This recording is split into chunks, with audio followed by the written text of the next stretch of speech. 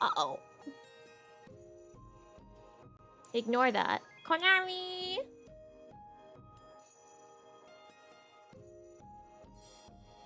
Guys, I have a problem. The problem is, I don't want to stop tatting. Oh my god, what are we reading? Oh my god, oh my god. By the way, I have 12 hours and 32 minutes left in the book.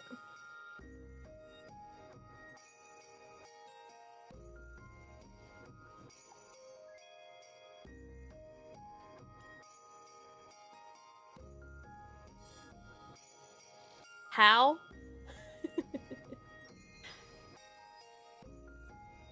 I've been tatting and listening at the same time.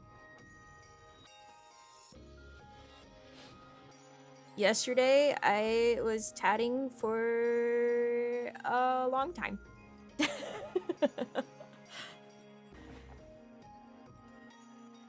So, that's how.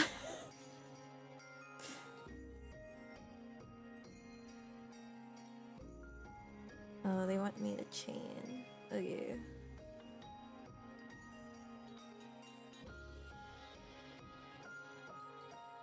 New shuttle's been good? It has. I really like the new shuttles. Although right now I'm using the old ones because I'm gonna make a quick little coaster. Because the doily that I've been working on is... Oops. It zooms out.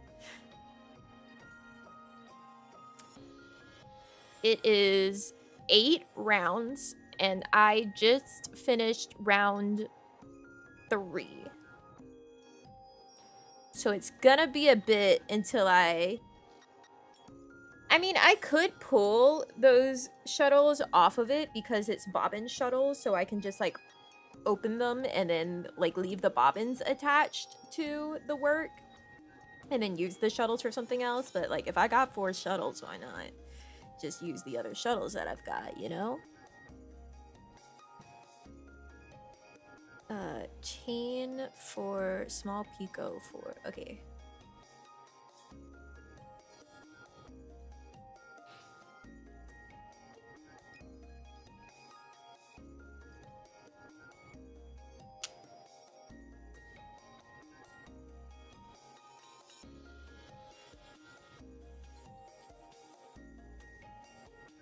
I've now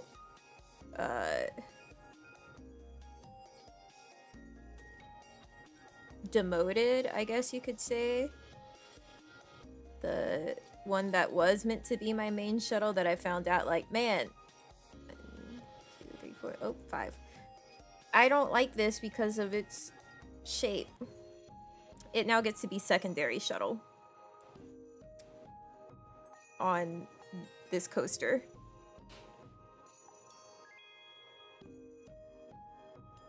So it only gets used sometimes. 1, 2, 3, 4. Small picot. That's maybe too small. Small picot. Nope.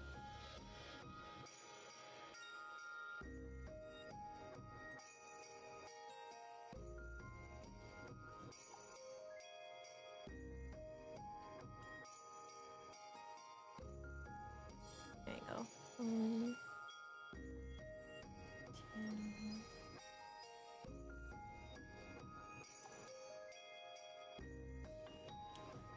4. 1, 2, 3, 4. Curious as to how it looks. I mean, I showed you a little bit, but I did, whenever I bought the new shuttles, I did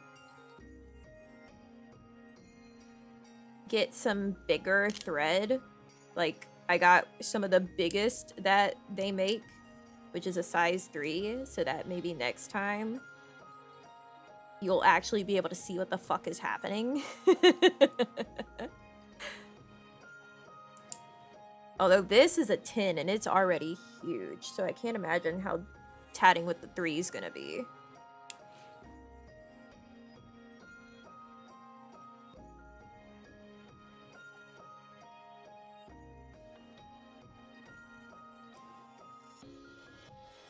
2.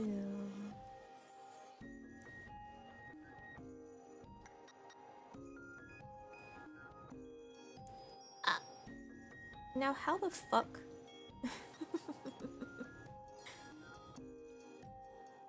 1, 2, 3, 4, 5. Yeah, with this 10, I'm having to like make the ring bigger all the time.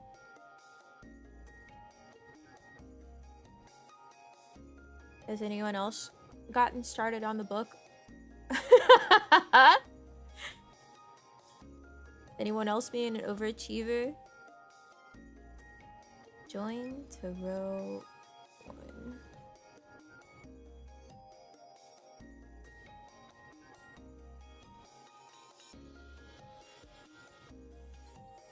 Surely not to the same degree, but like... surely someone else has started.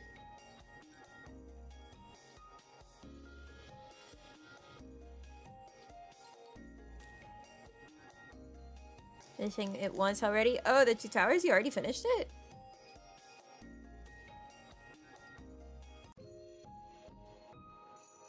Read every day, just not the same book. How many chapters? Let me look. When Boromir spoilers? Right. The spoilers that nobody... nobody would know.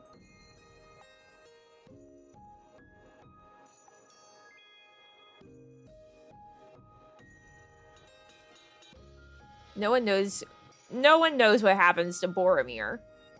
Let's see. There's 11 chapters in book 3.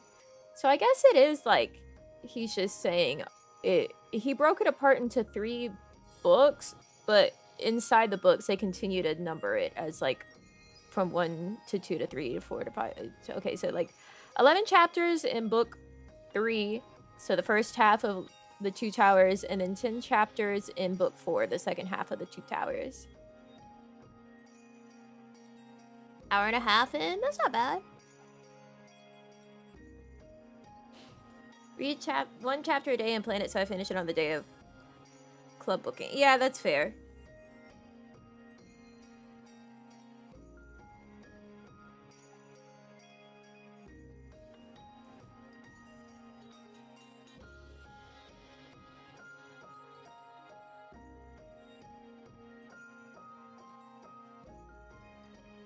I like the Treebeard section, but also I was like, God damn!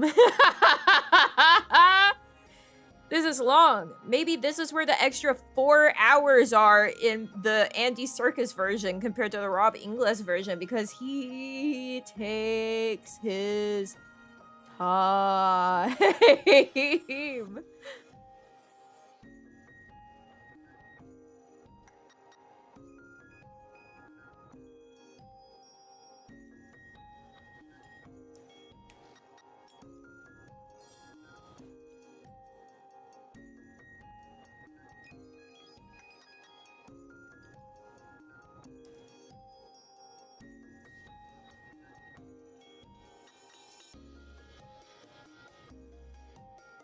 To that chapter at 2.5. Yeah, it's slow as hell.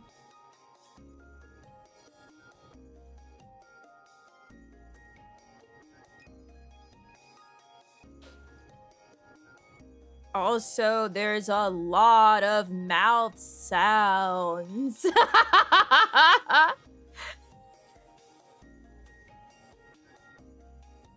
Like a lot of mouth sounds. You hear him wet his lips a lot.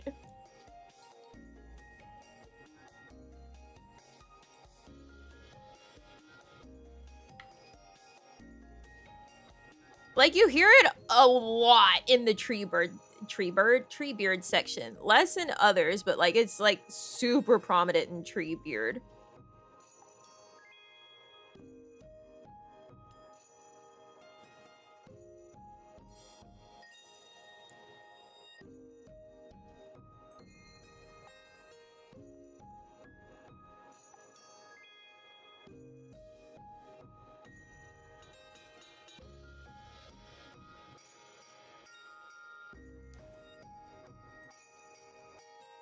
Thought you were talking about ASMR, Hobbit ASMR. Yeah, no, it's int ASMR. Two.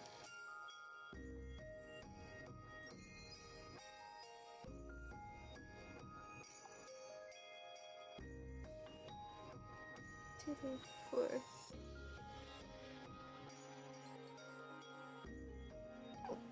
There's a lot of mouth sounds.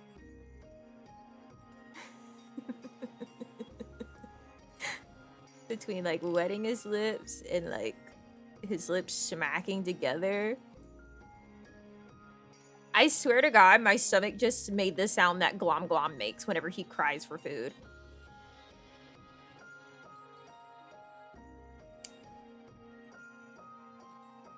It just went wah wah. I swear to you. What the fuck?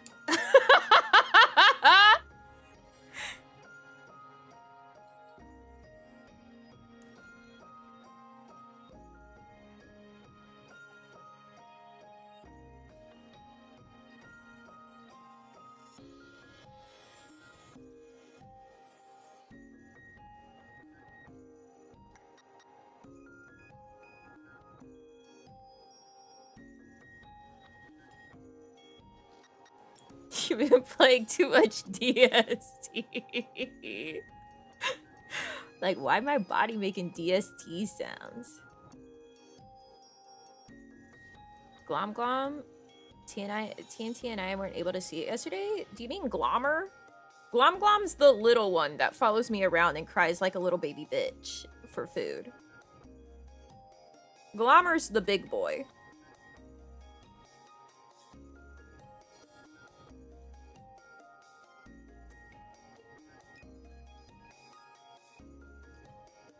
It's not able to see the server yet. Did the game update maybe?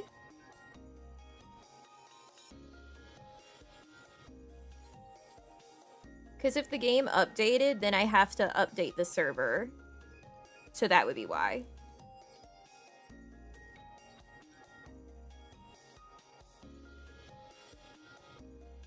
Alright, hold on. Let me check.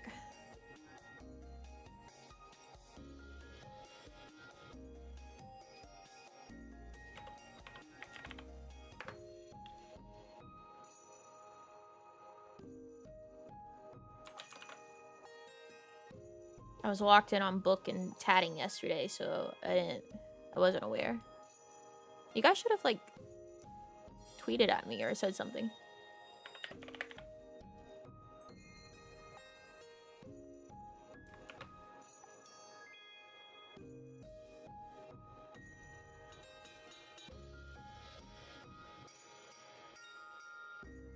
This says they're both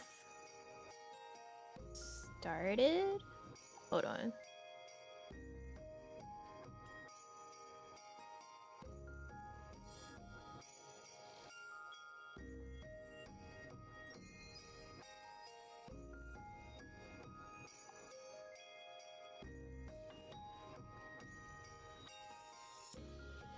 Oh, until TNT we wanted you to check. Okay, that makes sense.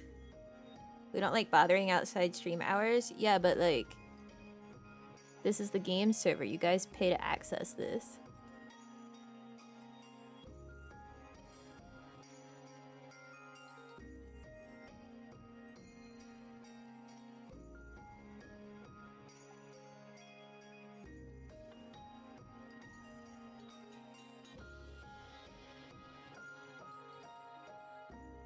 Okay, they're actually online now. I don't know. I guess they went offline, but it said that they were still started.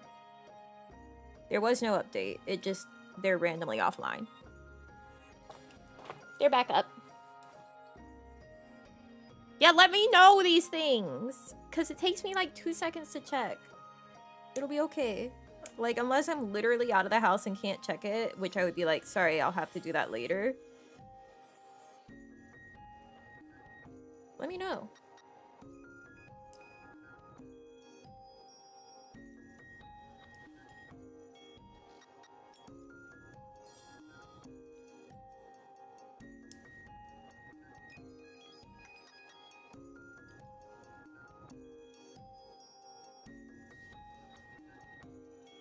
Oh, I've heard about Goblin's Nest now. And I've heard that actually tentacles are involved at some point.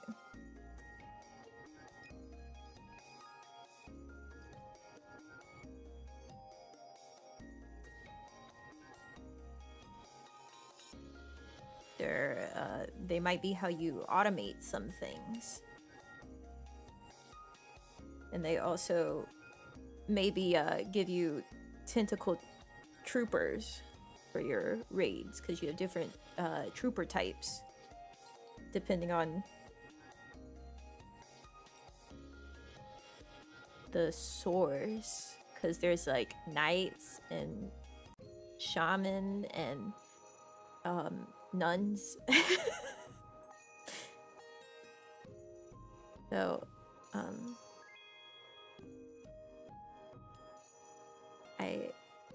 I've heard. That's what I've heard thus far.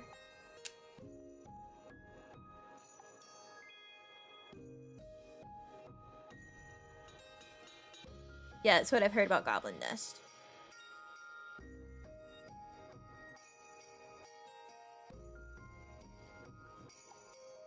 Ready to say with tentacles? Pretty cool.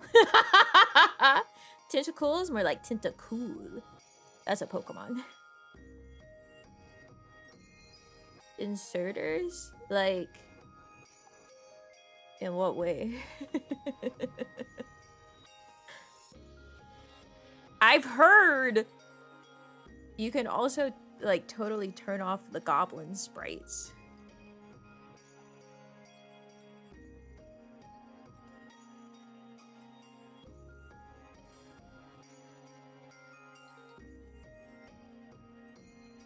And that you can turn off the clothing, which is usually just like a skirt hanging and like some socks. So like, I guess, yeah. No, you have to like, what I've heard is it's very manual thus far. I don't know if you can get one at some point that will make it less taxing, but right now, every time like one is ready to make a new trooper from a captured unit, it has to be moved to another utility cell.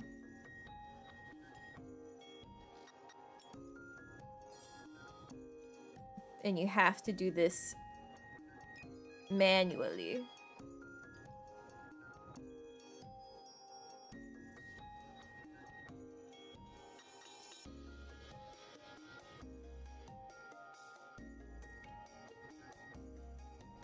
Oh, did it play? I didn't hear it. Hold on. Why did you not speak?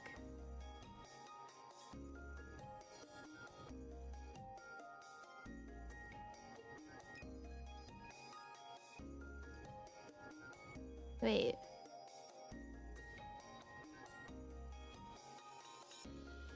Oh, because it was only 3. It has to be 5. It's alright. I can read it. Evil. Big and loud.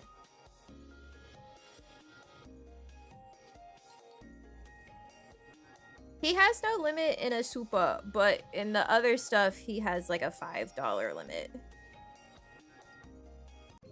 I would limit the supas if I could, but I don't think that... I looked and it's not an option.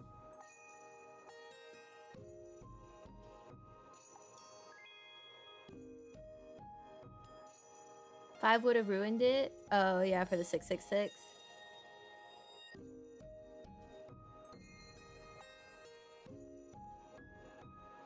1, 2, 3.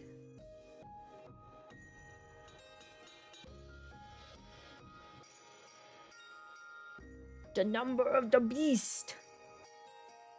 Ba-ba-ba. I did get cilantro yesterday and seeds. The cilantro actually looked pretty freaking good yesterday at the store. The avocados were the ones that didn't look super great. Which is crazy because, like, it's June? Why are we getting avocados that look scary? Also, there were a bajillion people at the Wally Mart yesterday. I forgot that, like, beginning of the month, probably everyone got paid. I did get abuelita. And if you're in a rural area, that means probably a lot of people are going to the Wally Mart and, like, cashing their paycheck. Because there were a shit ton of people standing in line at the Walmart Money Center.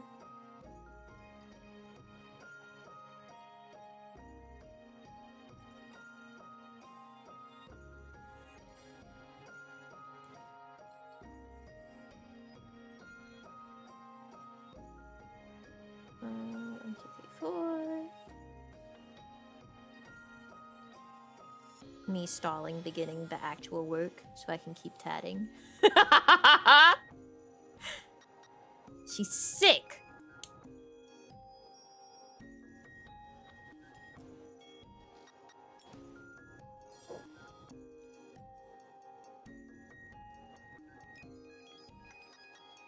She's sick. She's sick in the head.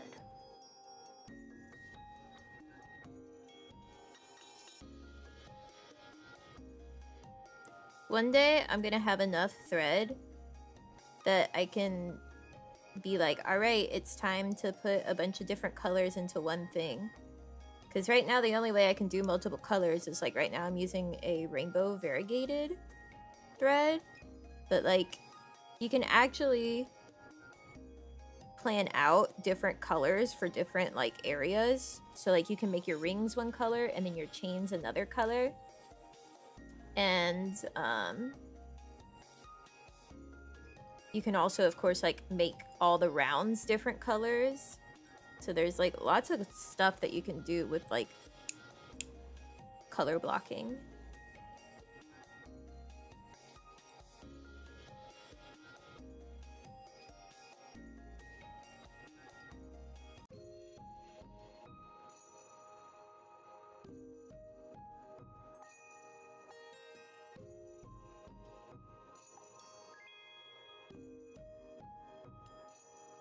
Ern is king of the hill? Jesus Christ, they don't know what they want to do at Ern. Which, I mean, fair. It's a game that's in beta. They can check it out. They can change things and find out what works best.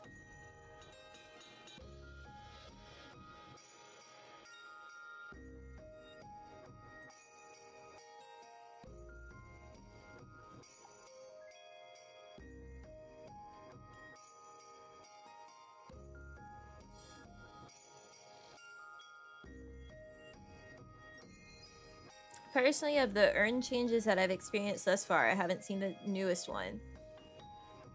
I kind of just like original Ern the most.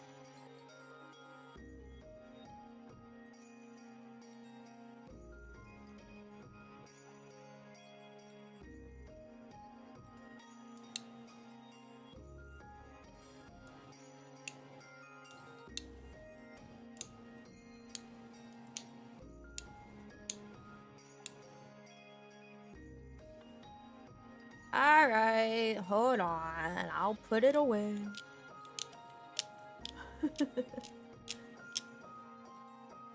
I'll put it away. I will say, tatting does have some nice sounds. Like, this is me winding some of the thread back up onto the bobbin in the tatting, in the, like, shuttle. And then the other shuttle type, for, like, most of the ones that I use, it has this, like, clicky sound whenever you wind it and unwind it. I like the clicks.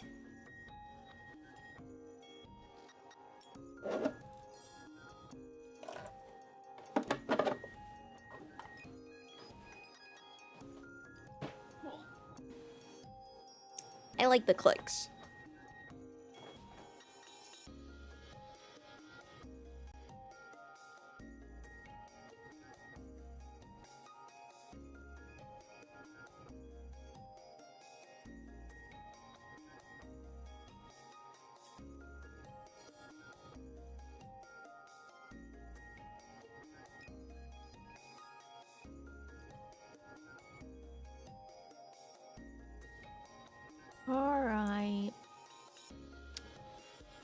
to my prison.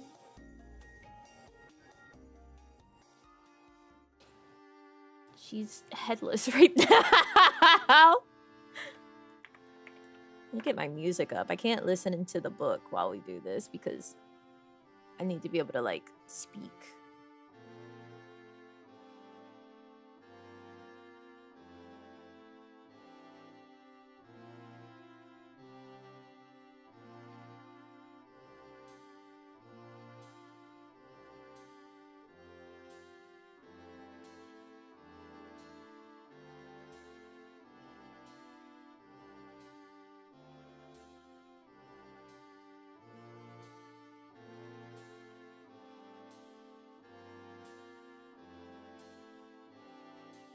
When we were lovers,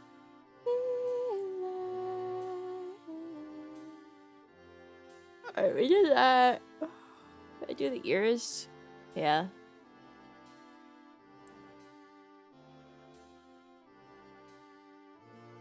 We are at skirt.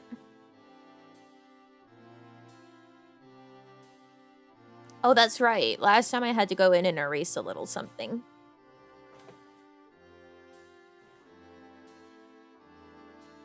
Listen to the book, but you scream every time there's a mouth sound. But then how am I going to hear what he's saying?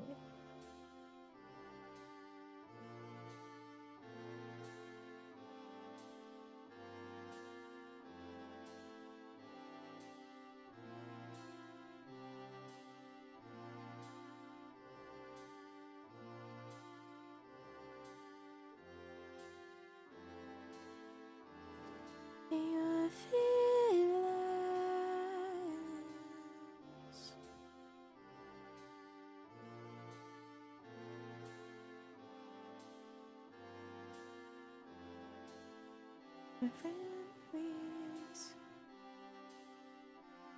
With friends in a sideshow.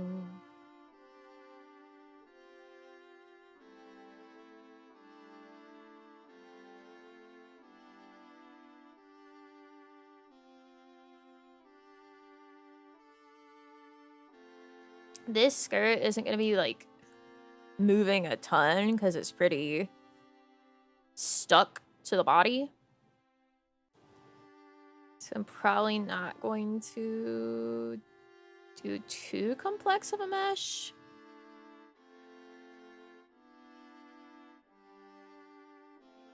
Take the place of me. Your feelings.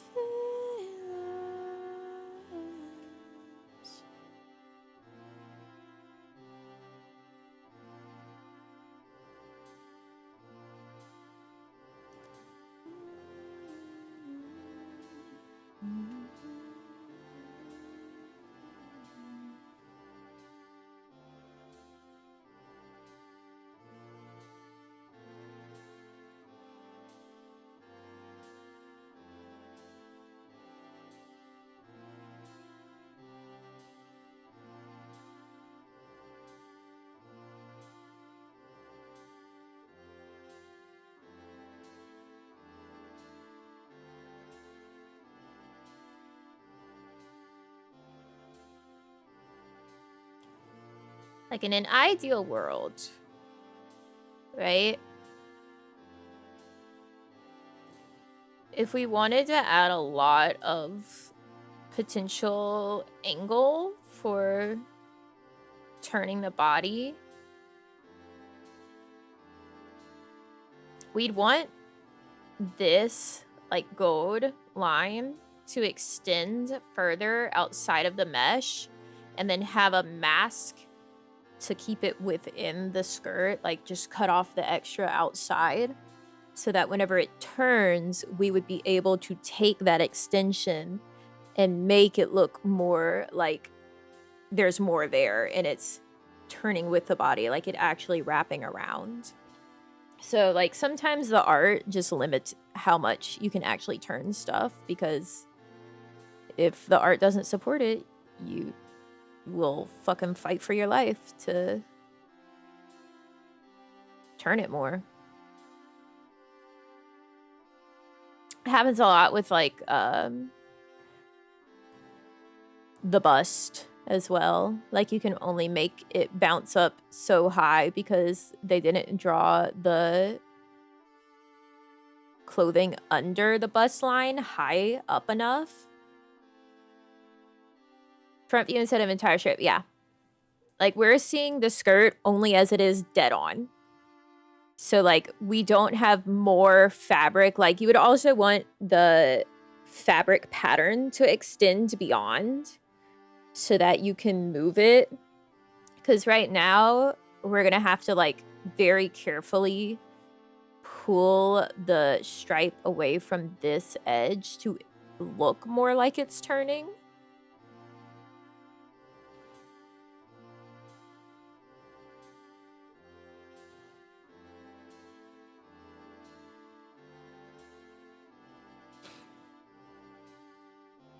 So like in a beautiful, perfect world, right? You would have basically the silhouette of the skirt as a mask, and then the actual clothing pattern and color and everything extend beyond that mask. And you would have like this shading would be like a clipped layer or something, so that you could maintain that shading on top of the pattern layer that would then move to help it turn better.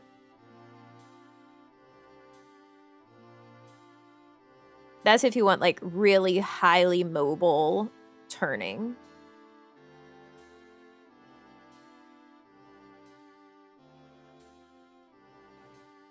That stuff has to be drawn. Yeah, like if it's not there, it's not there.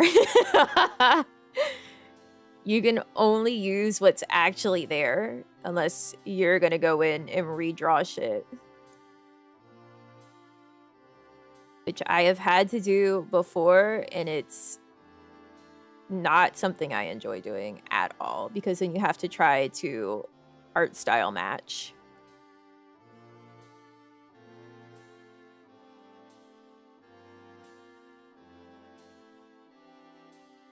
Which is easier with some styles than others.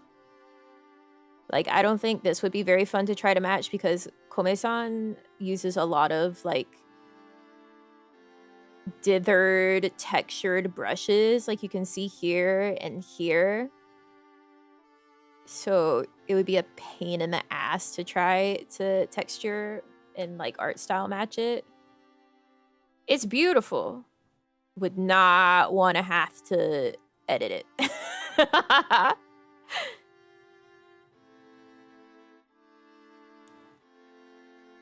Model artists need to learn how to UV, but for Live2D. Essentially, I think more model artists should, like, be in direct contact with the rigger before the art is done.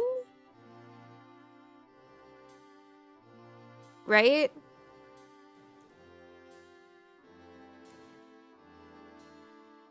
Because then the rigger can be like, hey, I would like for you to have this separated while you're, like, drawing it, instead of having to go like, hey, can you get your artist to go back and separate this more? But that's not how people shop or plan for models. They, like, get the art and then they find the rigger.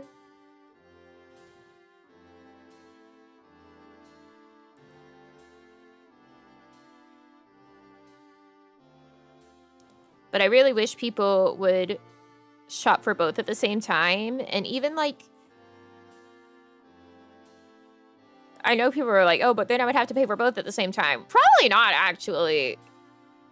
If you contacted the rigger saying, like, hey, I want to use your services, but right now I'm in the art phase, if I could have you, like, be in contact with the artist to let them know how you want it cut, that would be great. Like, I doubt the rigger would be like, yeah, you have to pay me beforehand. Maybe, like, a small deposit to secure the slot.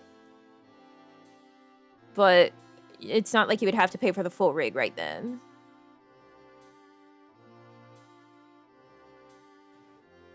Because I'm sure riggers, like more other riggers would also really love if people actually did that. Yeah, there is no like universal way of cutting most things. It really depends on like each rigger and how they like things to be cut and how much they like it to be cut and like what techniques they use.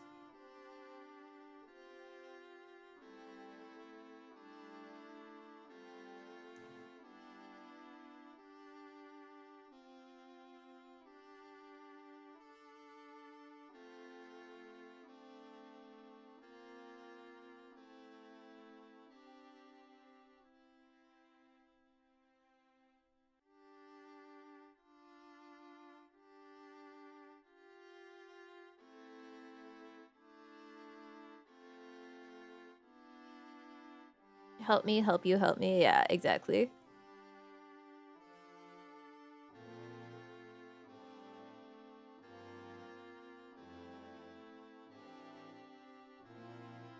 Konami. Listen up, biatch.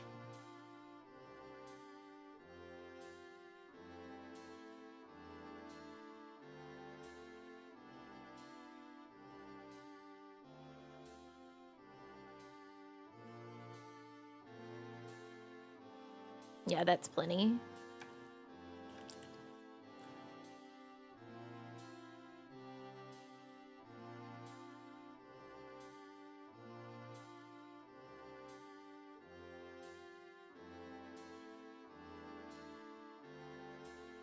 Well, I mean, if there's not enough drawn, sometimes you have no option but to, like, either go in and draw it, and, like, a lot of riggers can't do that.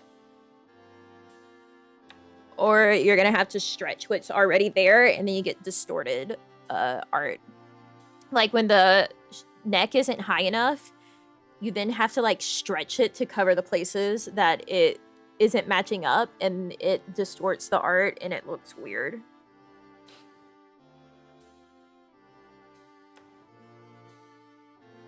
So, like, you really do ideally want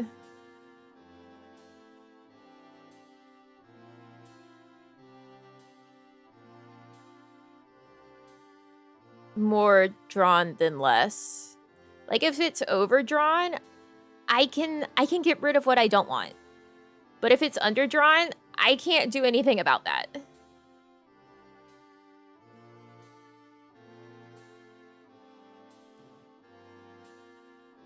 Not easily.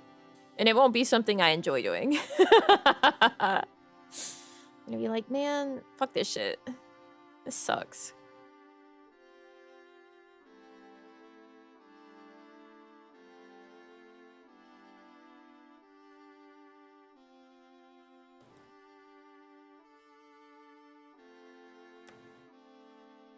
We're adding this specifically so I can go in here and pull it away from this line a bit easier.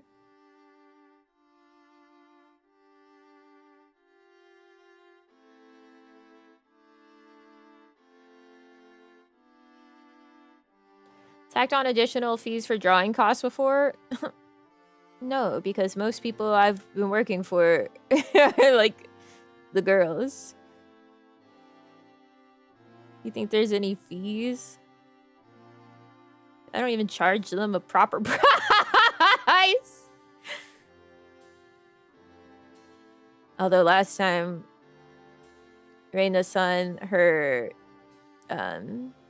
Demon Queen model, she did have me help with like cutting that art further. And had me paid for that because I didn't do the rig, but I did actually go in and cut the art.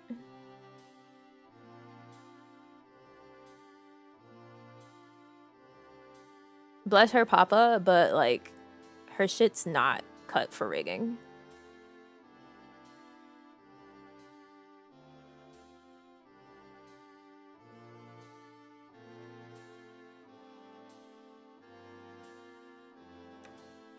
Charging extra for Shiicho? I didn't even charge Shiicho a normal amount.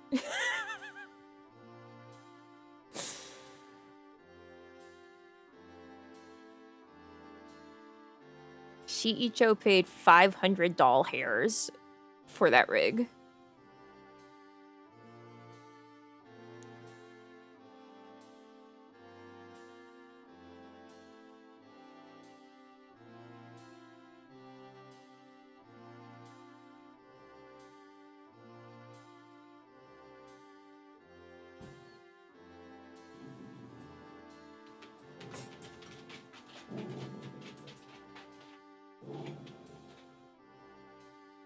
What raw files? The art was cut further before it was rigged. Like, what do you mean?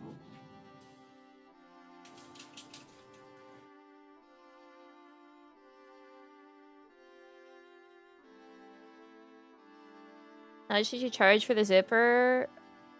I don't remember. Kawaii management paid for it, so I probably charged like $800.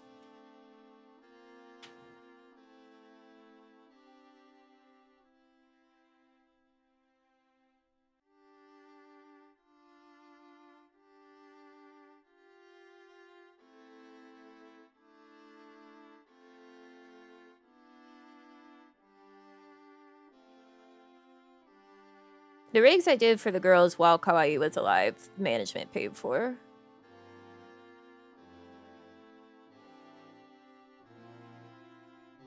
With the exceptions of like a few like fixes on Nene's old models, which she paid me personally for.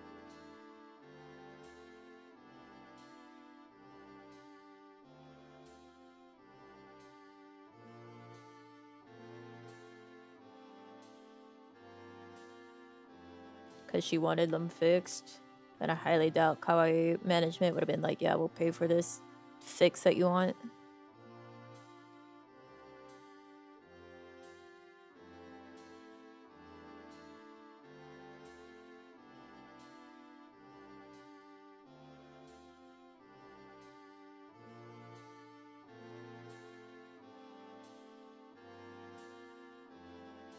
Trust me, now on my TOS is like, if I have to cut your shit more, I'm charging you an extra fee. If there is significant renaming or cutting required, there will be a fee.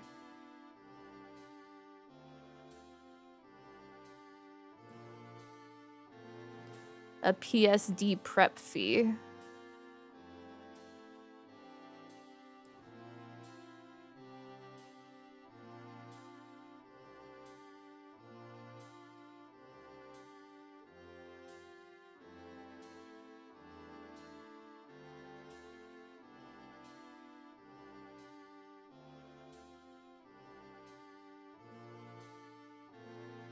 I mean, you guys saw how long it took me to go through and rename this model's PSD, and this model doesn't even have like a shit ton of toggles or anything. It doesn't have any toggles other than like the glasses.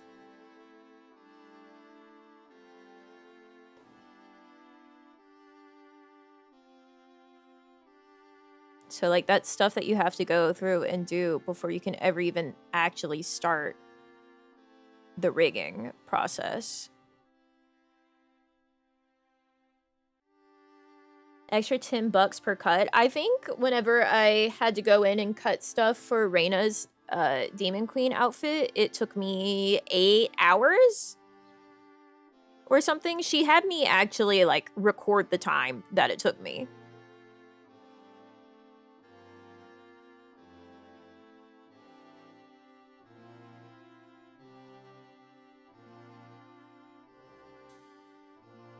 Cutting, like I said, fucking sucks because you have to take the time to try to match the art style as much as physically possible. So, yeah. It was a very long process. Konami!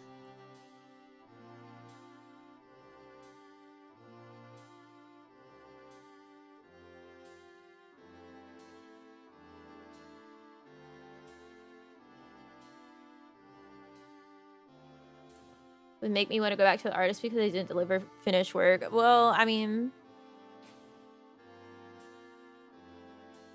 a lot of artists just don't know how to cut stuff for Live2D. I mean, it was her papa. It was KFR papa. And a lot of times, like, Corpse will approach these artists because they like their art, but, like, the artist has never done Live2D models, and so they don't actually know how to cut stuff properly.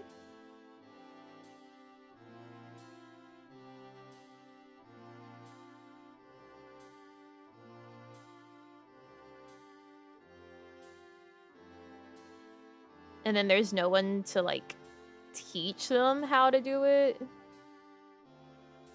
Because a lot of those circumstances, like, a lot of JP riggers, especially ones who work for corps, will do extra art cutting. And, like, you'll never know that your shit's busted. And the artist will never know that their shit's busted because they just cut it so that they can actually rig it.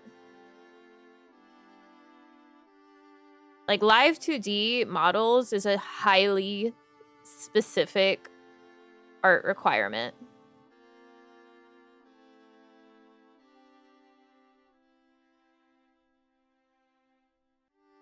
If every Live2D artist knew how to rig, or at least the principles of rigging, then sure, yeah, we would probably get better art cut from, like, more artists. But that's a lot to ask.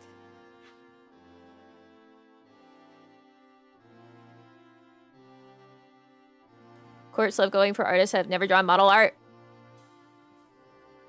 Yep. And then it's not like they have, unless they have in-house riggers, like, you know, Niji Sanji, they have in-house riggers. So they might actually coordinate having riggers give advice to their artist.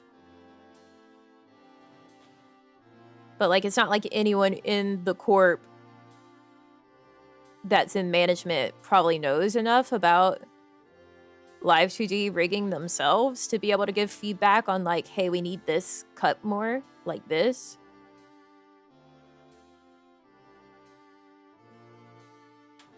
More corps probably should have, like, an in-house rigger or somebody with rigging knowledge in a management position for coordinating projects like that.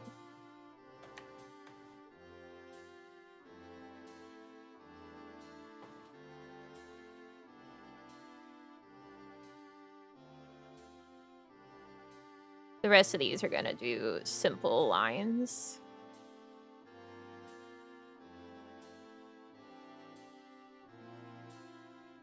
But because those are edge ones, we wanted them to have more control.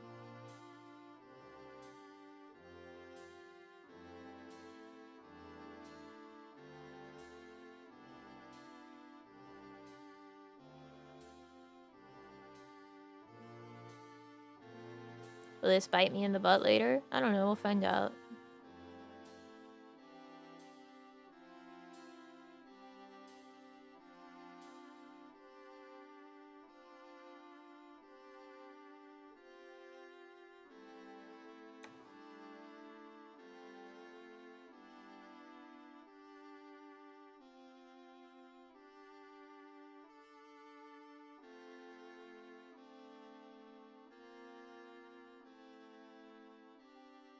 Kawaii in-house rigger. Actually, I think part of, like, my appeal for Kawaii was the fact that, like, I know 3D.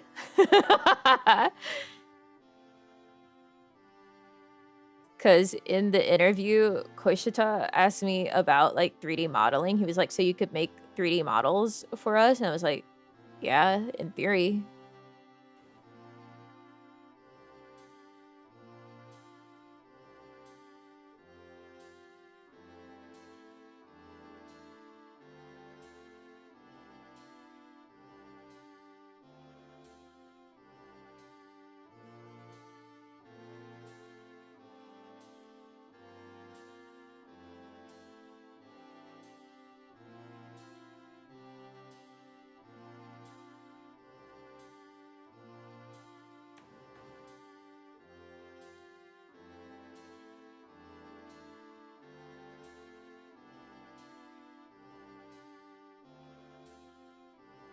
Sometimes you're the utility hire.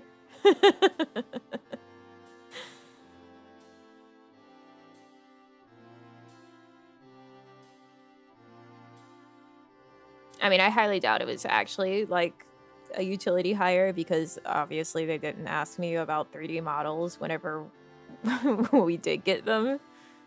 And they went to ones that have like big industry names.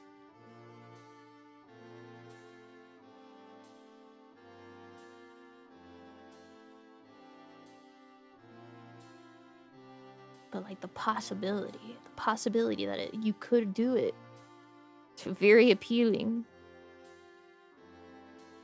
We could save money.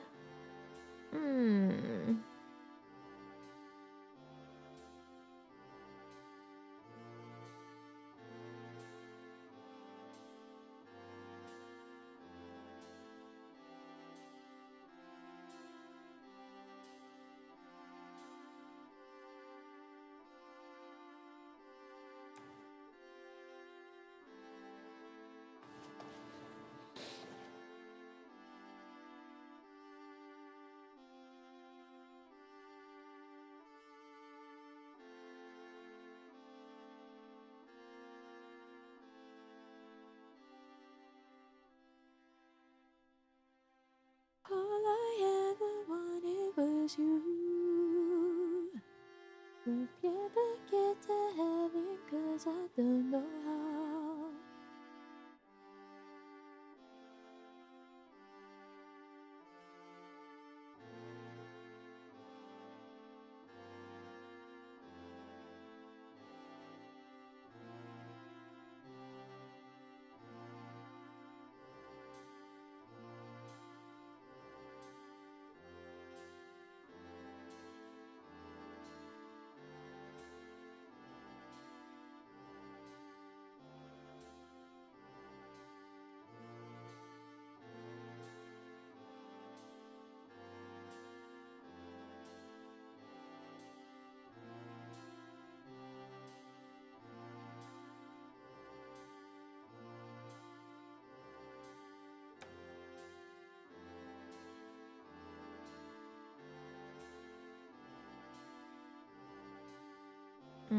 I should edge guard this.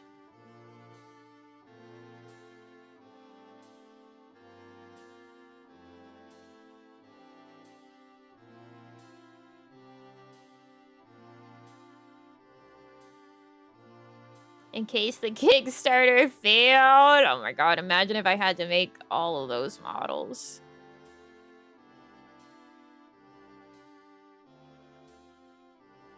I'd make freaking kill myself. I love that I dedicate my life to things that make me go like, I'm gonna end it all. I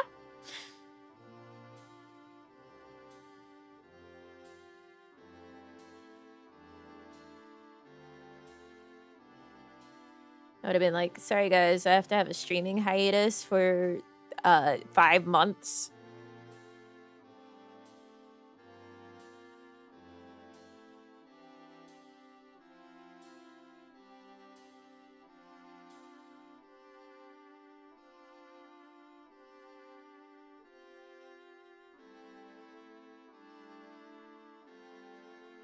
Picked only hateful and angry programs? That's not entirely true. Clip Studio Paint is not a hateful program. But also, how many programs are not hateful? That's actually probably why they didn't actually, like, want me to be a utility hire.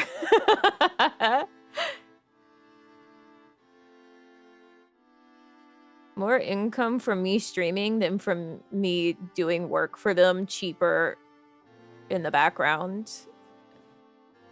Like, because if I was working on shit, I obviously wouldn't be able to stream.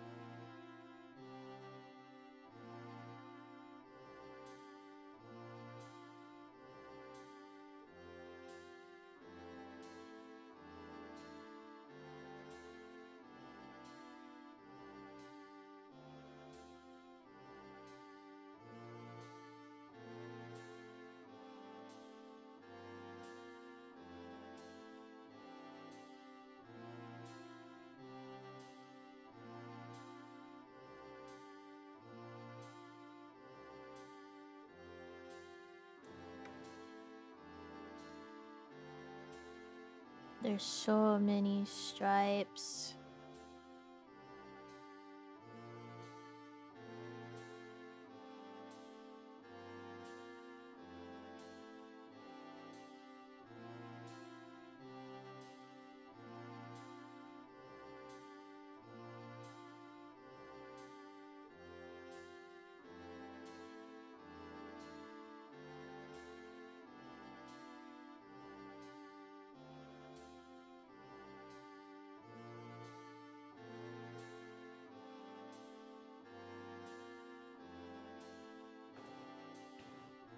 1 to 2 weeks break, so I'm guessing she was probably working on unannounced new gen logos. Yeah. That sort of thing. Except I would have been gone for like half a year.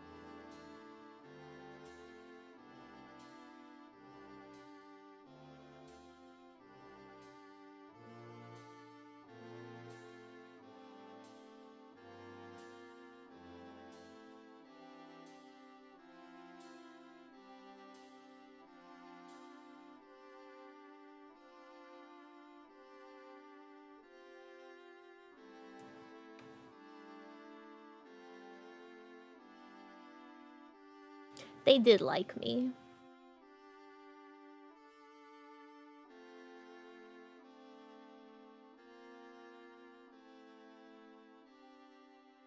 Nami is gone for 6 months. A new concert is coming.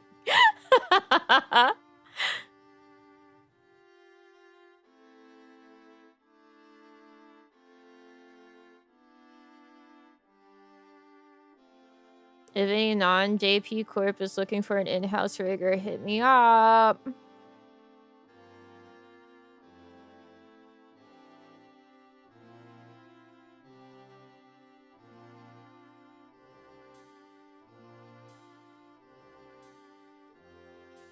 Niji, Sanji, and Hololive only want you if you live in Japan.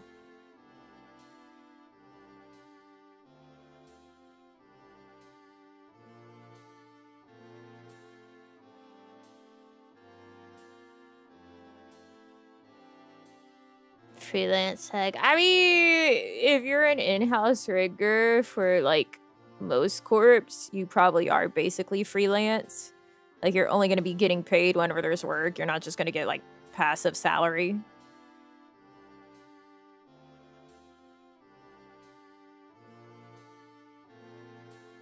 Well, Niji Sanji also has very, very, very particular rigging style.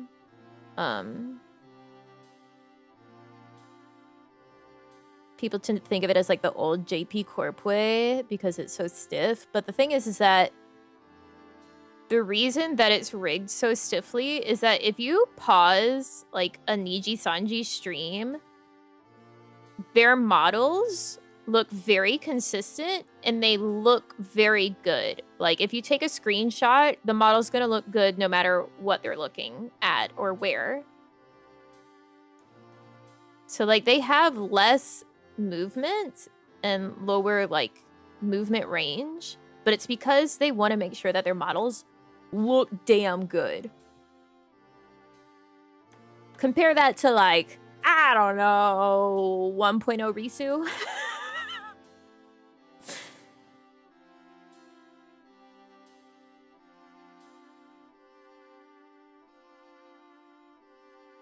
And she looked fucking busted.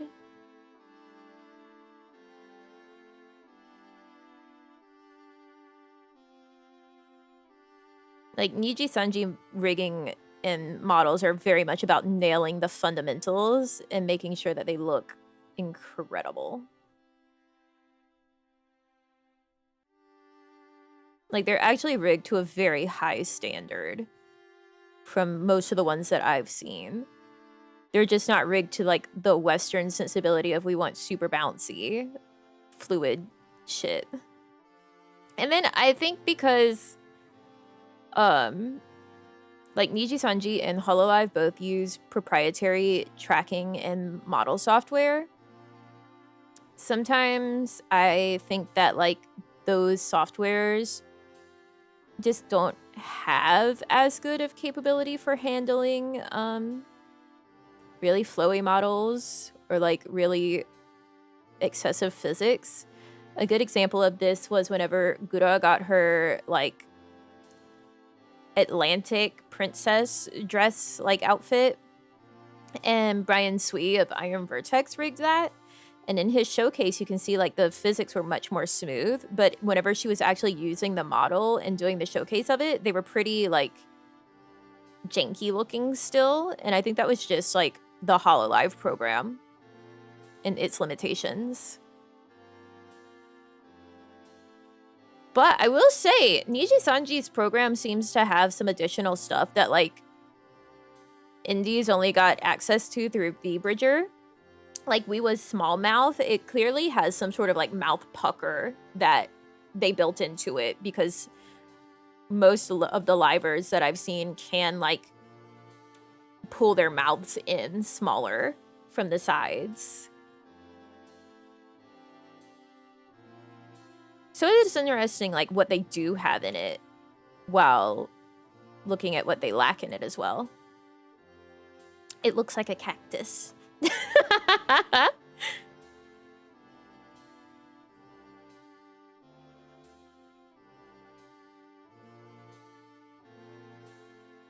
Didn't have pinnable assets for years. Yeah. They really only get that stuff because of the fact that, like, the VTubers that work for them pressure them and be like, oh, we're falling behind.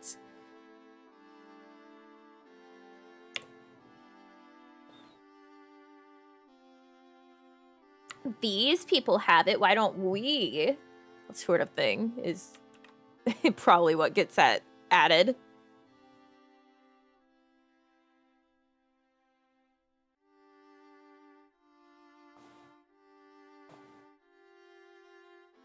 And even then, I think they only have, like, PNG that they can pin. I don't think they can... They'll probably never have it, but it's a smart idea, and they should. Where they could have additional Live2D models pinned, you know, like, I don't know, the mascots. Instead, if they want to have that sort of thing, it has to be built into the model itself instead of being something that pins.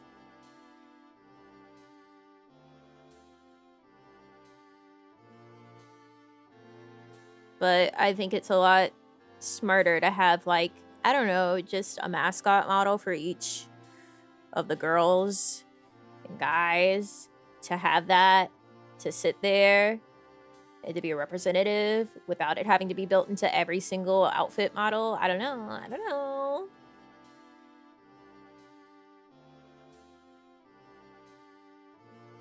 Fans might enjoy seeing a representation of themselves on screen with the person who they watch. I don't know. I don't know.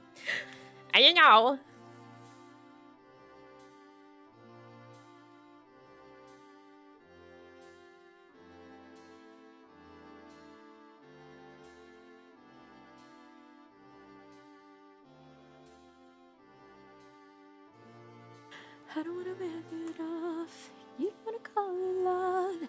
You wanna be the one that I call baby. You can get 100 poison parts. And I stop the feeling. So where you are. It's not a stupid reason. Actually, I think at one point in time, I was like, maybe I could go in and just re-rig my model and it be okay and it look good, like my OG. And then I opened the PSD. And I remember being like, oh. Talk about some stuff being, like, busted. It's not fair. I just need... Like, what is this?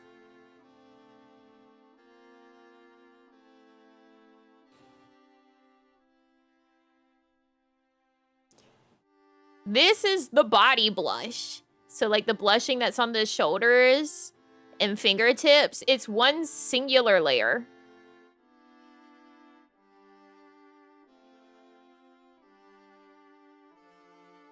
You can see it was copied and, like, erased for this, but this is, like... Man, what is this? I remember seeing that and being like, nah. No, it's okay. Oh, I can show you my bold spot. Where is it? This is why I can't just turn the hat off.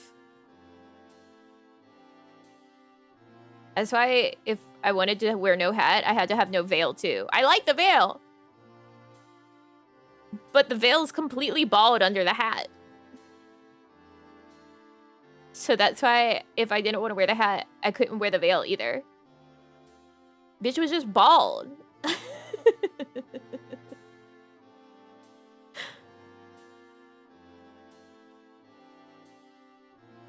I don't know. I saw this one layer and I was like, nah. It might not even be a big deal, but I saw it and I said, no, that's okay. Oh, oh, that's what it was. So all of the blush was on one layer. I guess it got erased and applied to the shoulders, and then maybe also the fingertips probably still have theirs, but then the face blush was left with like all the remnants of it being a duplicated layer.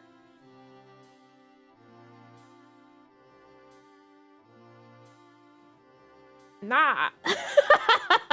Like, I was like, if I'm gonna have to clean this up, how much else is there that would be needing cleaning? So I just didn't.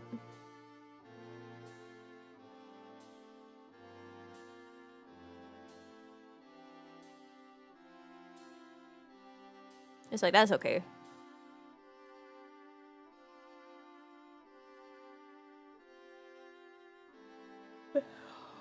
I ever wondered why I didn't do the new rig of it myself? Yeah. I mean, I wasn't asked, but like, I wouldn't have wanted to. It's okay. Let Dade do that. And isn't this exactly where you like me? I'm exactly where you like me, you know. Praying for love in a lap dance and pain and naivety. Oh, isn't this exactly where you like me? I'm exactly where you like me, you know. Praying for love in a lap dance and pain and naivety.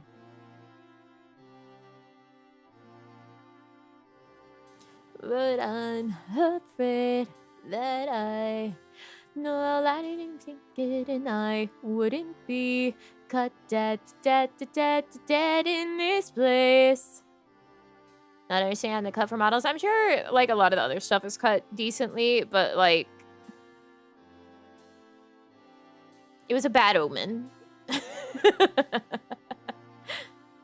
Opening it and seeing that, it was a bad omen to me. So I didn't do too much investigating. Exactly where you like me, I'm exactly where you like me, you know. Praying for love and a lap dance and pain and naivety. There are some things that I just expect I'm gonna have to do whenever I open a PSD, and one of those is like separating left and right. Because a lot of artists will know how to separate stuff well in terms of like cutting, but then they don't actually separate the left and right, and it's like, that's fine. I can do that. That's not that much effort. As long as the actual pieces are cut well enough, who gives a fuck? I'll separate the left and right. Well, all the renaming is because Japanese. Japanese.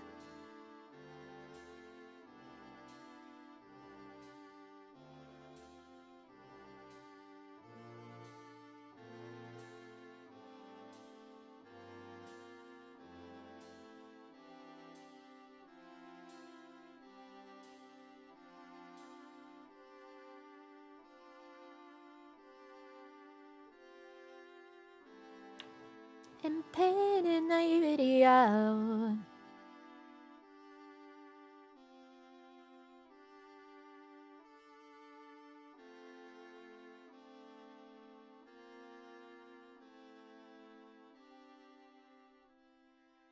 Oh, wait. I'm not actually done with this. Hold on. The skirt, I forgot I wanted to add something to it. There we go.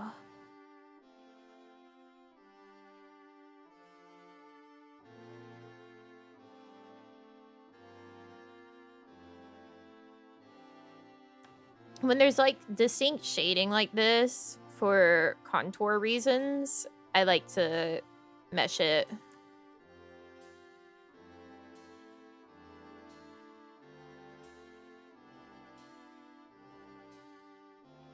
So like significant wrinkles. Because it was a 3D model, guess what? It would have that. I forgot mirror edit was on.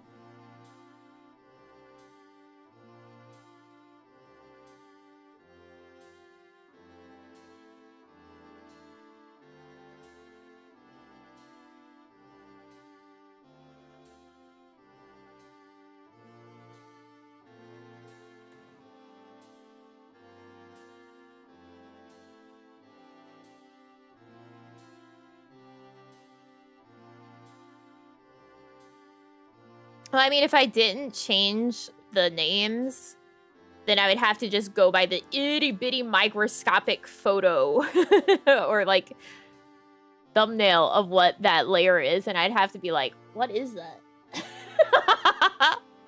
Where's the fucking thing I'm looking for? What is this?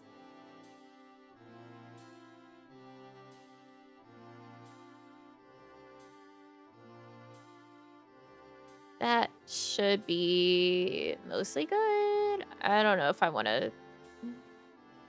I'll do it just in case.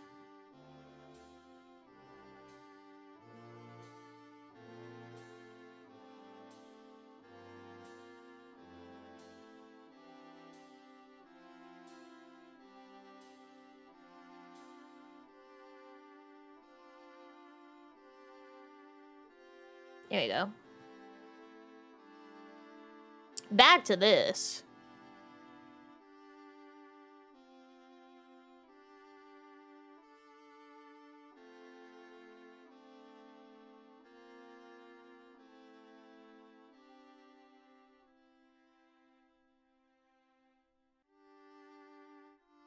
I did get the Abuelita tabs, but I feel like the only thing with the tabs is, like,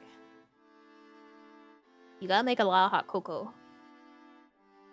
I don't know if you can, like, partially use a tab and then save it, but the tabs are the right one. You don't get the fucking instant packet. You gotta get the tabs.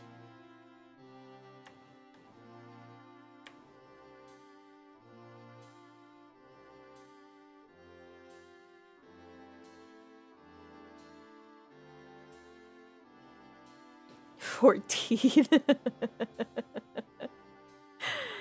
Sometimes I'll look at it while I'm trying to rename it, and I'm like, oh, that says ribbon.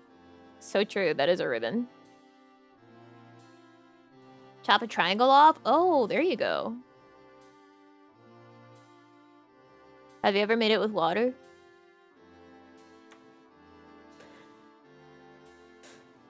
Noko can say, what if a heart ends in despair? What if the road won't take me there? Oh, I wish for once could say go.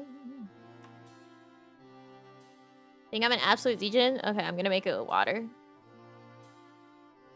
It could say go, could say go. Oh, oh, oh.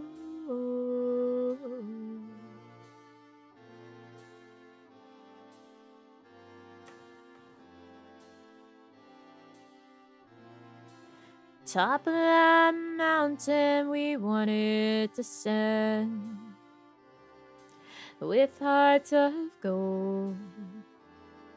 Chocolate soup? Yeah, but it tastes way more chocolatey that way. Plus, most instant hot chocolate mixes do in fact have dry milk in them.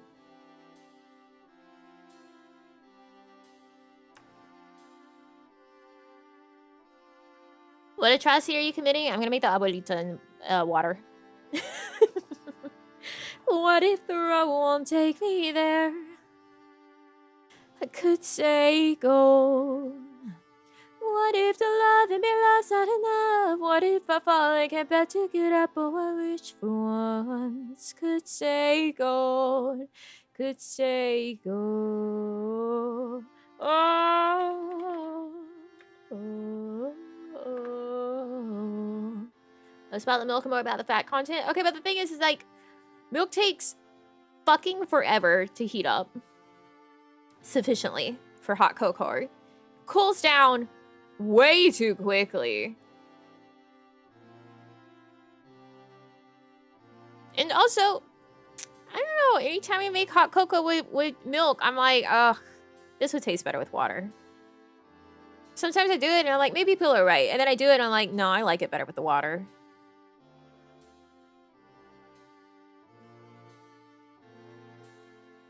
What if the hard work ends in despair? What if the world won't take me there? Oh, I wish for once could say go.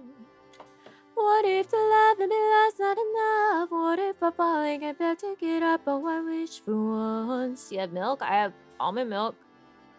Could stay go. Oh, oh.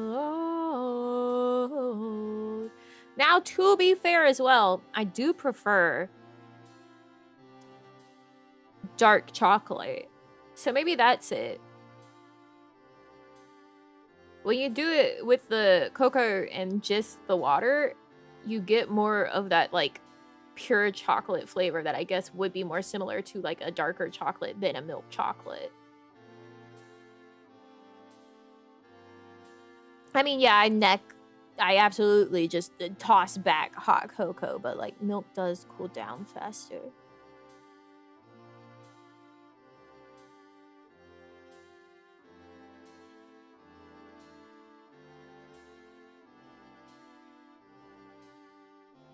There's abuelita syrup?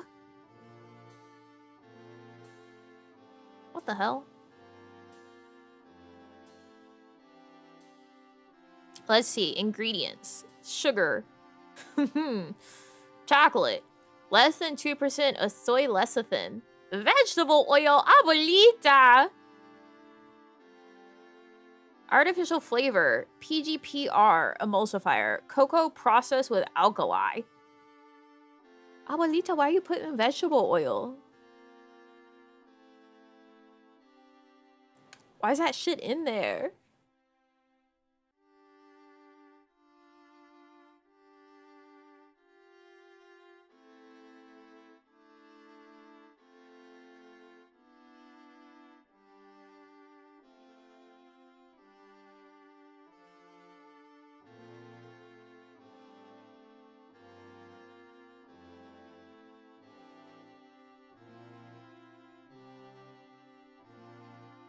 Now look, you look at their website and they don't list the syrup as a product, but if you look in the photos of, like, the tabs, if you scroll through them, there's a syrup bottle.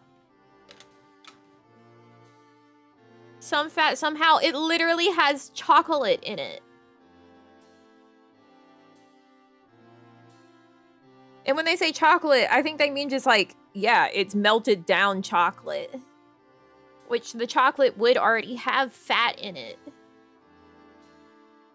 It is interesting that they don't have to list out the additional, like, ingredients that are in the chocolate. Like, chocolate, parentheses, this shit.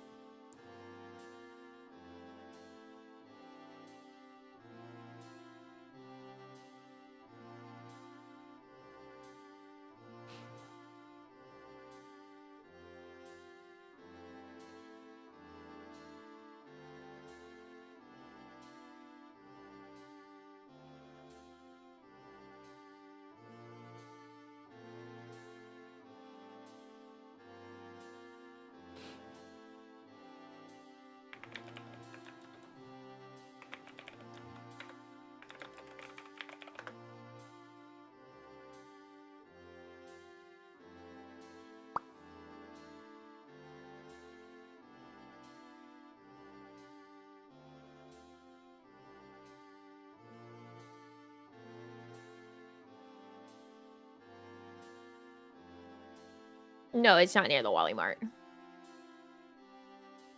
I think you asked that last time when we brought it up. It's not near the Wally Mart at all.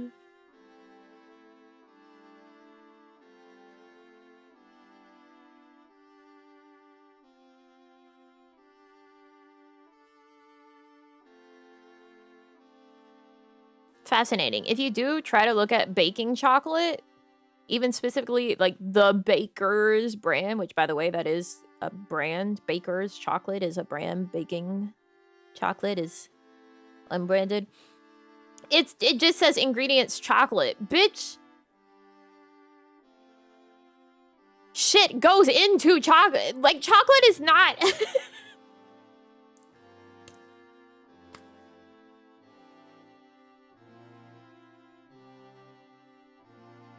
Chocolate is made of things.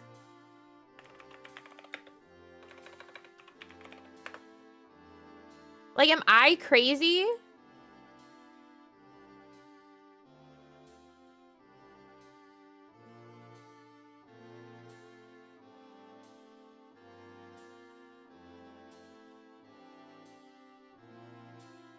I guess it's just like, it says it's 100% cacao, and therefore it's just the cacao.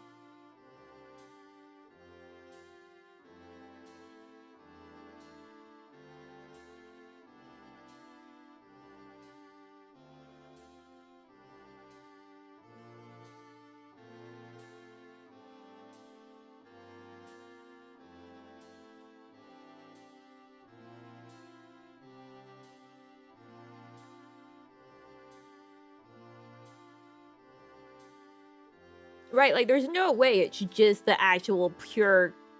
I mean, it says on the bar 100% cacao, but, like... Are you sure it sticks together that well? Are we certain? Even on chocolate bars, I have to specify cocoa and cocoa butter, but that's the difference, right? Chocolate bars do have that stuff. The baking chocolate said it was 100% cacao.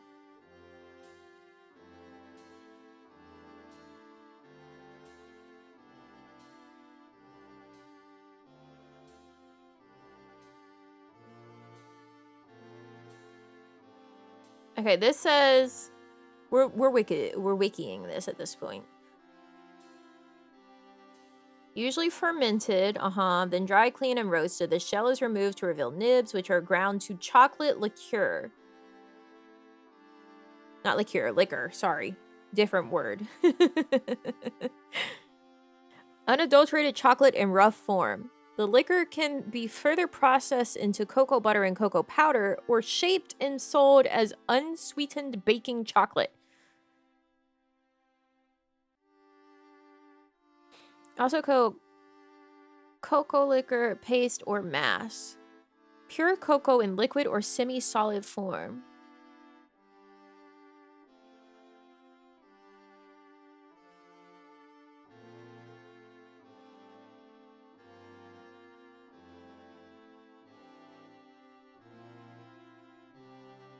Yeah, so the one that's 100% cacao. So does that mean whenever somebody is listing chocolate as an ingredient and then doesn't have any further stuff that they also mean that that is cacao? I wish they would put fucking cacao instead of saying chocolate in the ingredients. Because, like, I get that it's technically correct, but societally, culturally, most things that we associate as just calling chocolate has other shit in it than just 100% cacao. If you put cacao, then it's like, okay, yes, you mean it's straight up just the pure shit that's in there. You put chocolate, you're like, oh.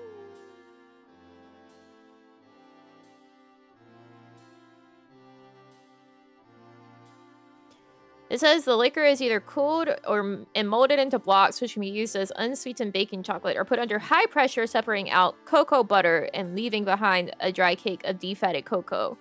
Wait, so that means the cocoa butter is in it. The nibs are ground to the point cocoa butter is released from the cells of the bean and melted, which turns cocoa into a paste and then into a free... So, yeah. Even 100% cacao, like the unsweetened baking chocolate, that has cocoa butter in it. It's just not additional cocoa butter. So it does have a fat.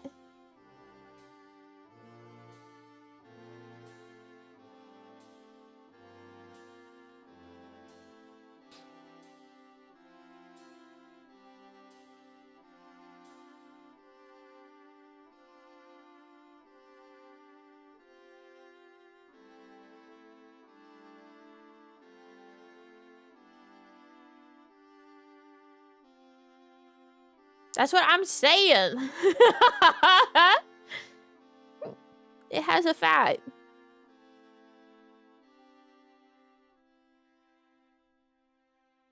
Oh, I know baking chocolate is dry. I've eaten it.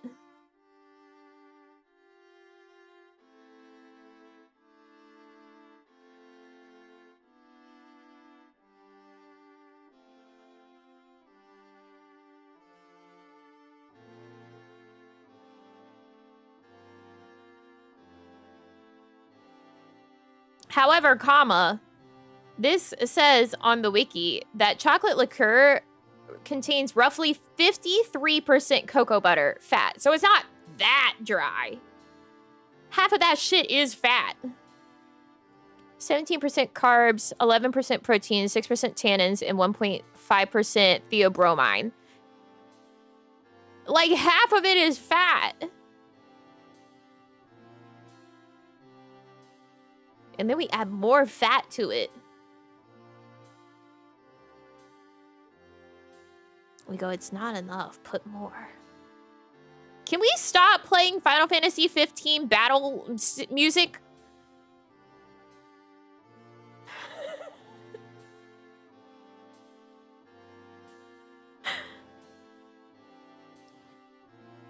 Sure doesn't feel like it because we put fat in everything. We put more fat. We go, it's not enough. More, more, more.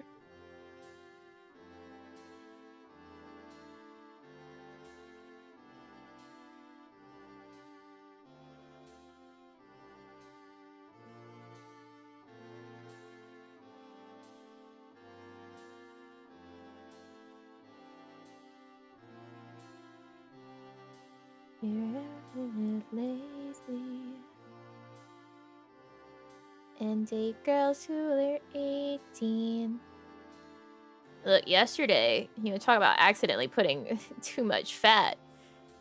I made some egg noodles with some, like, pork sausage. And I was just doing, like, buttered egg noodles. And I was like, oh, yeah, the amount that I have left of this one stick of butter is probably enough. It's probably the right amount for these noodles.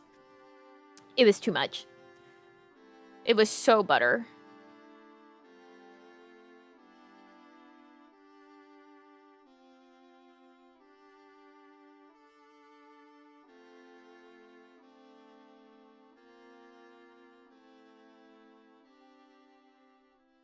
And, like, that's a lot of butter for me to be saying it was so butter.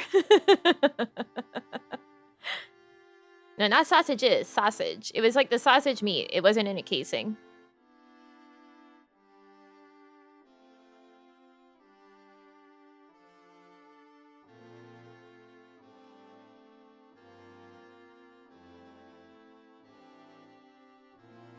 It's hard when you have a meltdown in the back of your house when you get kicked out.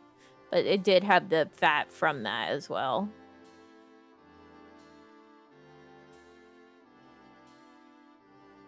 Because I realized I made too much of it, and so I, like, put some in a container, and then the rest that was in the pan I put into my bowl, which means, like, putting that amount into the bowl means that some of the fat came with it from cooking it all.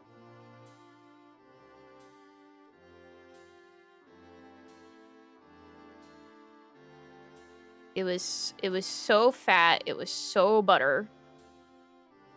I did not eat all of it.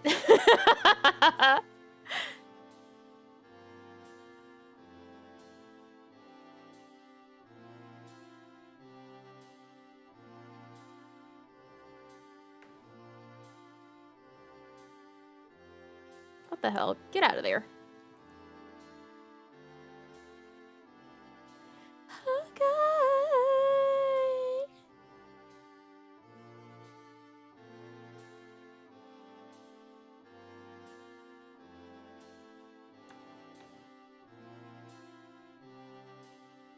Guys, my stomach has been so evil again. Like, it's to the point that I ate yesterday, and then I did not eat for the rest of the day. And whenever I ate yesterday, I mean, it was the lunch that I had when I got back from the store and finished doing everything and finally sat down. And that was at, like, 1 p.m., and then I didn't eat for the rest of the day.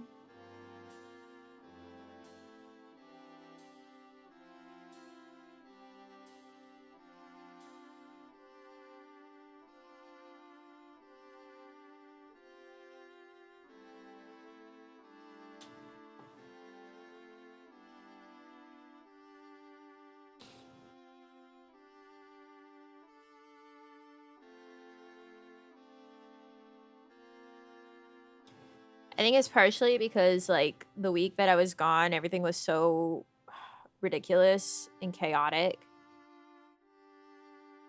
that, like, I wasn't on my intermittent fasting window anymore. And, like, that, unfortunately, hate to report, it has helped in a lot of ways. So, like, I'm working on getting back on that properly.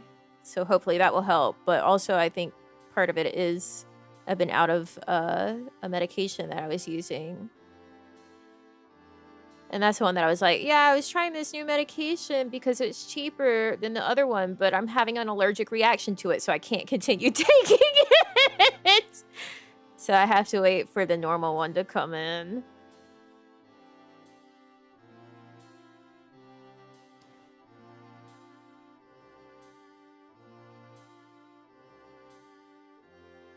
Like, when I say an allergic reaction, I mean, like, as soon as I've swallowed the pill, my tongue starts tingling and my throat gets all dry and tight, and I'm like, that's not a good idea to keep taking that.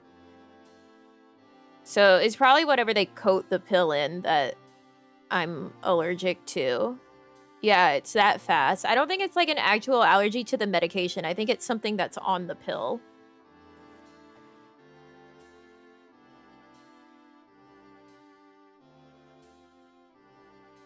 Yeah, no, I'm not taking it again. I took it 2 days in a row, and like the first day, whenever I was like, that's weird. Why is my tongue tingling? And my throat feels a little weird. Maybe I'm just imagining it. Maybe like something else is going on, and but then I did it, and then the next day, and it did it again. I was like, okay, that's enough of that.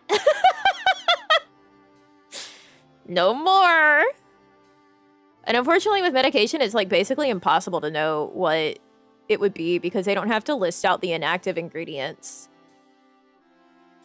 So I don't think it's like the medication or even like the dye that's used for the pill, because apparently some people who are like have aspirin sensitivities are allergic to the dye that's used for that pill, but I don't have any issues with aspirin.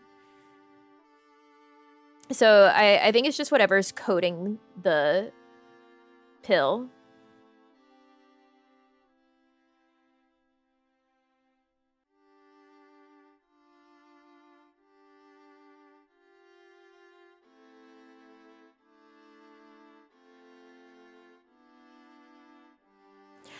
Yeah. Whenever I get asked at the doctor, like, are you allergic to anything? I'm like, not that I know of. And now I get to be like, maybe.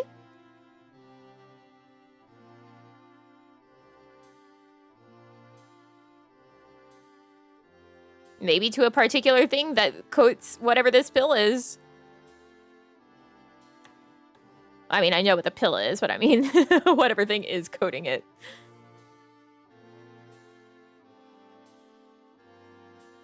It was like, all right, I tried this twice, and it's happened both times. I think no more.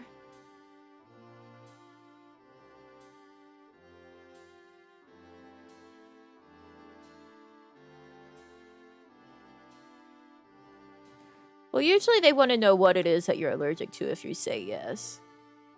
I don't know.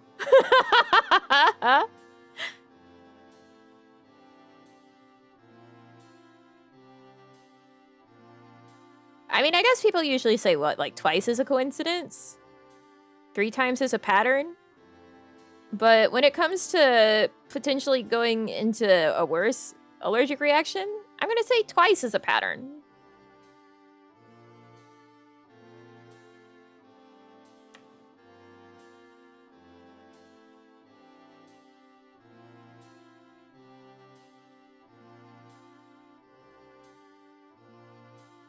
Because, like, unfortunately, the thing is if you keep exposing yourself to an allergy, it's not gonna make it, like, be better, right? Like, you don't exposure therapy yourself out of an allergy. Once your body's like, I'm allergic to this, if you keep exposing yourself to it, it just makes it worse.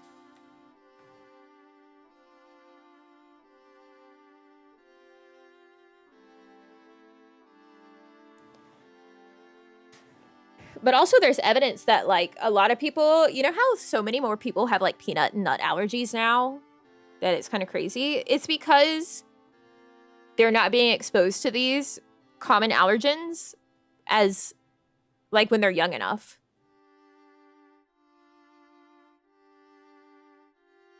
Like you're much more likely to develop an allergy to it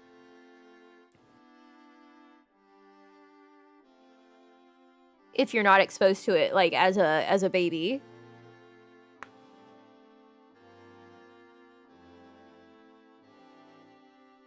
Just to stay the same forever? Oh yeah, no.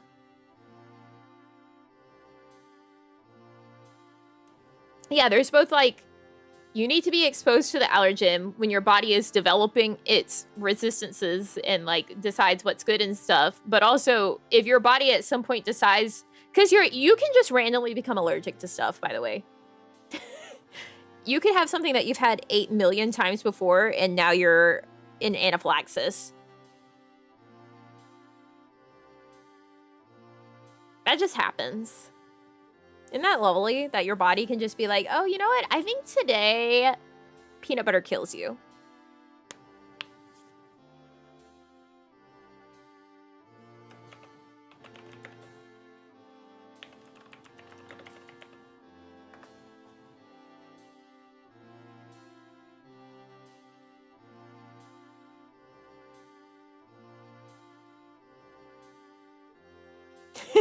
Allergic to pork chops. I mean, that can happen if you get bitten by like a Lone Star tick. You can get a meat allergy. The alpha-gal meat allergy. Although, does that affect pork or is it just red meat, like beef? I mean, pork is kind of a red meat. We just consider it, yeah, it's a red meat. Yeah, so pork. Don't get bitten by a Lone Star tick.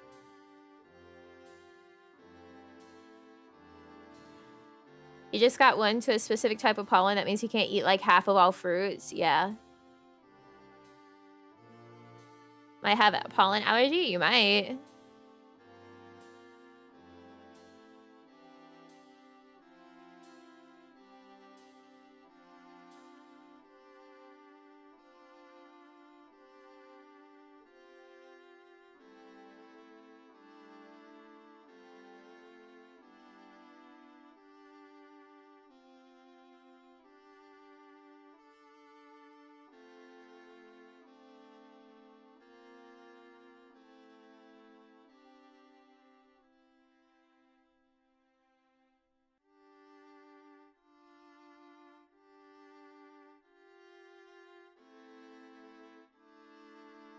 Okay, so to correct myself on saying the exposure to allergens only makes it get worse, depends on the person, actually.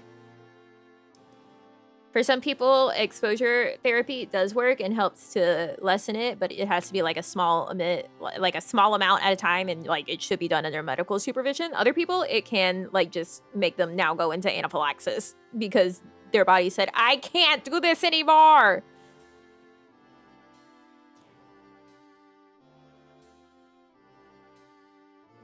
Even extensive dairy? Yeah, watch out.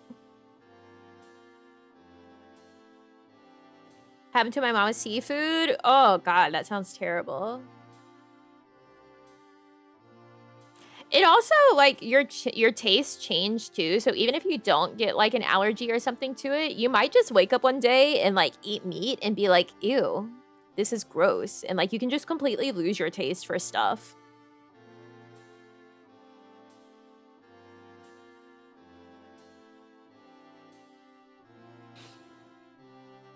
Like, my grandma, as she got older, she just, like, lost her taste for meat. Like, most meat was disgusting to her. So she, like, really only ate fish.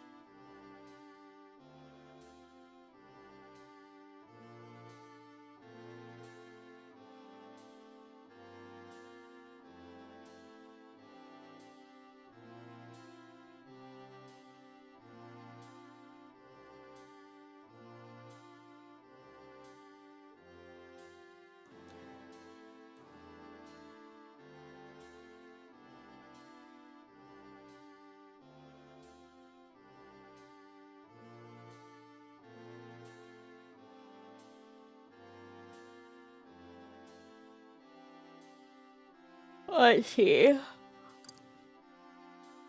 Yeah, so it's both. This person says with an IgE allergy. Let me make sure. IgE? Yeah, immunoglobulin E. Repeated exposure can increase the severity of a reaction once an allergen has been sensitized. First-time exposure may produce only a mild reaction. Repeated exposures may lead to more serious reactions. Once a person has had an exposure or an allergic reaction is sensitized, even a very limited exposure to a very small amount of allergen can trigger a severe reaction. The random and infrequent exposures to the allergen is likely to train the immune system to react more rapidly and severely to allergen exposures. So, like, if it's just like, oops, I had this thing that I think I became allergic to a while ago out of nowhere and it's been a few months, it could kill you. Because it's like, exposure means you gotta, like, actively be exposed to it in microdoses daily. Once sensitized and the allergy is established, there is a percentage of people who can successfully desensitize through immunotherapy under the guidance of a certified allergist. This is not random repeated exposures. It is a very controlled, deliberate, slow microdose daily exposure until the immune system is retrained to not react to the allergen as severely. The allergic person who has undergone immunotherapy will need to eat their dose of that allergenic food daily or weekly for the rest of their lives to maintain tolerance. That's too much. So, like, it can work, but Jesus fucking Christ. It is not a cure, and the person will always have allergies and variables that may stress the immune system. Puberty, stress, illness, etc. may trigger a severe allergic reaction despite desensitization. Desensitization. I can fucking read and speak today. Immunotherapy comes with risk of anaphylaxis during treatment and beyond, and it doesn't work for everyone, but it is currently the only available treatment option for people with food allergies.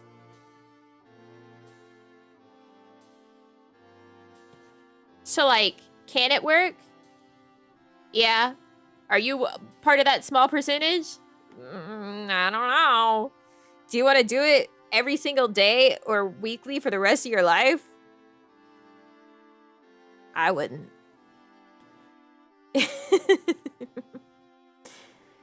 That's why you have to do it, like,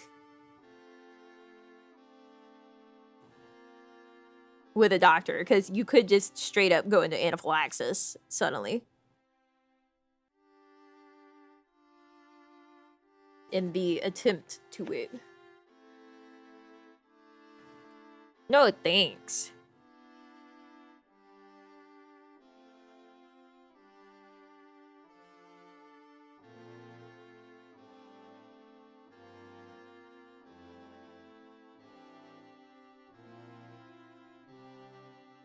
Being able to eat a burger again, probably.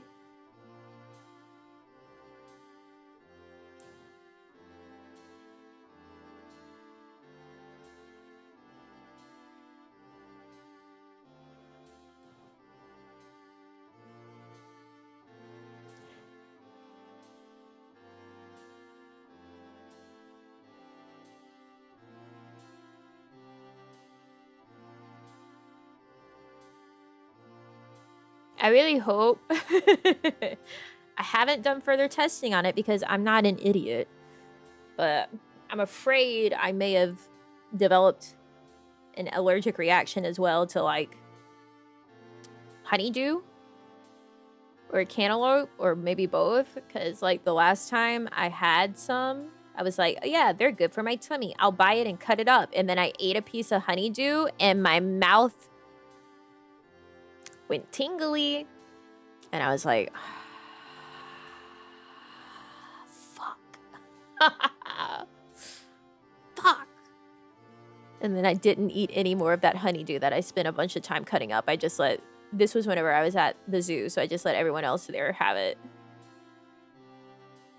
And it's also why I haven't, like, had the rest of the sparkling water, like the Waterloo sparkling water at my house because it's a melon medley and like the flavors are watermelon, fine. Cantaloupe and honeydew. And it's like natural flavors, so it's very likely actual like extracts from those fruits. And I don't wanna test it. But I'm really scared because like, do you know what else is usually like something that you're allergic to if you're allergic to like honeydew because it's in the same family of like allergens? Cucumber! It would break my heart to become allergic to cucumber.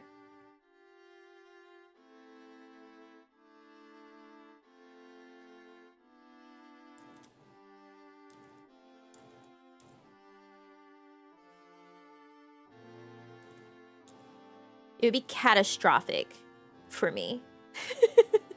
I love cucumber. I love cucumber so much. Hold on, I need to pee.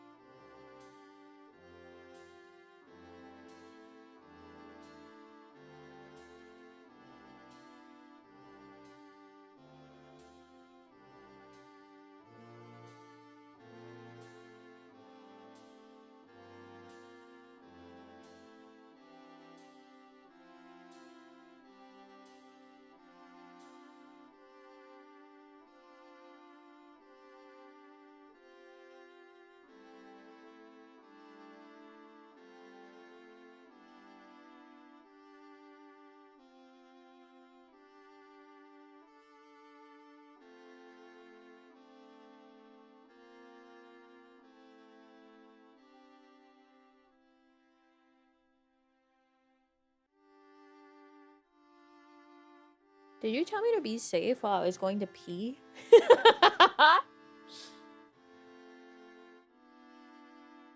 What's gonna happen in there? Where's the danger?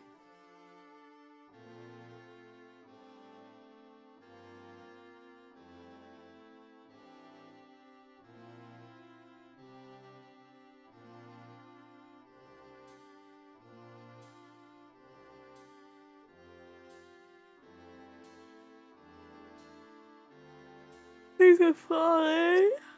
Okay, but I'm not going to. Why does it look like we're censoring me? My eyes. Who is that woman? Most dangerous room of the house? Actually, I do believe that.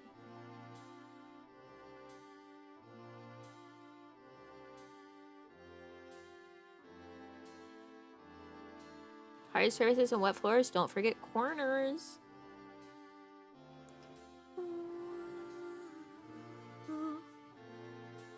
Did I take the waves already?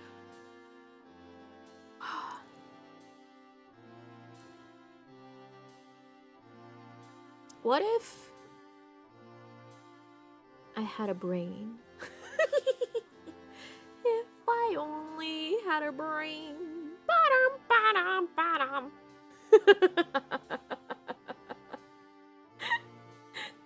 Hannibal, thank you for the wave, thank you. Pyrrha, thank you for the wave, thank you. TNC, thank you for the wave, thank you.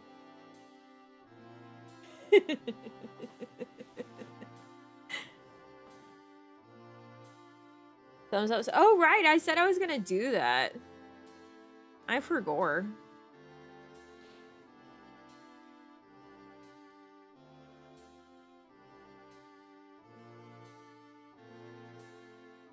It was a scarecrow. The Tin Man doesn't have a heart. And the lion has no courage.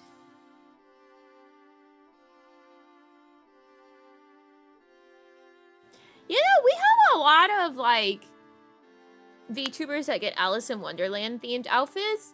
Nobody gets, like, the Wizard of Oz.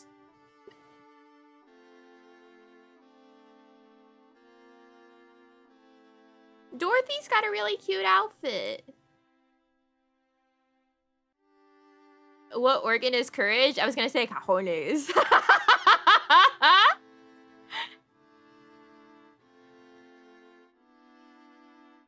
Maybe that should be the small me outfit instead of an Alice one. Imagine like a Dorothy Wizard of Oz magical girl vibe.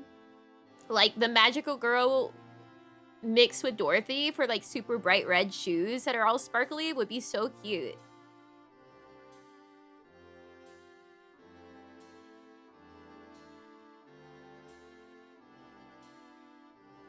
Take the kid from the fight, take the fight from the kid, sit back. I love talking about this as if it's gonna happen literally anytime soon. Just sit back.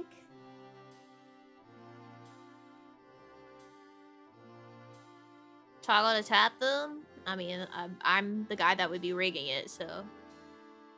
I mean, I love Alice in Wonderland, but I think a Dorothy outfit would be really cute. In a 2026? What?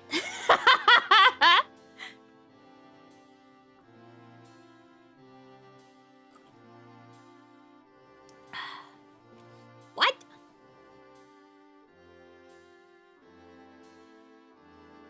How much does Kome-san even charge on these days?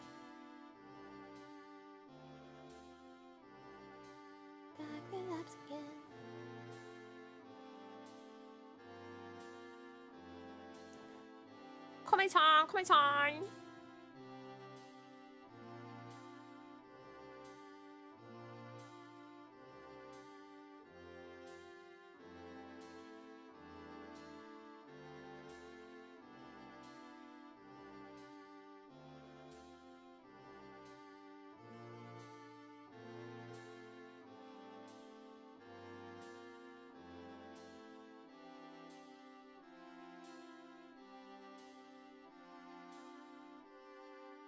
Tornado. Oh my god, that would be so cute!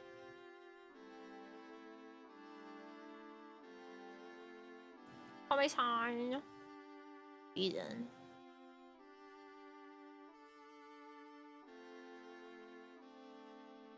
Oh, cheap.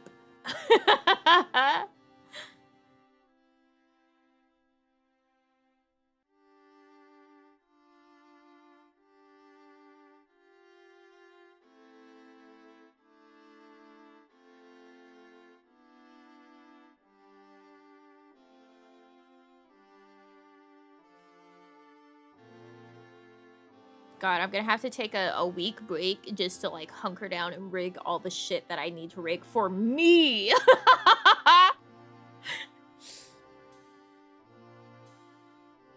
Just be locked in the mines for a week. Koei-san, I forget it's always like so reasonable. The prices.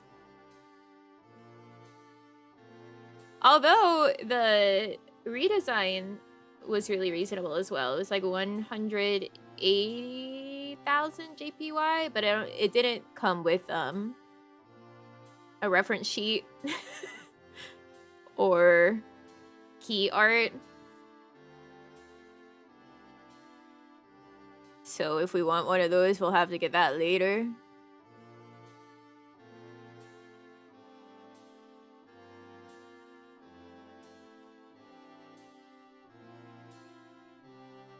Yeah, Kome-san, so reasonable.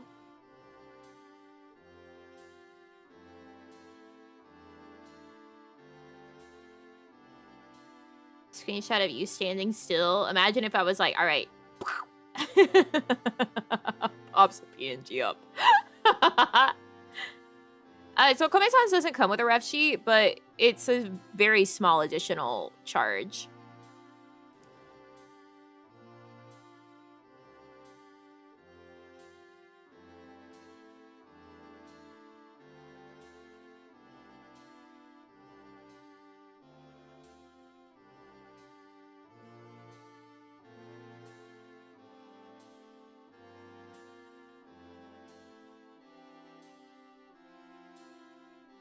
It's like 440 for just the model. So then to add on the design would be another like 200. So it's like 600, and then a ref sheet would be like another 100. So like 700. But that's with like no facial expressions, no toggles.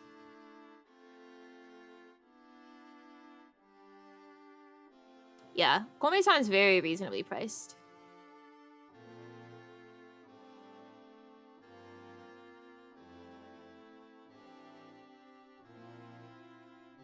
Highball it up to like 1K? What are we putting on it? What are we putting on it?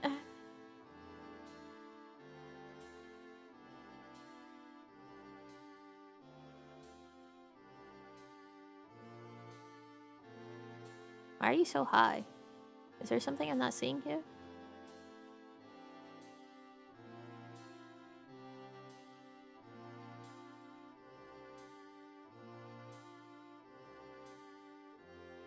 No. Interesting.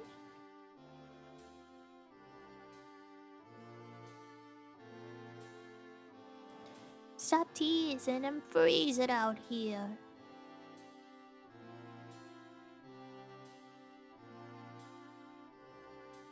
By the way that you change the background like that, it's this guy down here.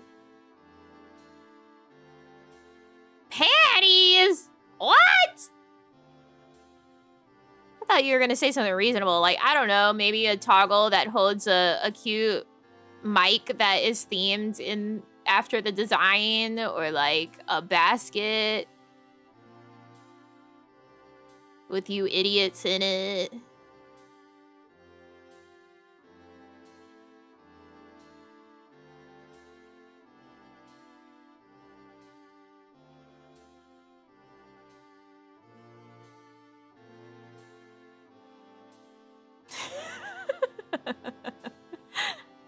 What the hell?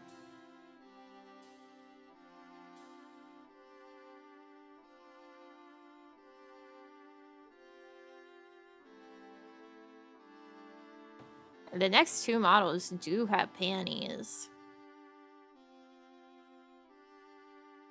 My original model didn't have a pelvis, so it's just the skirt.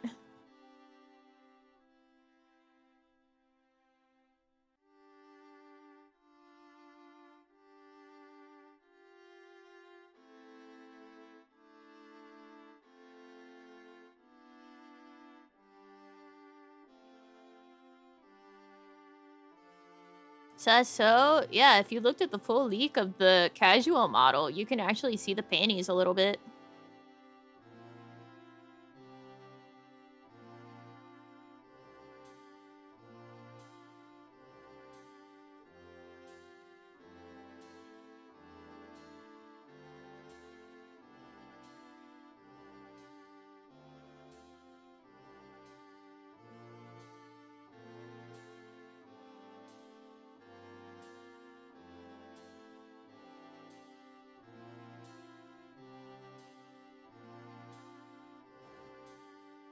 You might not be able to see it very well.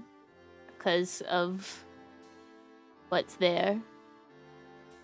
You can kind of see it if you know what you're looking for. It's on, well, I mean, obviously it's where panties would be. It's gonna say, oh, you know, it's it's in this spot. Is Google Drive blocked? Not allowed. Not allowed to look at it at work. It's really funny.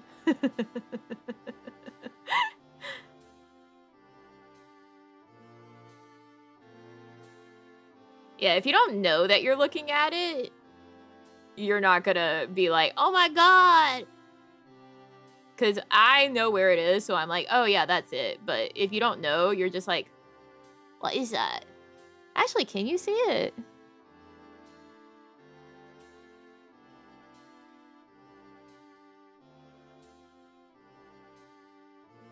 It might be being obscured enough that you can't. I'm trying to not use anything actually descriptive for the words.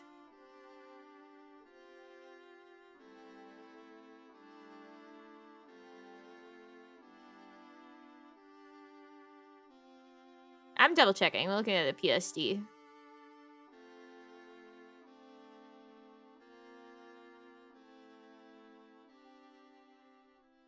It'd be crazy if I was like, yeah, let me look. And then I pulled it up on Live2D.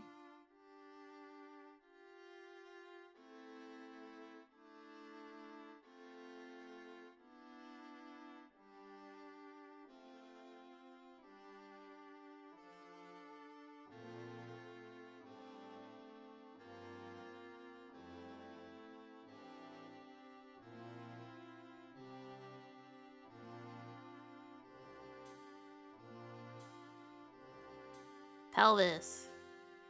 Panties.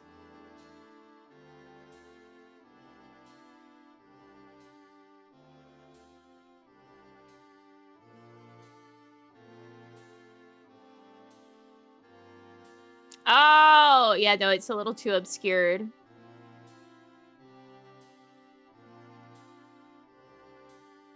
Oh, that's why.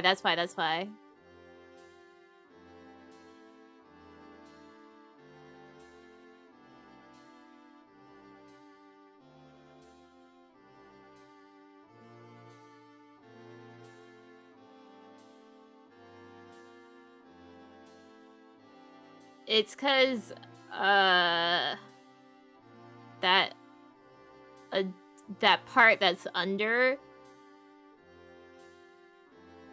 is obscuring it.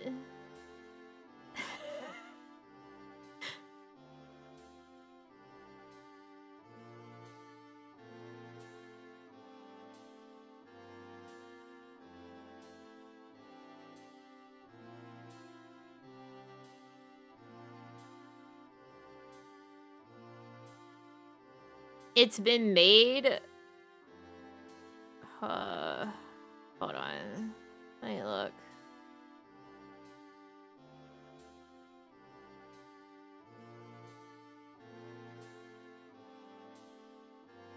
Yeah, it just makes it hard to see it. I don't think you can actually see it because of the part under.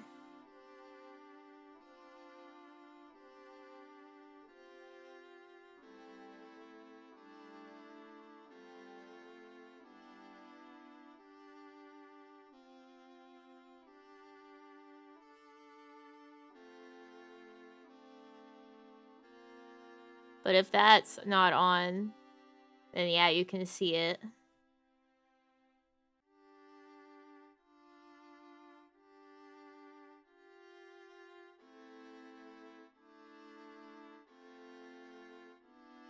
Let's just say you would be able to see it if it wasn't for the part under.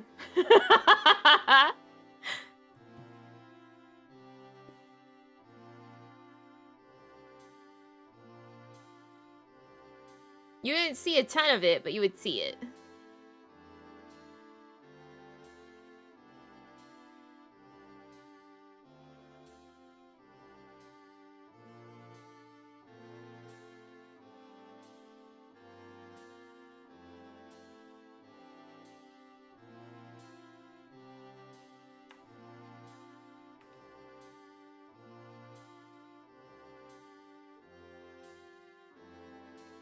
don't know if this is fully necessary, but...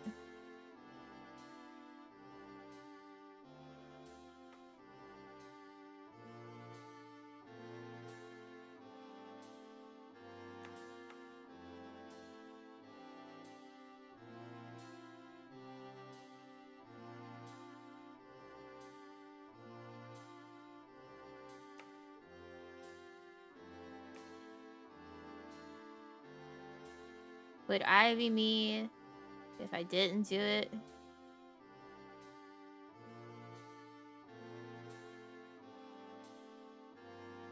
Yeah, okay. Yeah.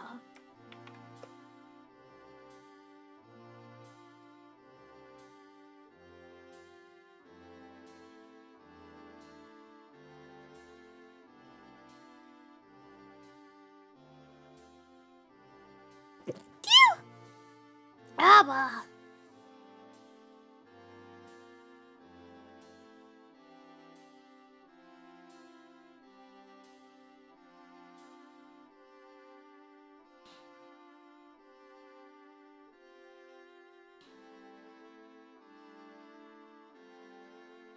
Abba. I also was like, Abba? Thank you for the blesses.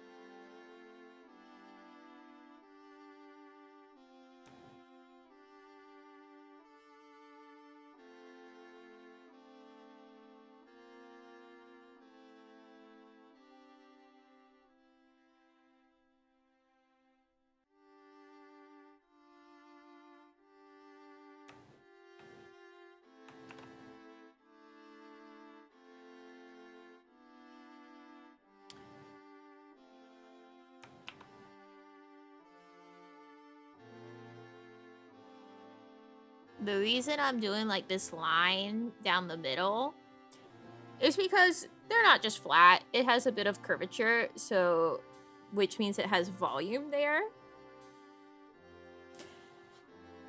So in order to be able to manipulate like that volume, I'm putting it where I interpret like the apex of that volume to be, so I can move this line up and down and it'll also look like that volume has moved.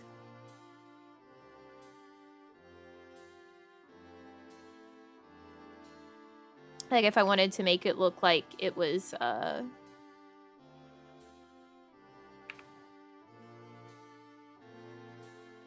down or up.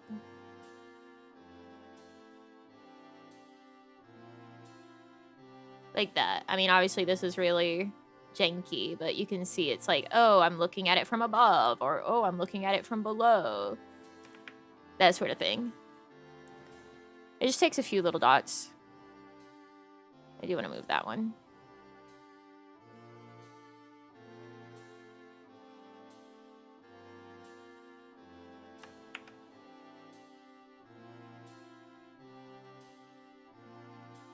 This is why hand meshing will always be better than auto meshing. Because it really doesn't take that much to be able to manipulate parts in like very precise ways.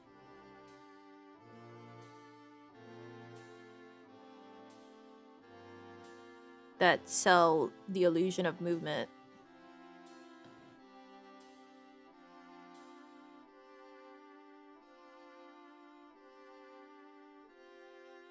This auto mesh. That's fine. It's just a shadow.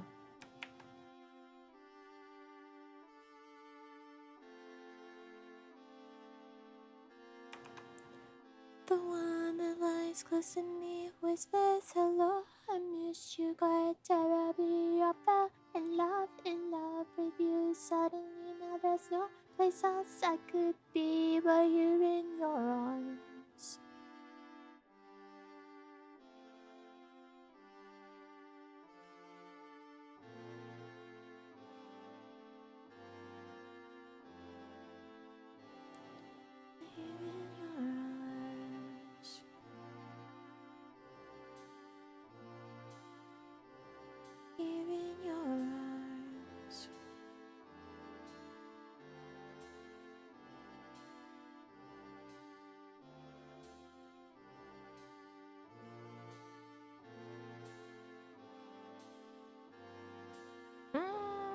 Actually. Oh shit, Diamond City Lights. I found something that I could live for. Burton shook as you open your eyes. And I came rushing inside. Sing it. Can't you see?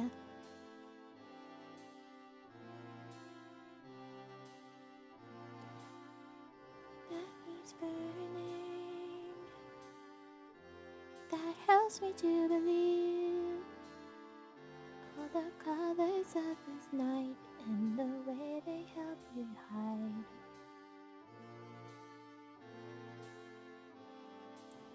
Always be a tomorrow. Diamond City Lights illuminate what's inside. Decoding these emotions, you're the ocean I wanna dive into tonight.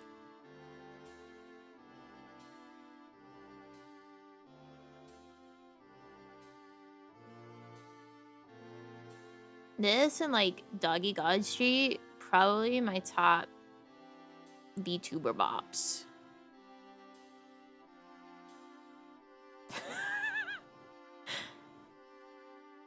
I mean, Forever Bloom's a bop, but like, is it my top two? No.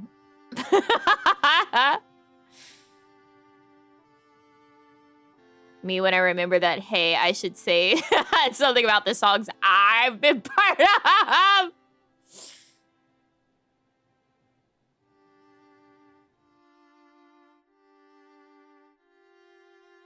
I love Doggy God Street. Oh, there will always be a tomorrow. You'll never have to be alone. I also really like Orpheus.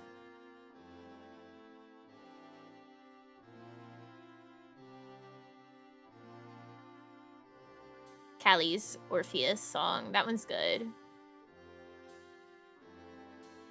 No cry, look in my eyes and you might find the shimmering light that will guide. Oh, it's the tiger. Fire. I was in the wrong spot. That will guide you through the night.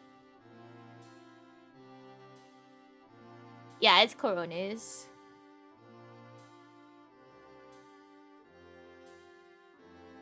Let's go to the place.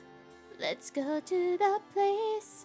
Let's go to the place where our happiness won't fade away. See the joy you... The Persona, I agree. It's really good. If you guys haven't listened to Orpheus, it's good. I like it.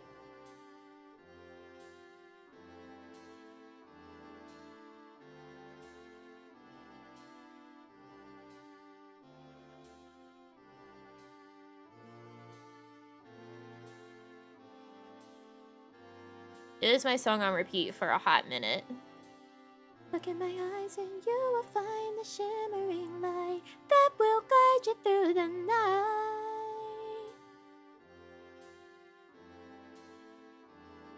Rainbow skies.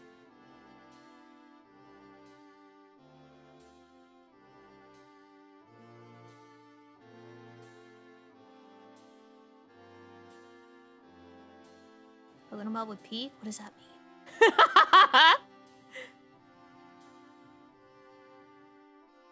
This actually, we can just do this because it's a leg. And that side of the leg is usually pretty straight.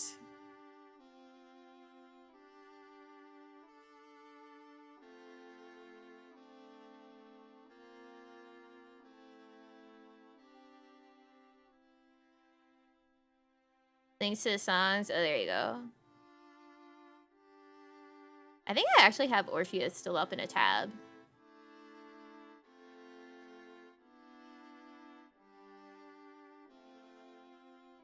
No. For a while I did.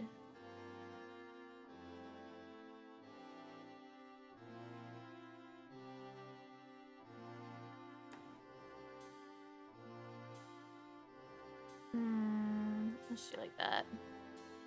I mean, chaps, don't ask questions you don't actually want the answer to.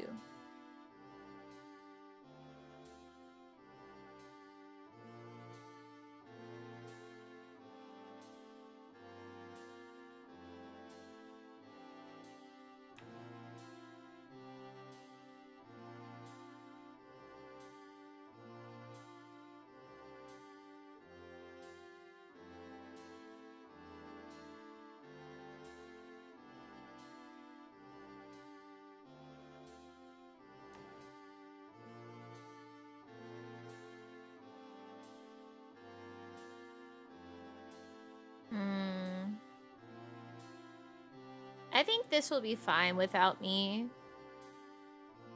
putting the dots for the stripes. I'll do it for the toes.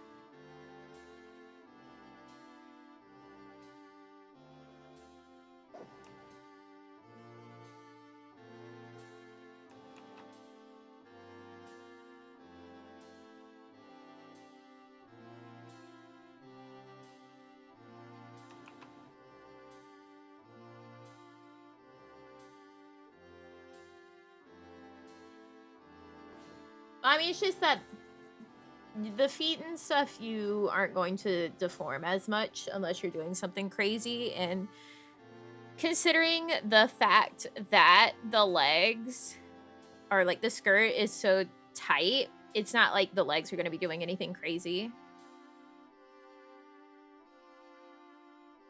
Like, you don't need to mesh for shit that you're not going to be doing, essentially.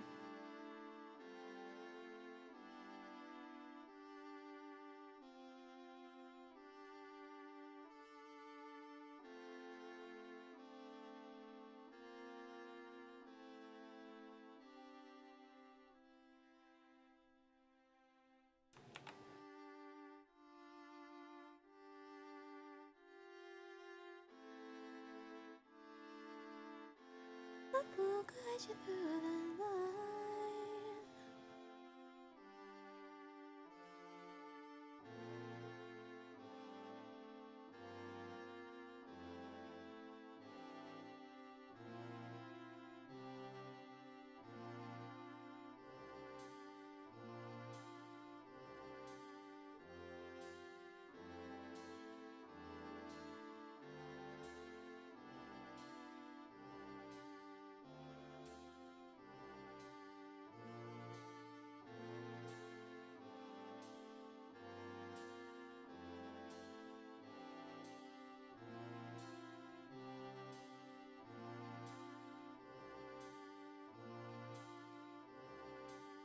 God.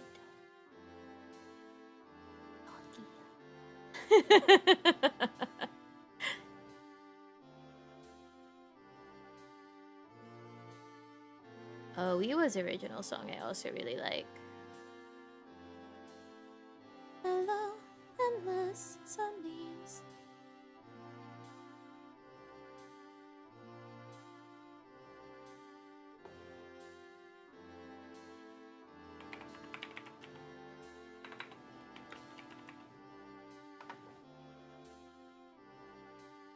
Sunbeams.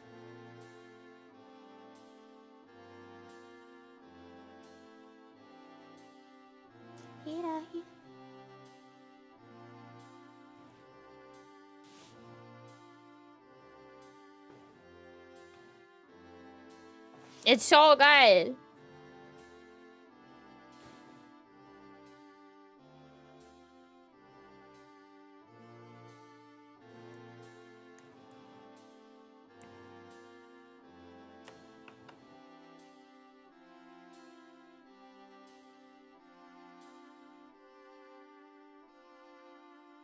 Oh, this one.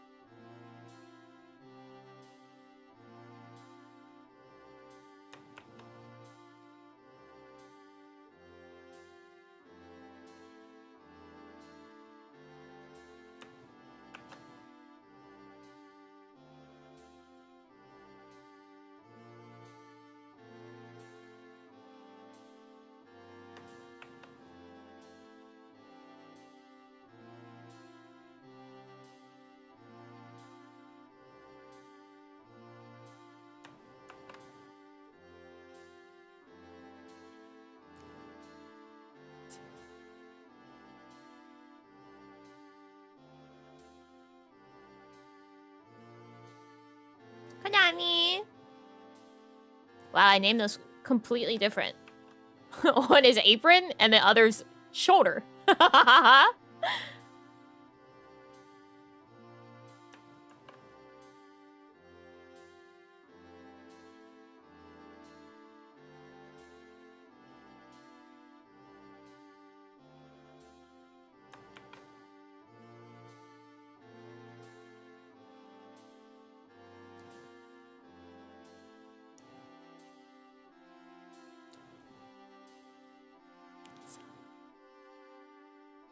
Forever and never end.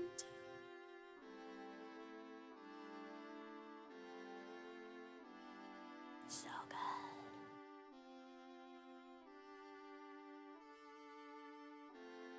peek.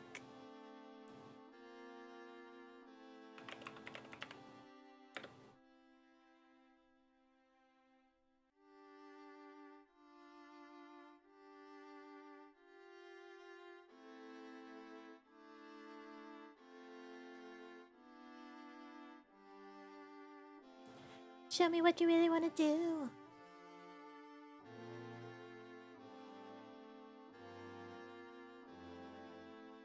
It's the one.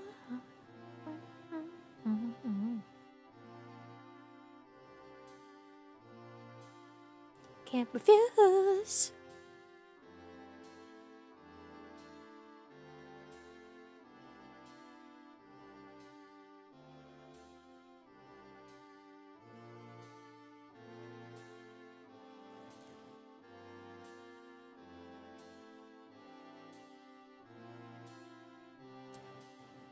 Time's a wasting. Show me what you really want to do.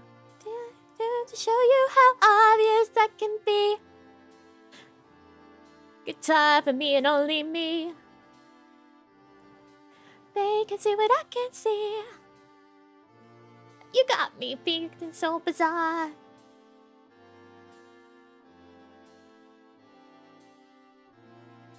You're all that I've been dreaming of. Maybe it could be real love. Dance the night away.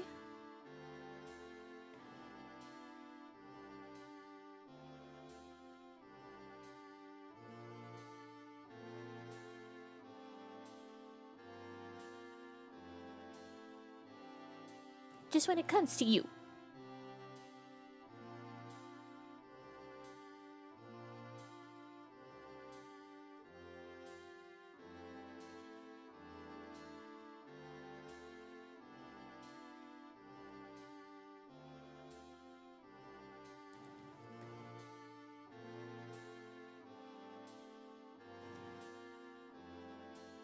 Show me what you really want to do. How obvious I can be.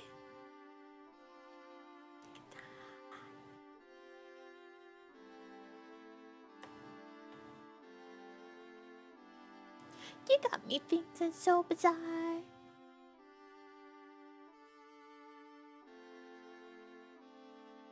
You're all that I've been thinking of. Baby, this could be real love.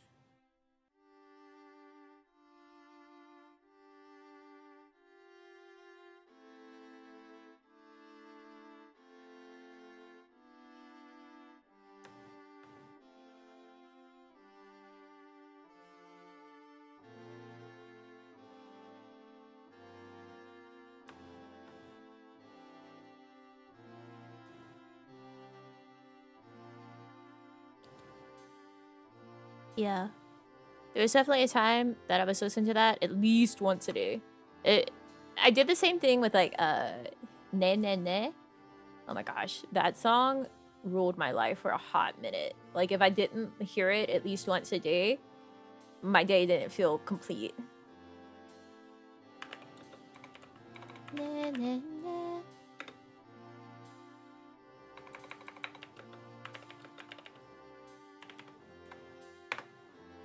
That's not a VTuber song, that's just some peak Pinocchio P.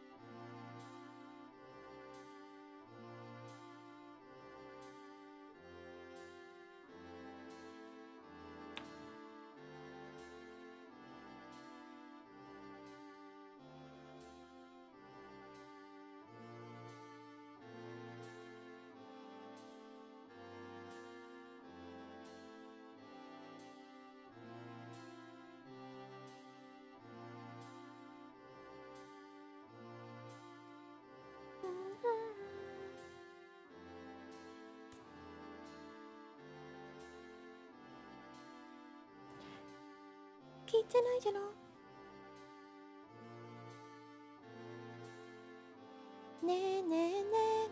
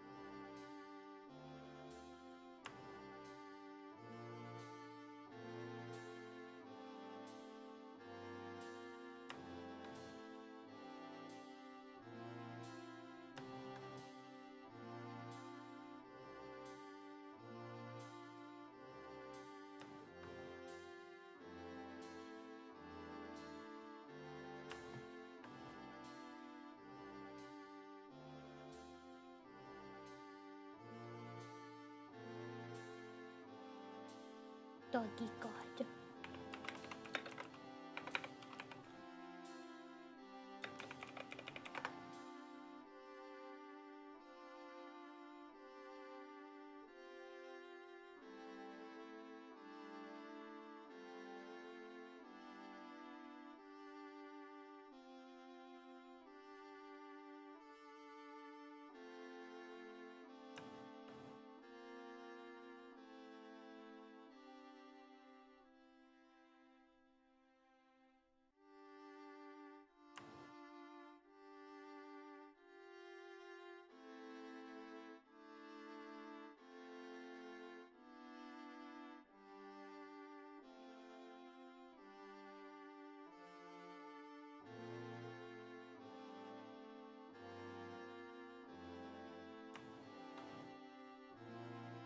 Oh, Kolone.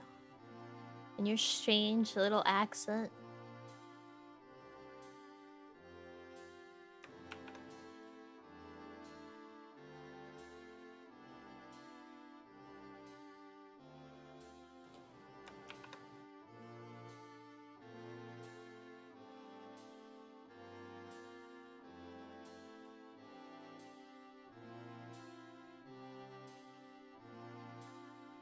Between her and fucking Miko.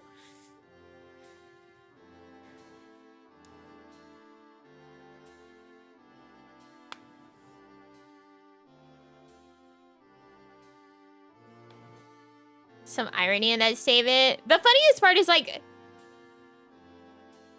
I love people being like, yeah, Korone speaks really weird, like, Japanese dialect.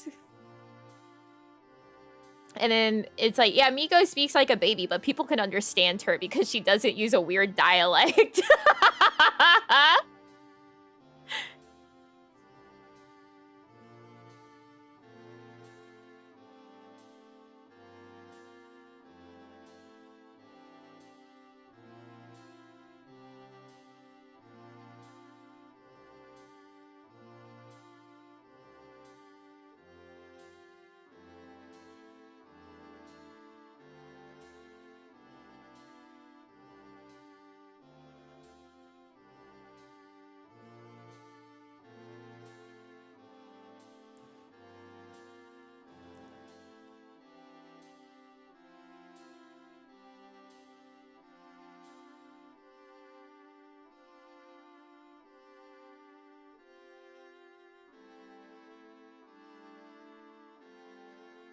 Doki Doki God.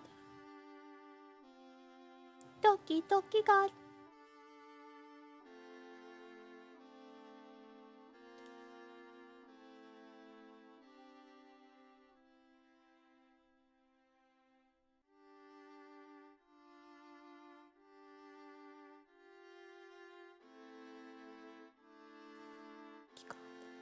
Doki God. Do I want this to be 3? Sure. Just got home. Welcome back.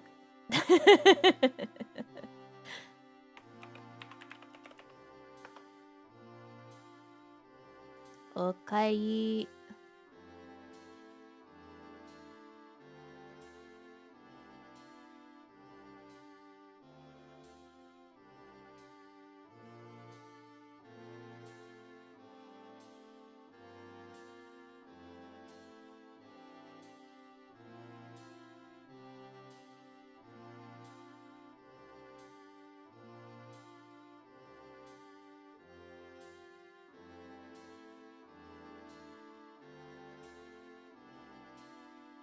Donkey God.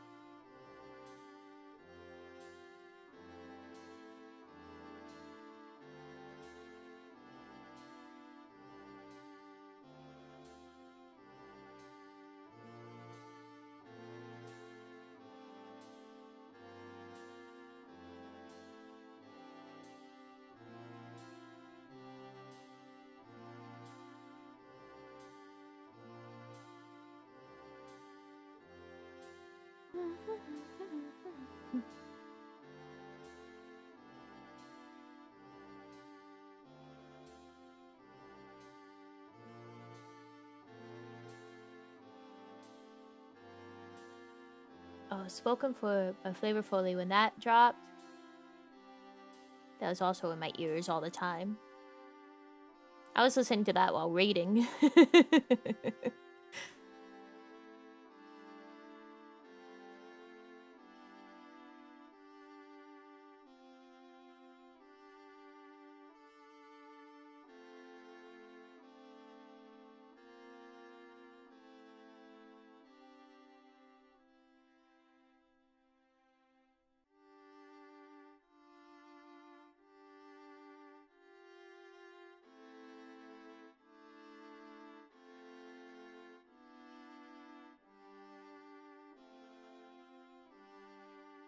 Doing raid? Yeah.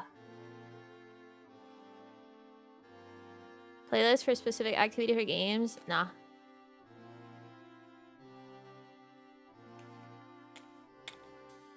Whatever music is currently in my brain, that is applicable to all circumstances.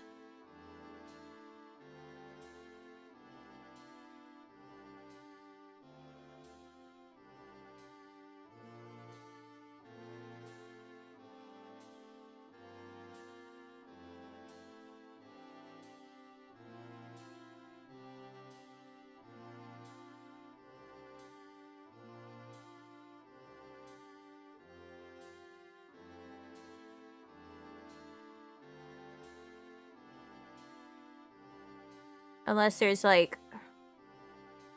something that is specifically being an inspiration for something.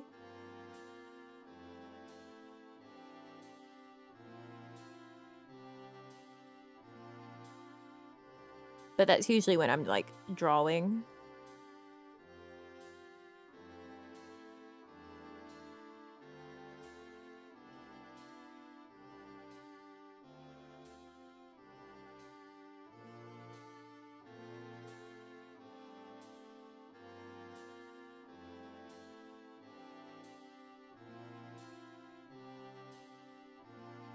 If there is a song that I have put on repeat a bajillion times, it's not like a, oh, if I listen to this again, I'll only want to listen to it the one time and I'll be sick of it. No, it's always in danger. I ever put on different tracks to raid? The BGM is my mnemonic device. I have it turned pretty low myself.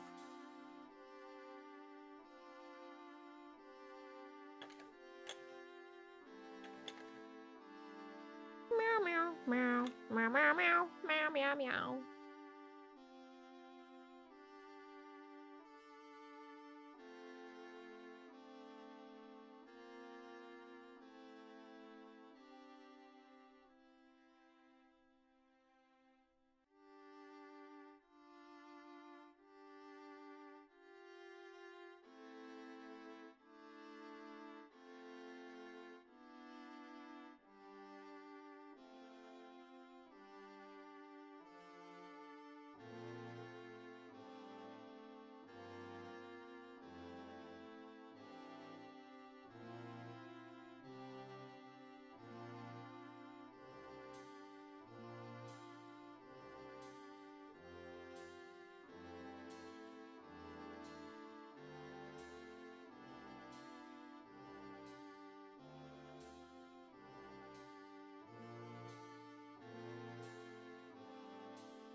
Like, hold on. You know...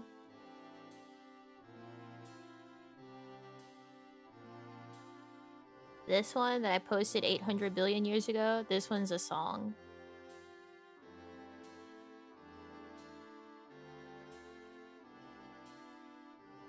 I forgot that I drew Wendy one time on stream. For you guys. Look, there's Julie, there's Wendy. It's my girls.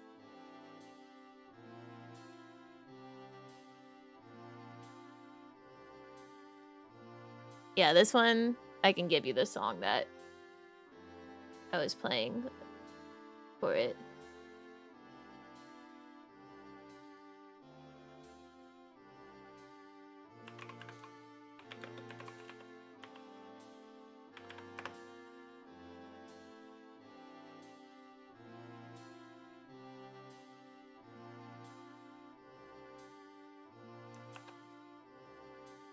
What is all this bullshit? Get off of here.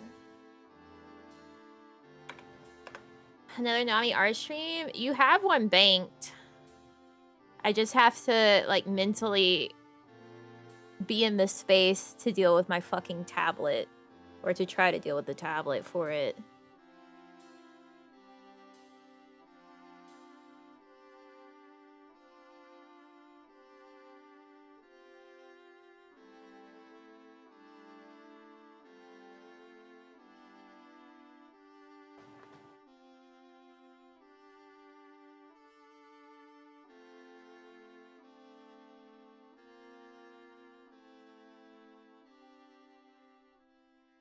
It's not broken per se. It works. It's functional. The issue is that the power port, and I think one of the other ports is getting loose as well. Like, it's loose. So if the power cord isn't, like, in the right position, or if, like, it hangs a bit and it isn't, like, exactly right, it'll turn itself off. So if I move it around and adjust it, I have to be really careful. Like, I have it taped, but the tape sometimes comes loose. It's just one of those things that it's like, it pisses you off to have to deal with. It's so fiddly and stupid.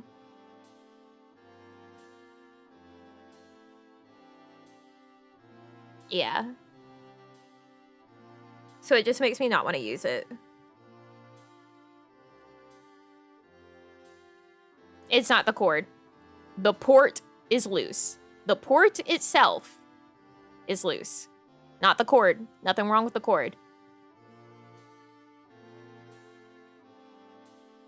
I've had different cords plugged into it. It's the same issue. Yeah. It's like the tablet.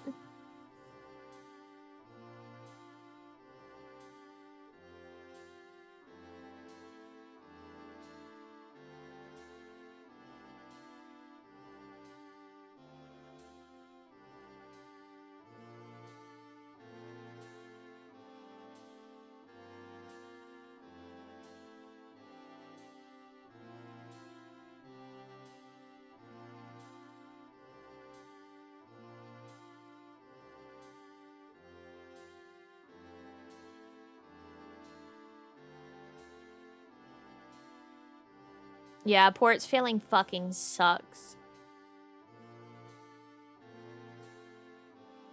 I had a similar issue with, like, I think my first ever tablet. But that was with a cord that wasn't, like, removable. So when it failed, it just fucking failed.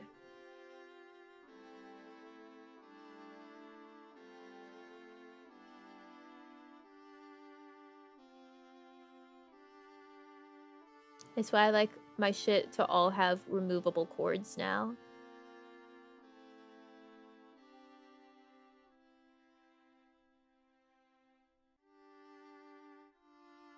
It's like, if a cord falls apart on my headphones, I can replace it.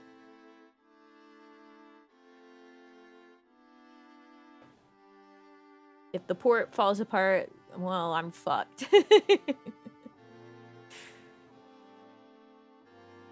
Song was really pretty. Yeah.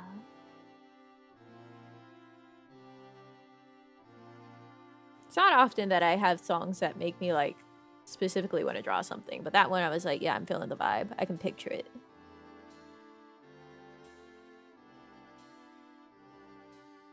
So tell me why.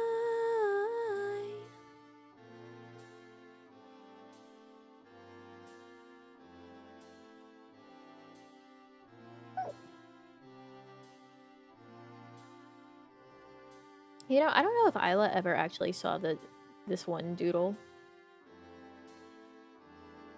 that I did of her, because I think I posted it, but I never actually made sure she saw it.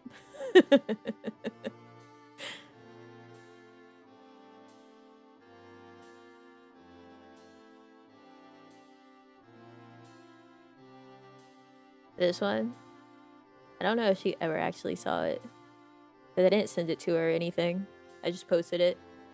And was like, alright. Putting that out in the world. I drew it.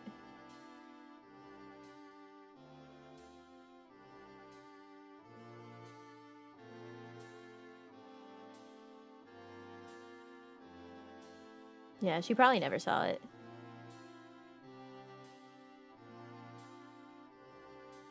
Send it to her right now. Nah.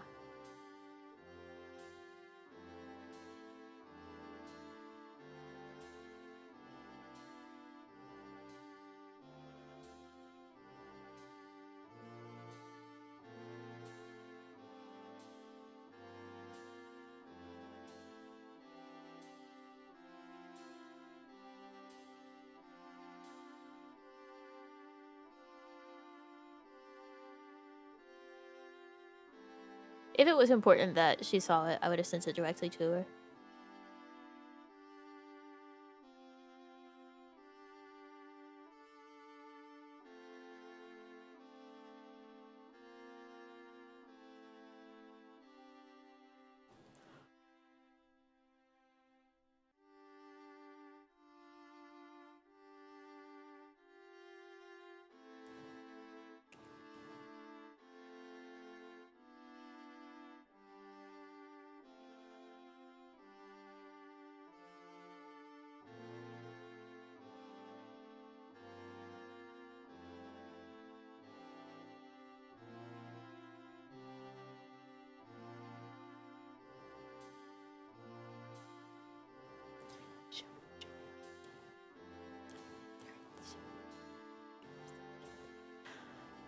Oh my god, wait, there's probably new people that don't even know that I draw.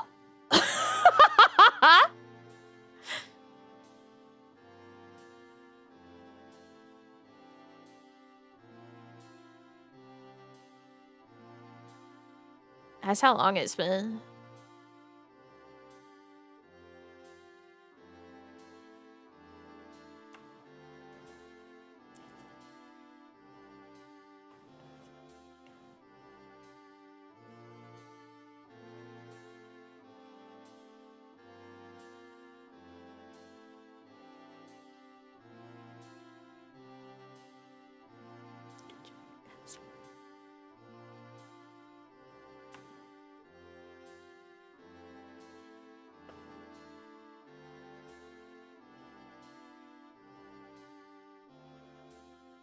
I pick up hobbies and skills like I'm someone's sim that has the life wish of jack of all trades.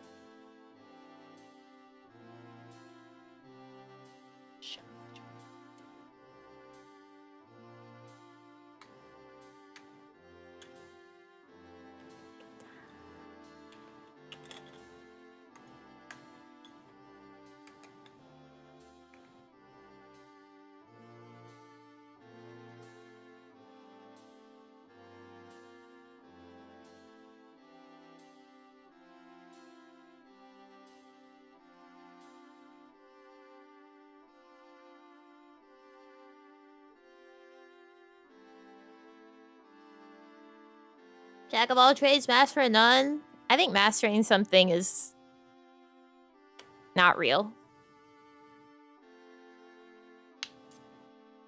Because anytime you talk to anyone that has been doing something forever in a million years, and that's like the thing that they do, they still tell you that they learn something new like all the time.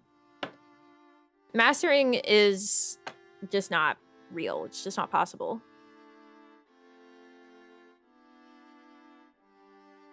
Someone will always be better than you, and you'll always be better than someone else.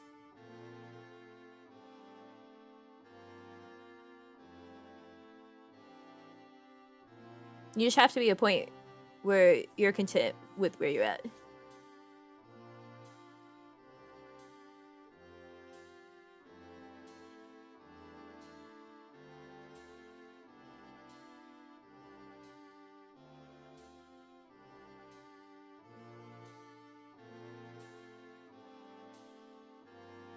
I mean, if you have a genuine passion for one particular thing and, like, you're happy doing just that one skill, then, like, yeah, you'll probably excel at it in comparison to someone that enjoys and does multiple things. But also, you can keep doing that thing and just suck ass at it forever.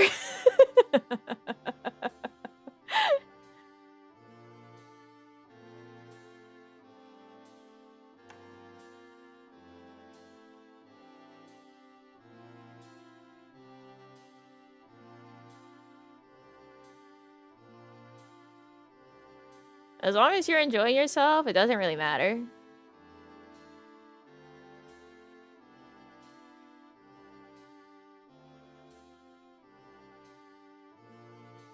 Impresses me that you know how to do so much.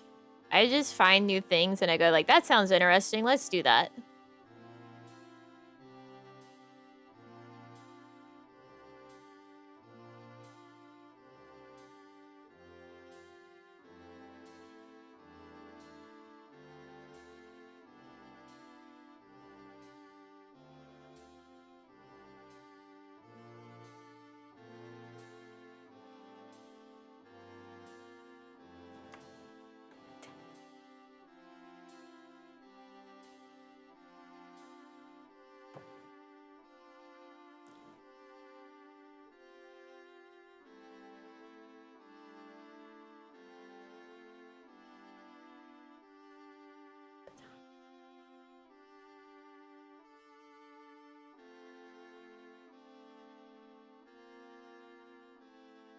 Oh look, there are people that have spent many years of their life playing Final Fantasy XIV. If you toss them into hard content, you'll be like, God, you suck ass.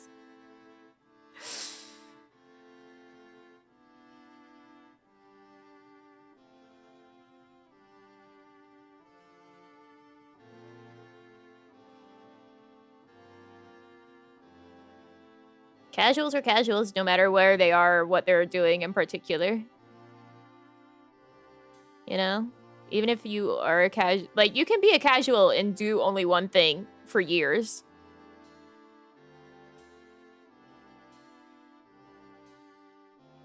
Dedicating yourself to one thing doesn't actually mean, like, being more skilled in it.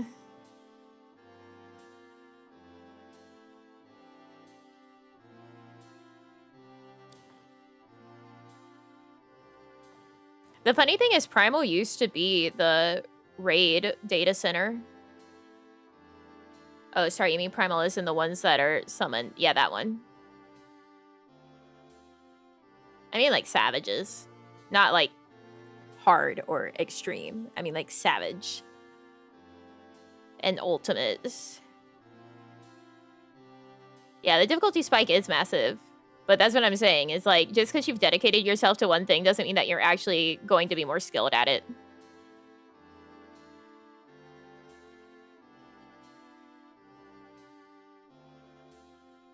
It's part of why, like, the 10,000 hours thing is kind of nonsense, because, like, you can spend 10,000 hours and never improve because you never get feedback and you're never actually looking to improve. If you do the same thing exactly as you've always done for a whole lot of time, it's not gonna make you any better than anyone else at it.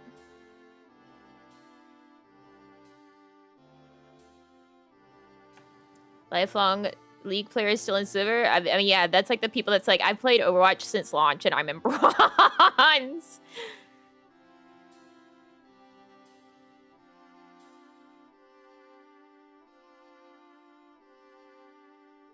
I feel like, in a way, like, the whole saying of Jack of all trades, master of none is just sort of like... Loki feels jealous.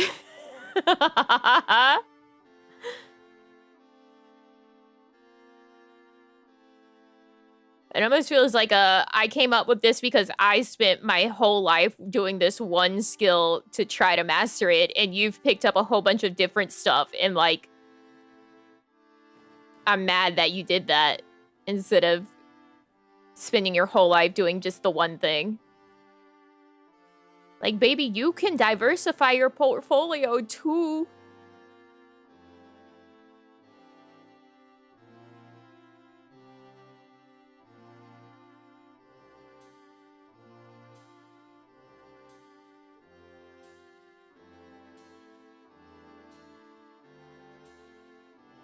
Because, like, in another world we call... Or, like, another word that we have for people that have a bunch of skills is Renaissance man. So it's like, is it a jack of all trades, master of none bad thing? Or is it a Renaissance man, which is, like, the epitome of the idea of, like, this man that's really good at a bunch of stuff. And does a bunch of stuff. You know? Two sides of the same coin. Two different attitudes. Oh, I forgot I have mirror edit on.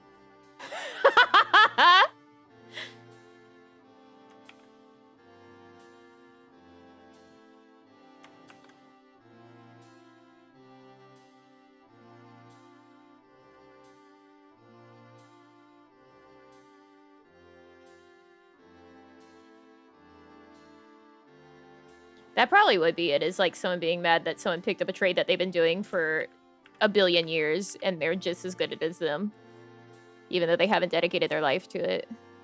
Why are you doing that, you freako?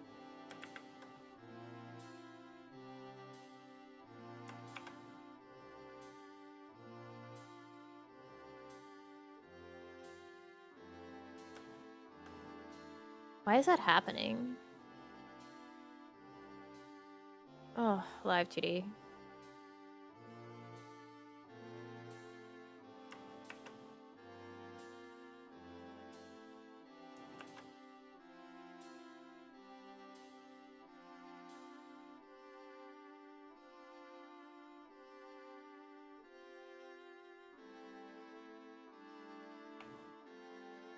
It doesn't need these.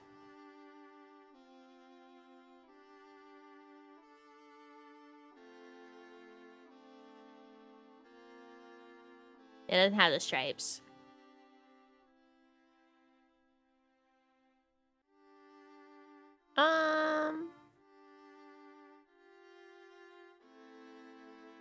It's probably alright.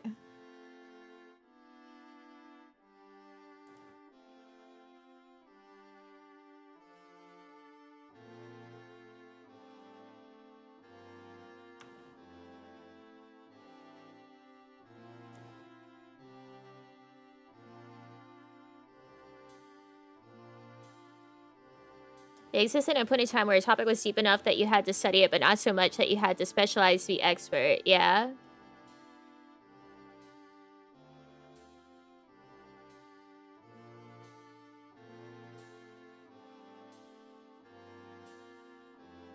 Like at that point, the knowledge and skill ceiling was so much lower.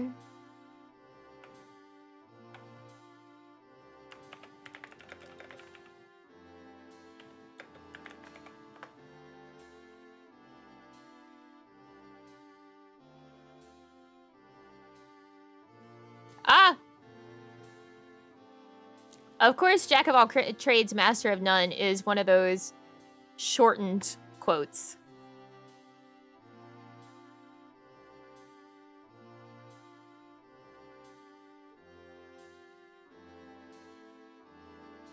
Wait, let me see if there's actually a proper source on that to actually back that up. Hold on, don't listen to me yet.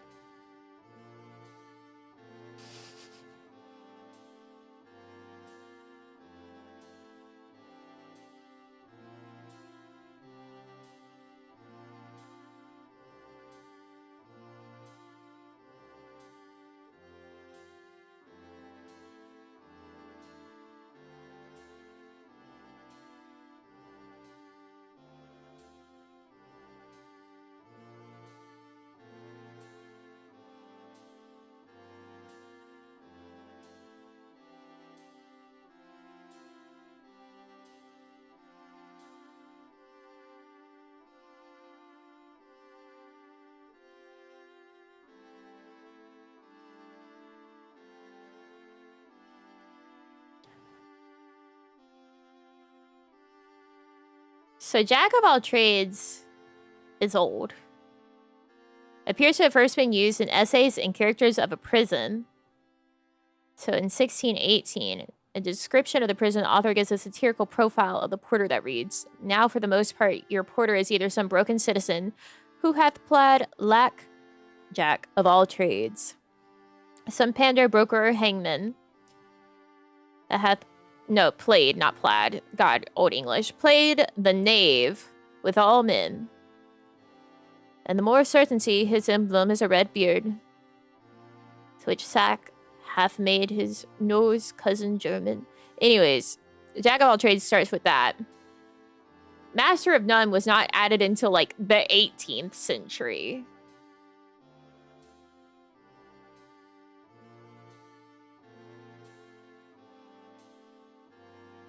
says it has been in use since 1721.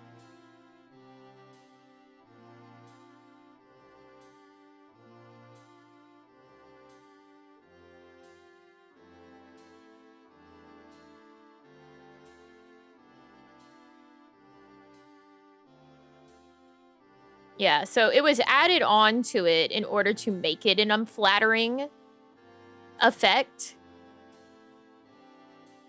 So like I said, it's specifically because it's coming from a place of malice to add that on. That like wasn't part of the original of Jack of all trades.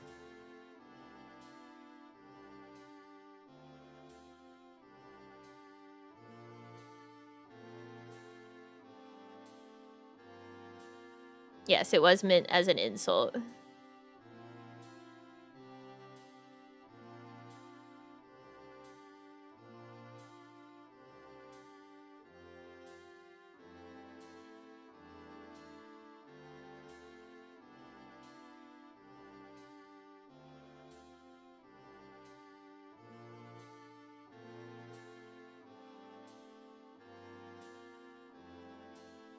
Can we get a source on this? There are people claiming that the full idiom is actually Jack of all trades, master of none, but oftentimes better than a master of one. But I want a source on this. I want to see if it's actually, like, something that is meant to be the full sentence.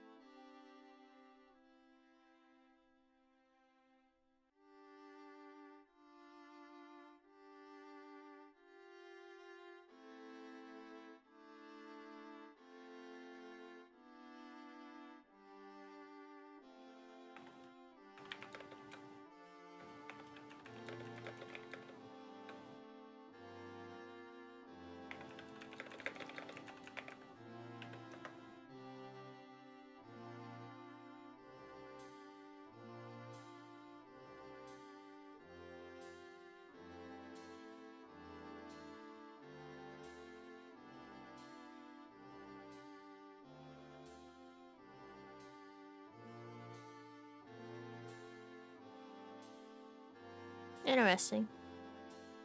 Yeah, I can't find like a source for that.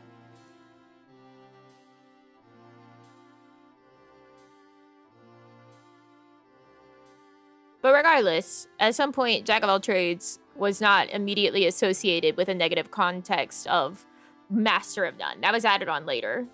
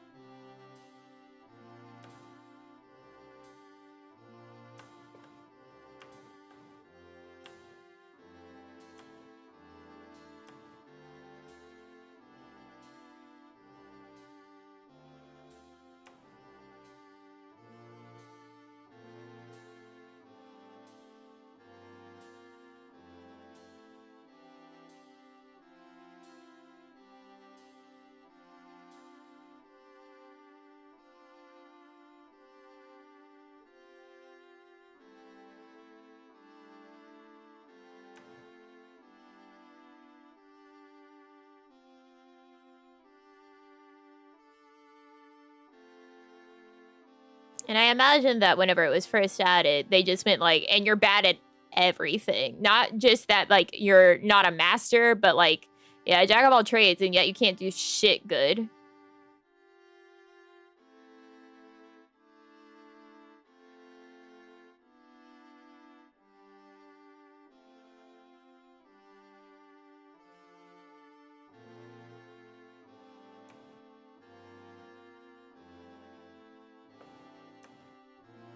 Jack was shorthand for your average guy, yeah. Like I said, I think it's because of the fact that they wanted to try to be like, and you can't do anything good. Not just like a, yeah, you're just a guy doing all of these things, but like, you're shit at all of it. So not just a double down, but like a double down and exaggeration. An emphasis.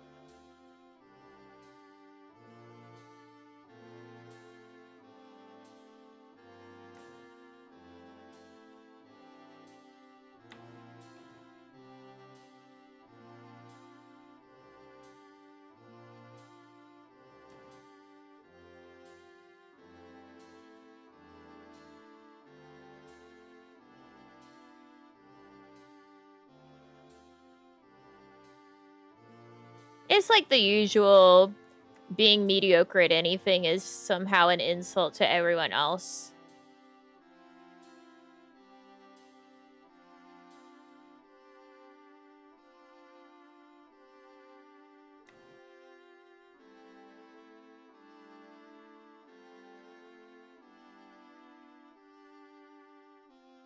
God forbid you had the audacity to be mediocre.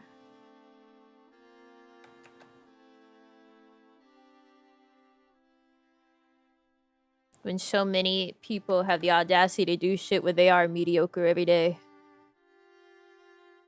And never question it once.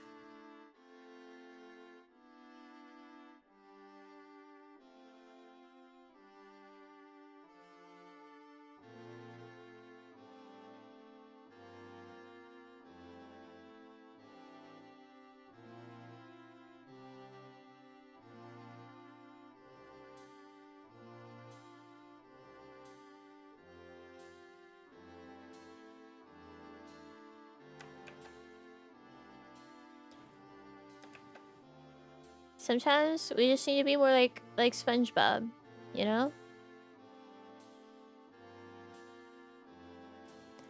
Sometimes we gotta say, I'm bad and I'm proud.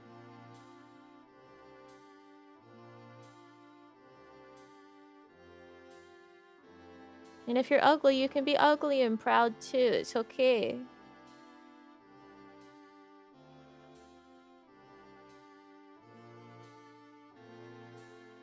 You don't have to be ashamed of your existence. That's so Catholic of everyone.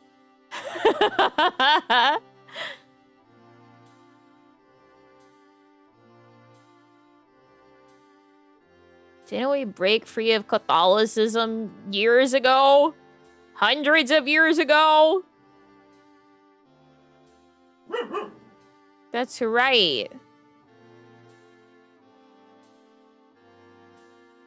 I don't want to be that bad at driving. I mean, that's true. That's more like a safety issue.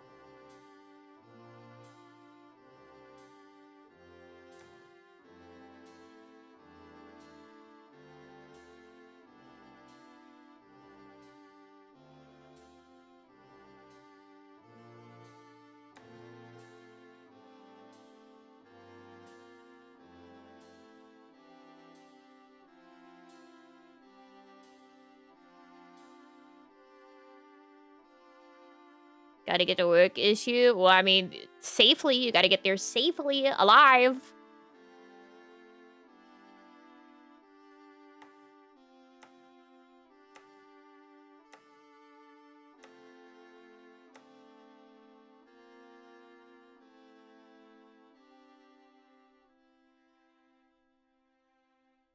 This doesn't really need to bend.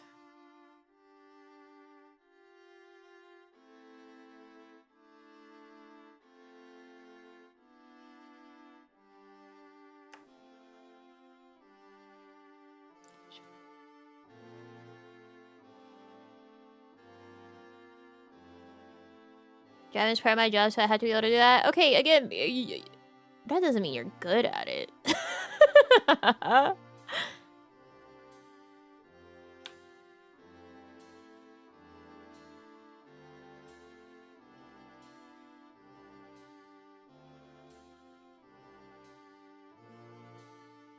Also, just because someone's good at driving in one aspect doesn't mean that they're good at driving in all aspects.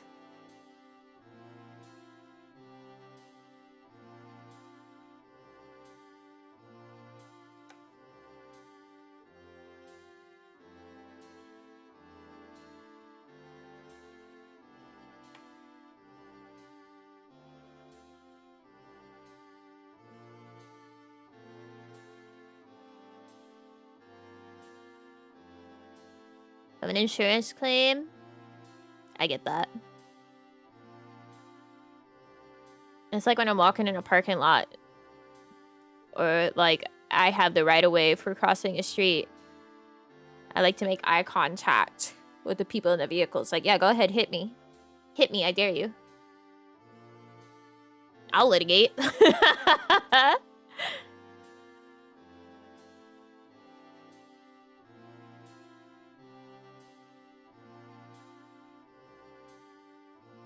I just think it's a mistake to consider driving itself a skill when driving is like a bunch of different skills.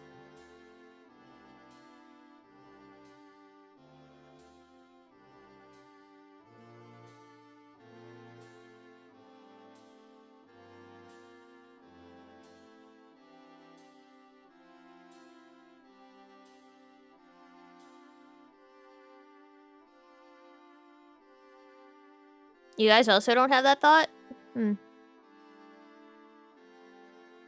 Of go ahead, hit me?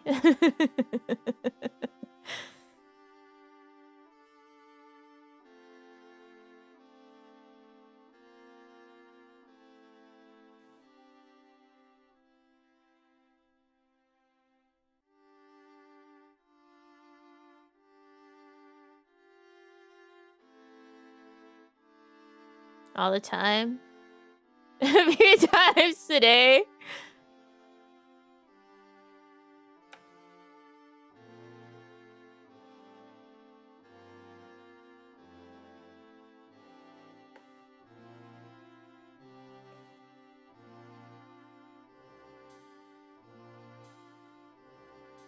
Me when I realize I can use this.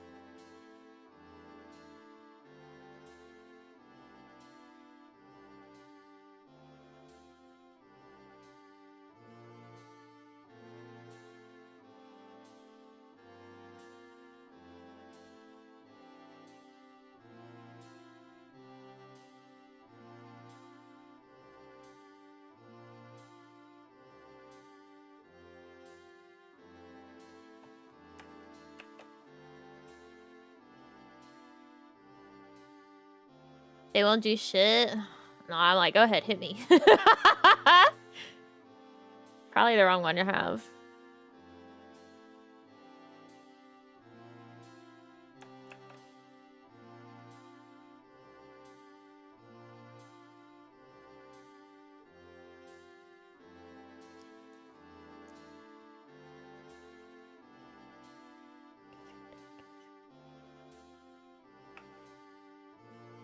This one, I don't have to really worry about the stripes. Because we're not going to be turning it.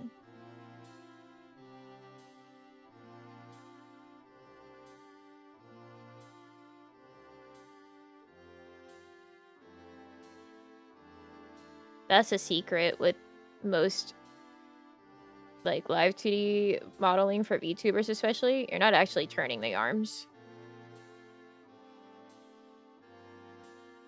You're just moving them.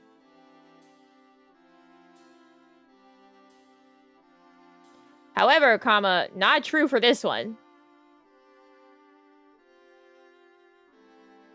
The arms do actually turn and the sleeves do turn. But most of them. Most of them you're not actually turning them.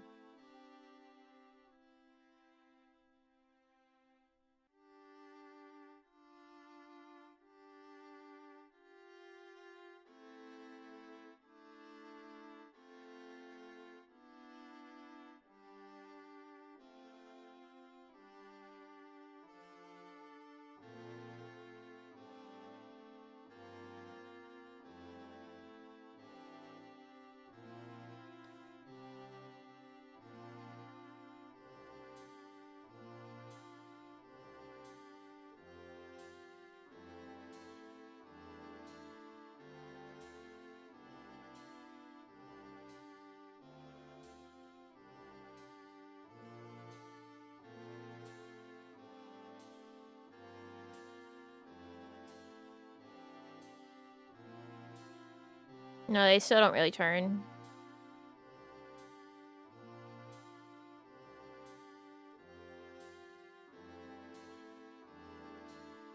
You'll see eventually.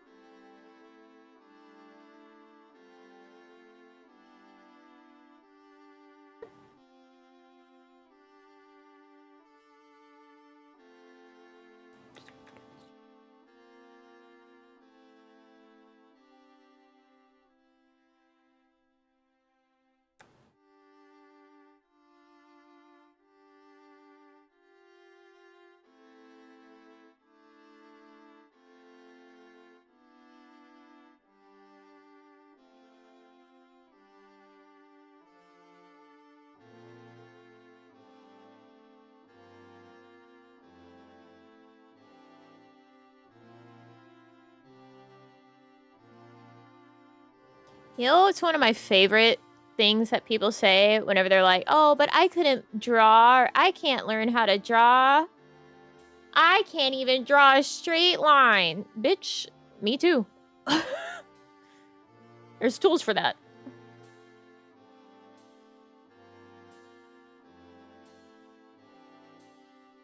If you look at drawings, you'll find that most of them aren't comprised of just straight lines.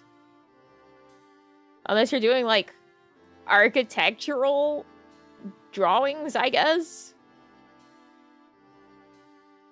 Doing, like, drafting, and then even then you're using tools.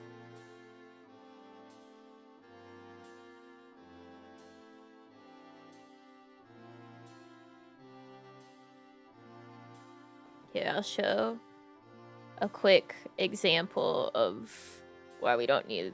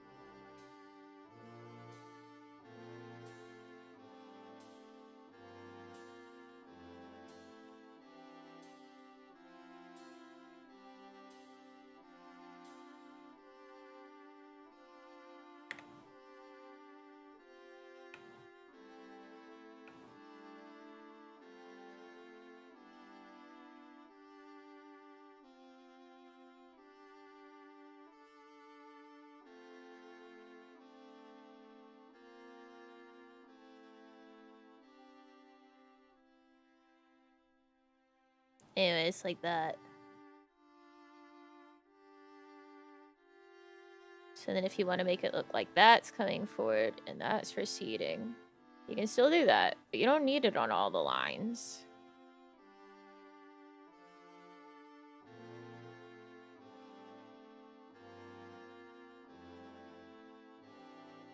Like, this isn't actually turning, it's flapping.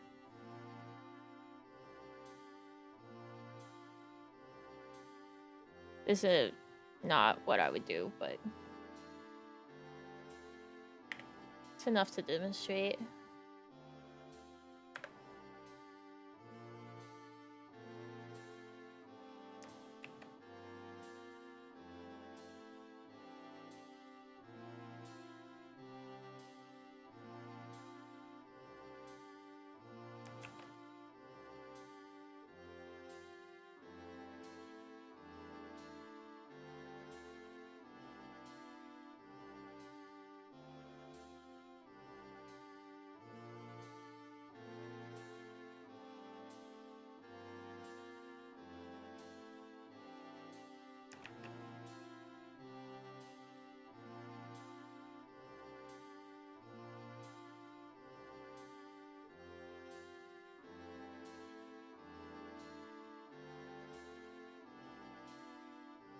We might add just like one line down the middle, but we'll see if we need that by the time we actually get to moving it around.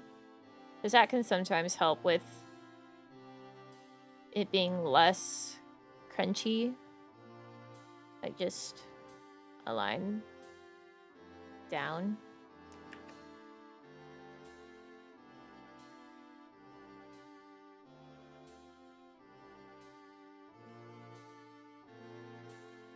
Because it makes these two sides move more independently. But I can add that later. You can also, if you use warp deformers for most everything, which you should be doing, you can always go back into the art mesh and change it.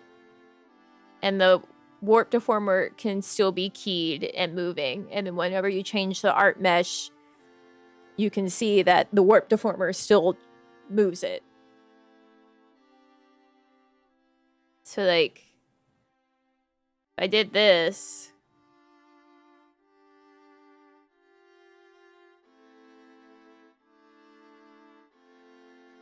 right?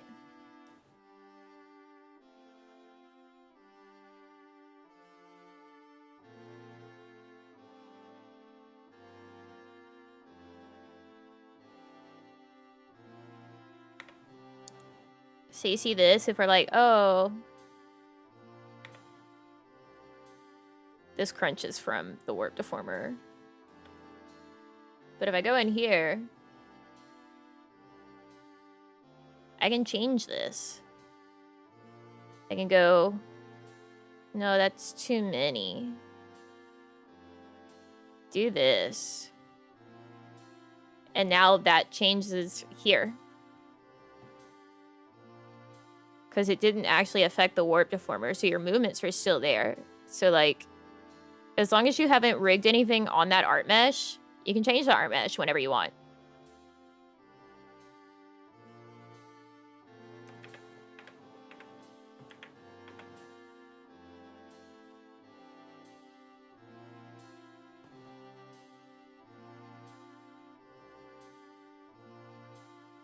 So if I find out later, like, I want more density somewhere in the mesh on the sleeve, I can do that. Because it's very unlikely that I'm going to be rigging directly on this art mesh.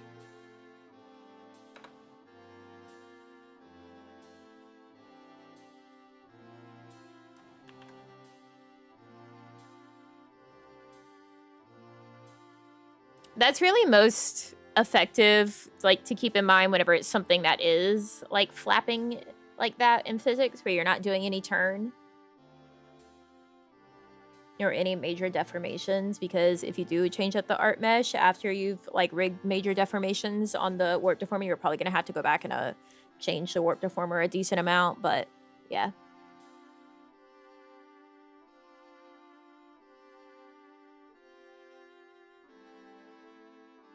You don't have to start from 0.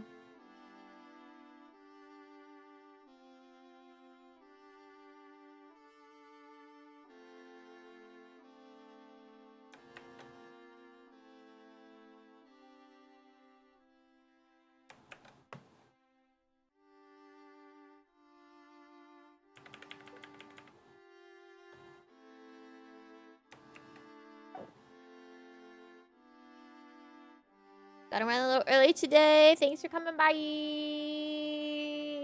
Where's the other? There it is.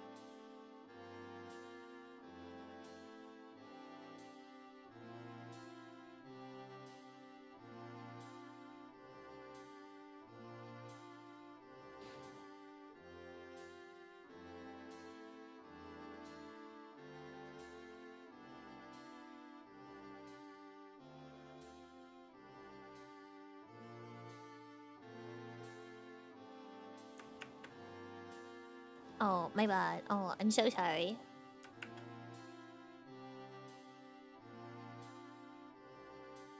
My deepest apologies, Live2D, for hitting Control C too early.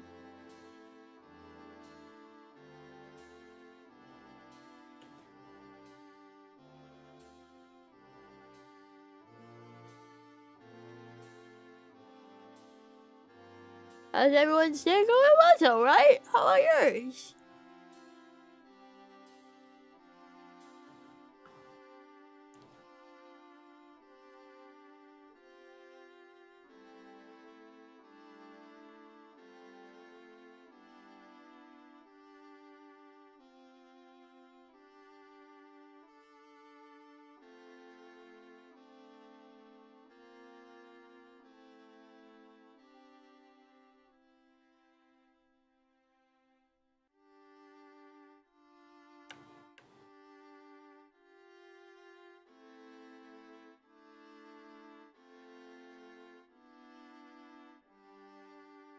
Pretty good. Ah, Pokemon cards. I still don't have a good place to put mine, so I've been saved from the temptation of the devil. Buying more cardboard. I just have a booster box I still need to open. But I haven't opened it because I don't have anywhere to put it. I still haven't figured out where.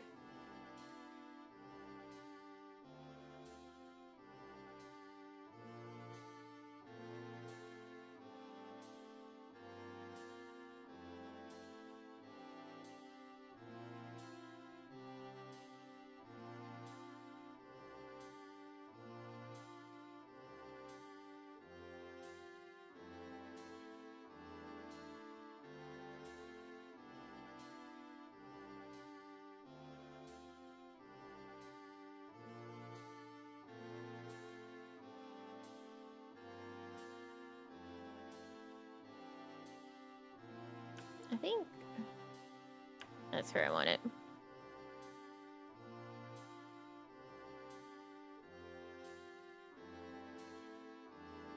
I'll explain.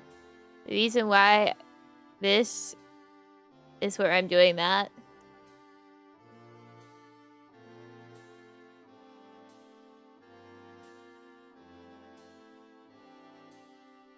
things bend better that way, essentially. You just want to put joints in. It's probably gonna work better. Yeah. You can do stuff like that. Like, your joints will bend better.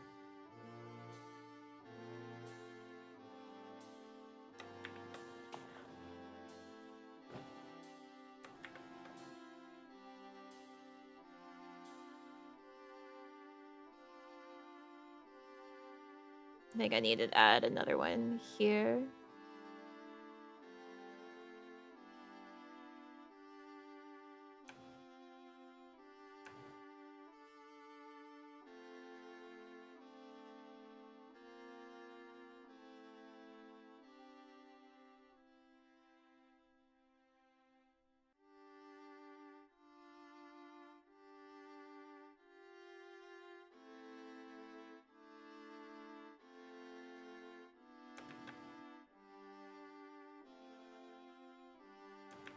Sometimes it's hard to get it right with where you want it to be.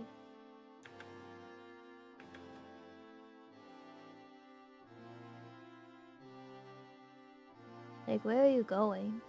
You gotta play with it sometimes.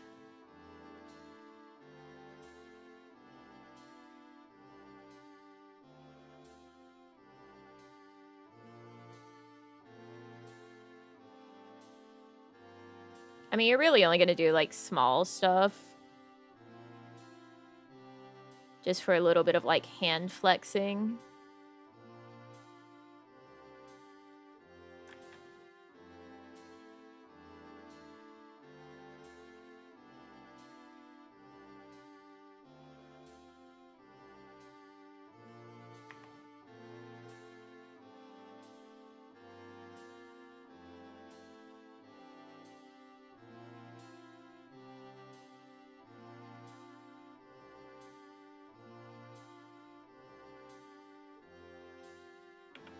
Like that.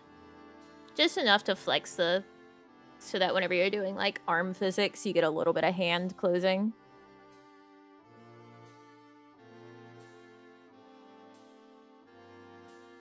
You don't need a ton.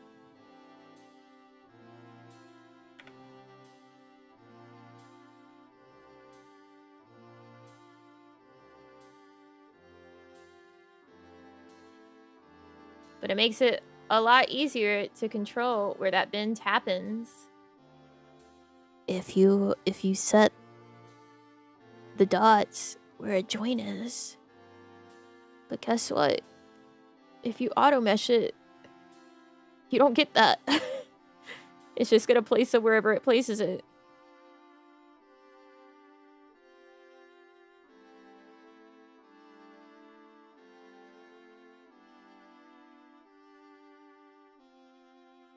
And you have to fight it.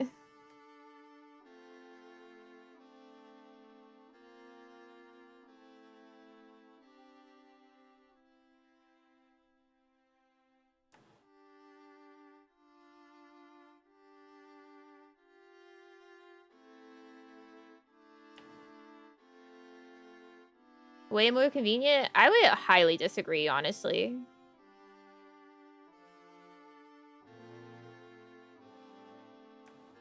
Like, how is it more convenient to have to fight against it the whole time you're trying to rig?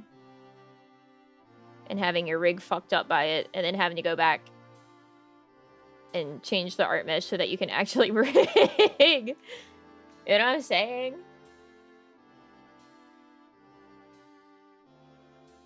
It only seems convenient if you don't know anything.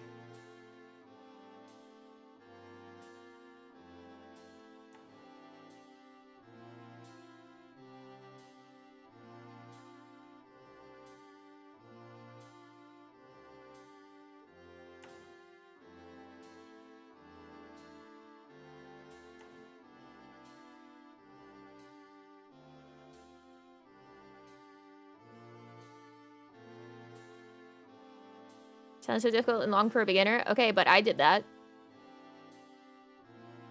My very first model, I meshed completely from hand.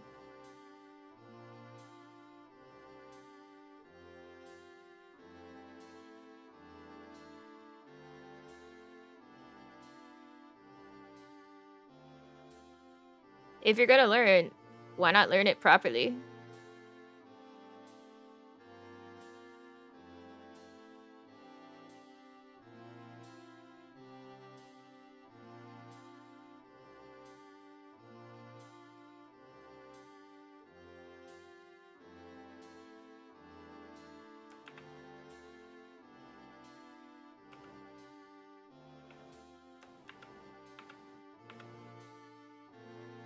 Didn't know what properly actually was? Yeah. And that means that your learning resource was shit. That's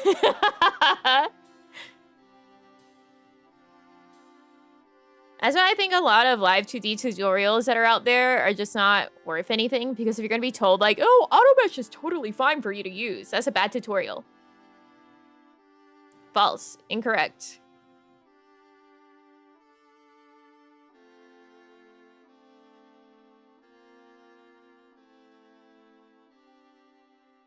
That's just bad advice. My learning resource, because at the time there wasn't really Live2D tutorials, was like the 28-hour Brian Swee workflow recording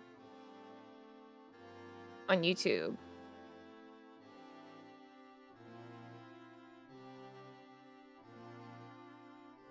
And it's just no voice, no nothing, a recording of him working on a model.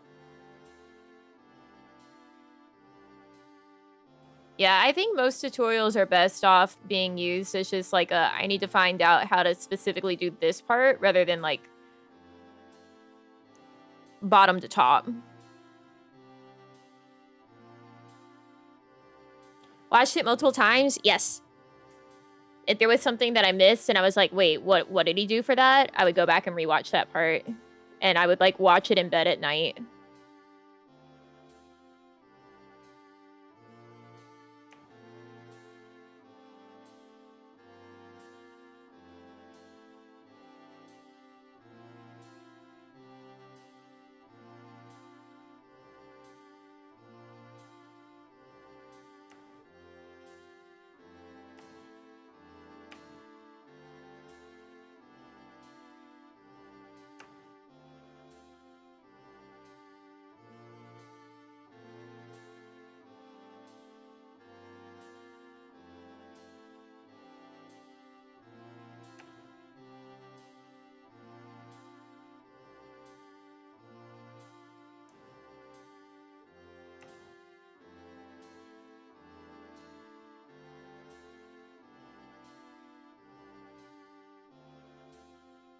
Like, I didn't know how to do jack or shit in the program, and that's what I watched.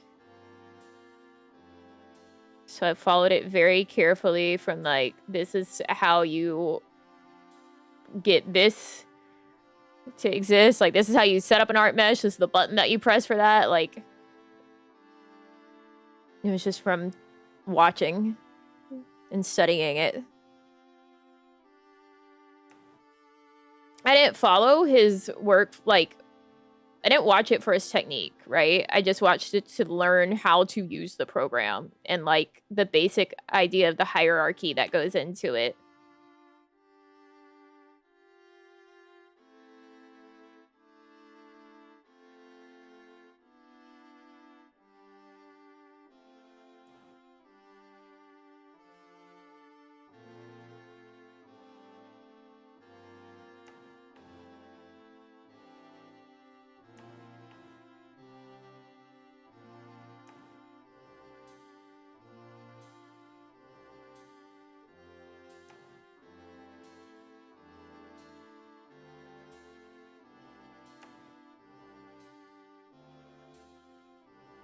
I think I actually discovered that there were some parts that do get, like, skipped over or weren't recorded.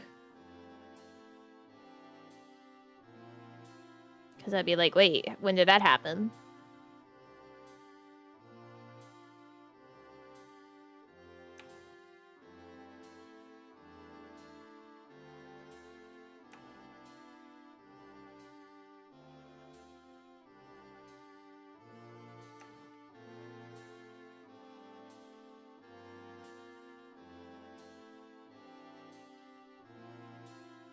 I mean, that's basically what this is going to be. May it help someone else in their journey at some point.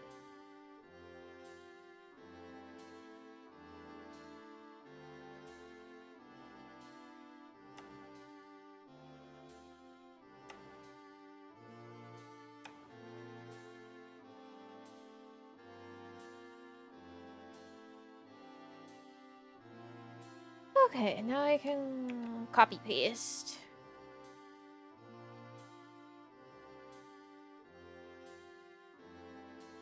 I'm getting hungry.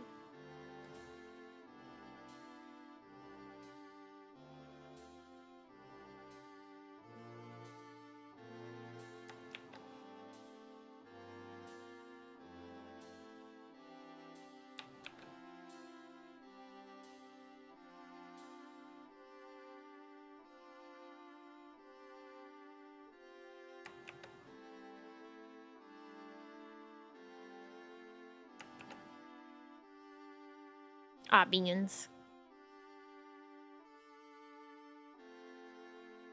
It's alright.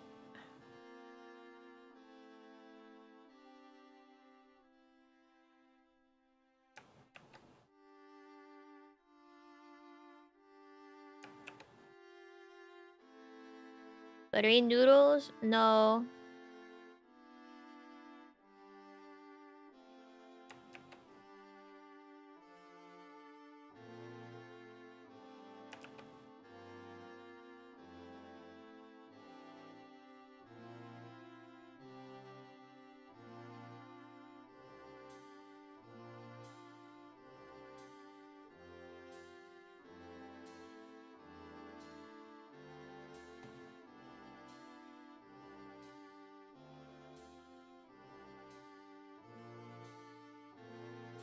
Yes, even this microscopic thing. I mesh correctly.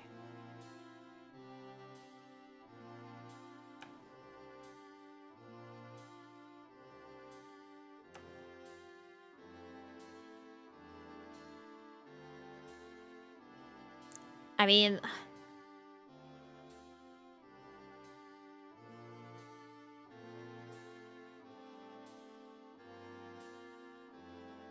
You think I'm not going to?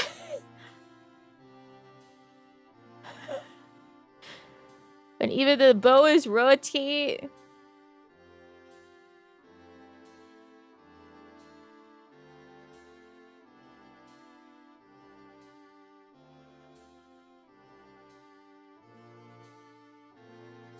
I don't care how small it is. It gets the same amount of care.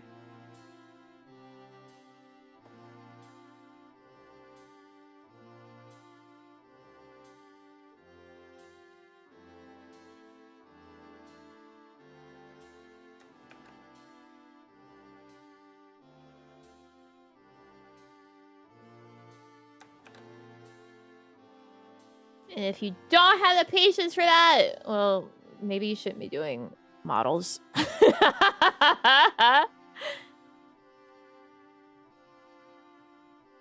You don't think it counts, you don't think it matters, maybe don't do Live2D.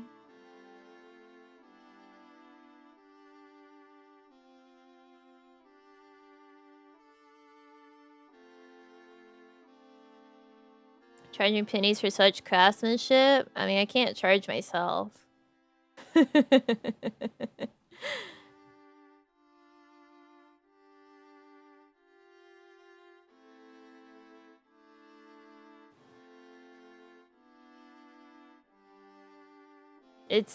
But like, it's part of why I will never offer like a lower tier rigging.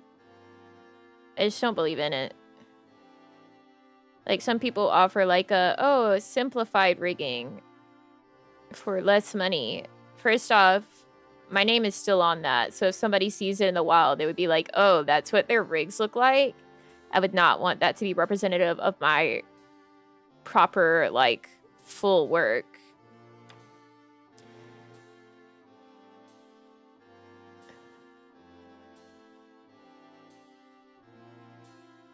And two, I just don't want to put out anything that isn't exactly what I would want it to be. Bro, did you get raided on your own?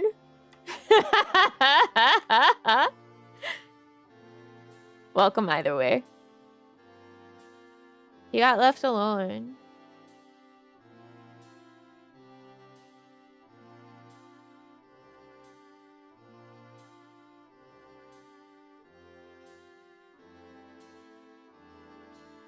Yeah, every work is a representative of you and also, like, advertisement for your services. Like, it's all portfolio pieces. And that's definitely one thing. It's now a 2-man raid. Let's go! Like, that's one thing that they were sure to hammer into us in school. Not that I went to school for Live2D, but for 3D, was that, like, don't just put everything in your portfolio. Only put your best, because your portfolio is supposed to be something that represents, like, work that will get you hired. So you need to be extremely, like, prejudiced with what you pick to put in your portfolio. And, like, VTuber models are kind of just all part of portfolio. Like, it's all portfolio pieces. People see it. People credit you for it. So why would you put out anything to anyone that isn't representative of your best possible work? Oh, Live2D, you bitch.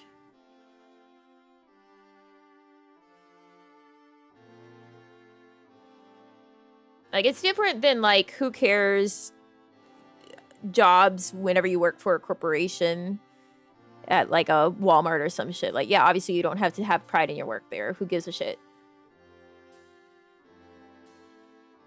This is me working for me.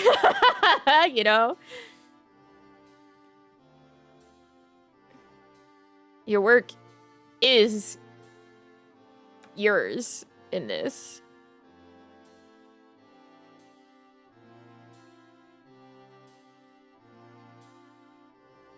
Well, usually, like, what people put for the lower tier is, like, you only get, like, Z movements for the body instead of, like, X and Y and Z movements for the body. Like, they usually specify what the lower tier gets you. I don't know. I feel like if I were to want to offer a lower tier, I would do it under a completely, like, different name.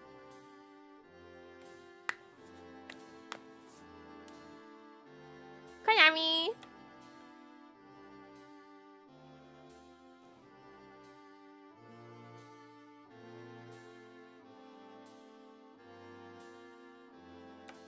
I wouldn't want it tied to, like, my big boy proper work, you know?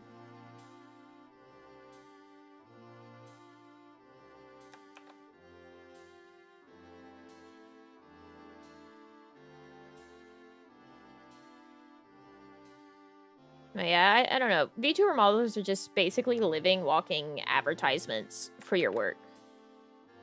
If someone sees it and it's like, man, that's a good rig, they'll be like, who did that?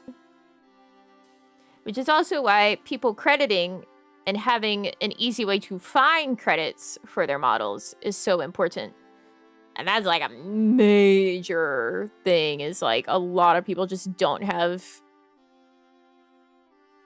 easy to find credits.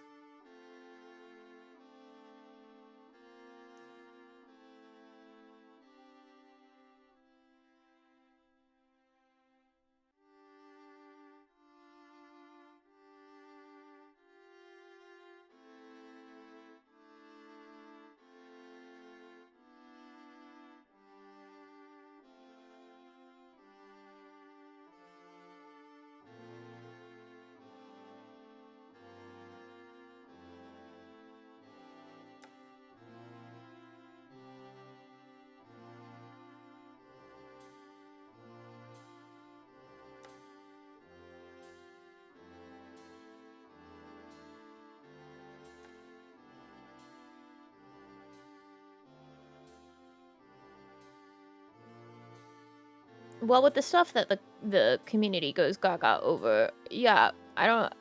Unless you're a rigger, most people don't pay enough attention to notice the fine details of the rig versus the art.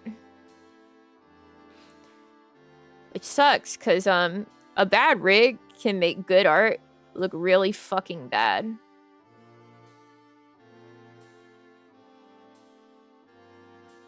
A rig is so incredibly important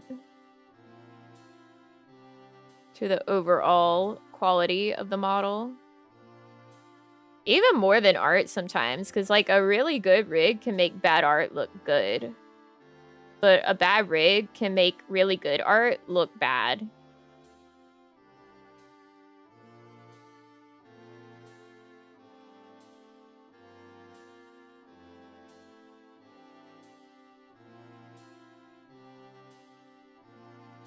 I see it happen all the time. You'll be like, oh, this model looks really cute whenever you're seeing like the still images or like promo images of it, and then they move and turn their head and you're like, eee! Yikes!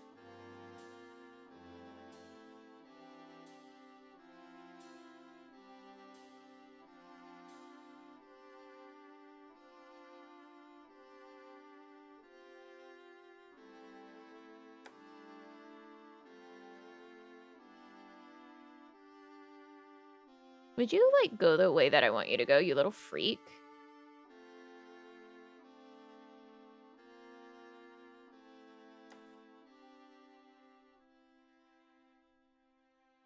Oh my god, this shit makes no sense.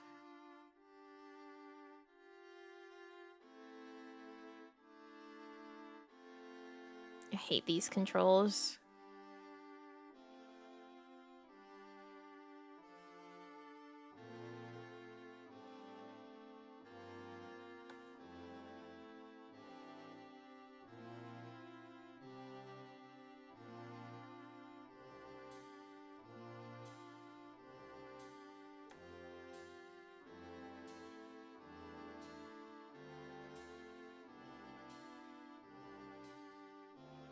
I'm glad to curse you with knowledge.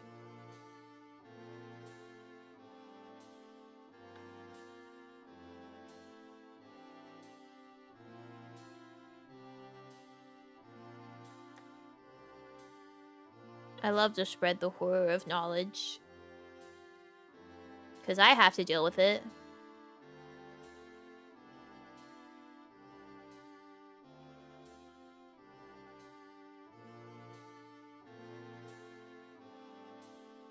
Bear my burdens.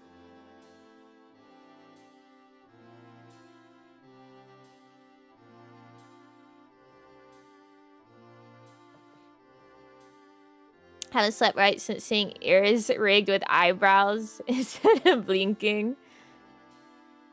I hate blink eye ears. I hate them so much. Like, what's the fucking point? Why do we want just more bouncy for the sake of more bouncy? Why don't we have it actually add to the expressiveness of the model?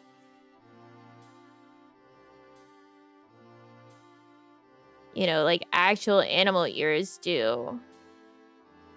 Thankfully, more people are figuring it out. But my God, the number of years I've lived seeing blink ears. Showcase go burp. People, no, like for the longest time, people just really liked blink ears. They were like, oh my gosh, yes, it's so cute. It moves.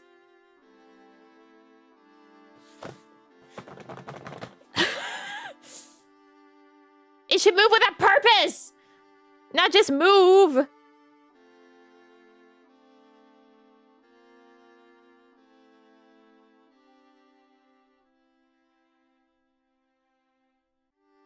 Unfortunately, our clientele, a lot of time,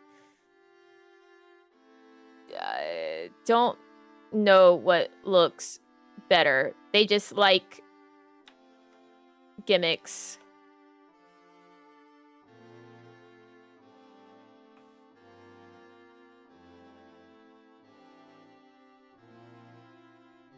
That's definitely the customer is always right in matter of taste.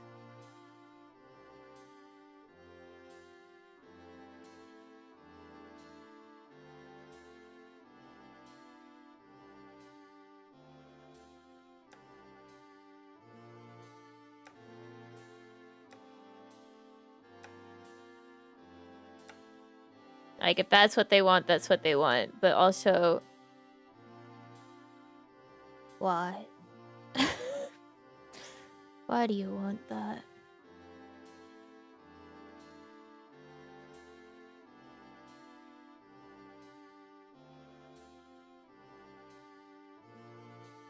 It makes me sad.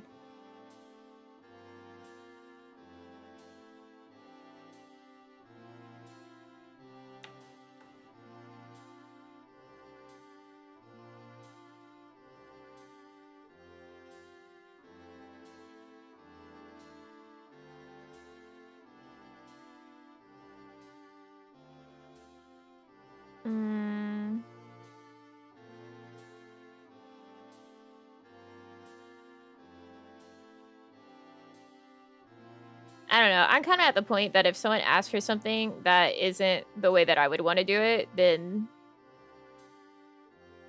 I think I can afford to say no.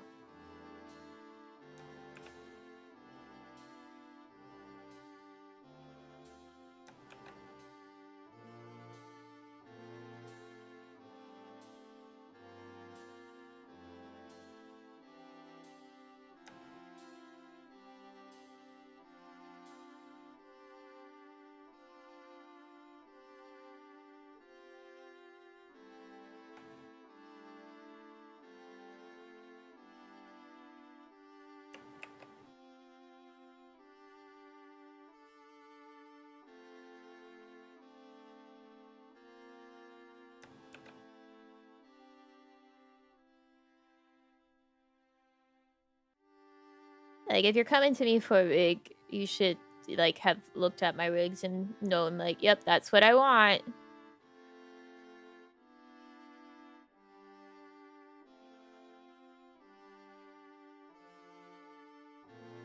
Cone.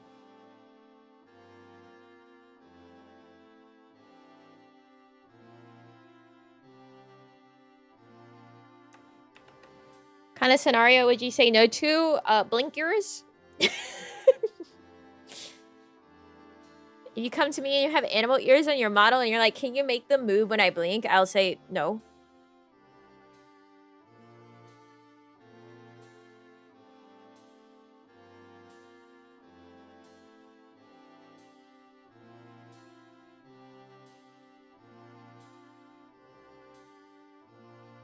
Highlight a bit. Huh?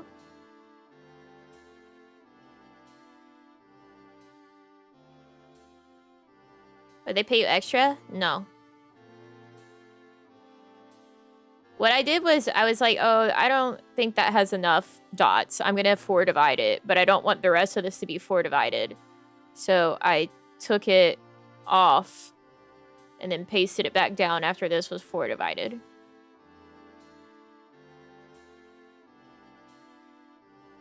I have no clue what cone you mean.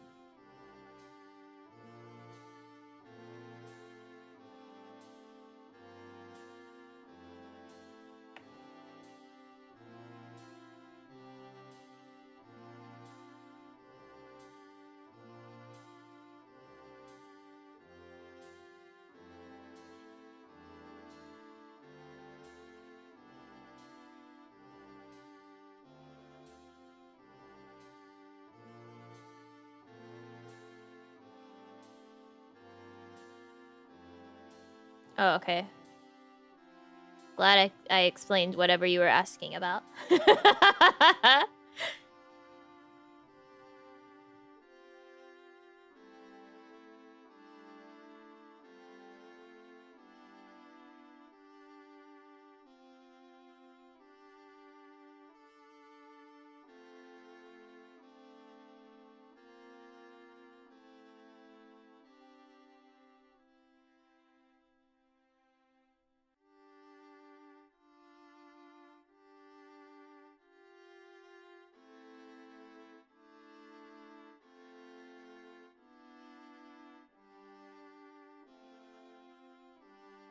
That's why I can't actually be a teacher, because someone would ask me something, I'd be like, what the fuck are you talking about?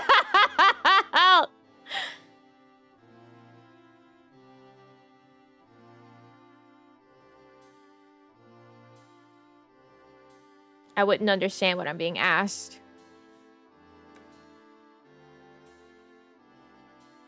Oh my Christ. Can't you just be normal?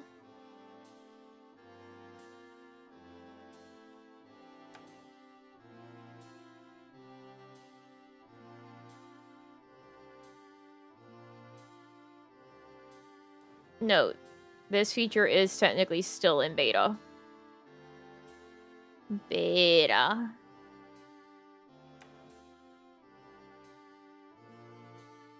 So whenever it acts a fool and you want to kill yourself about it, it's in beta.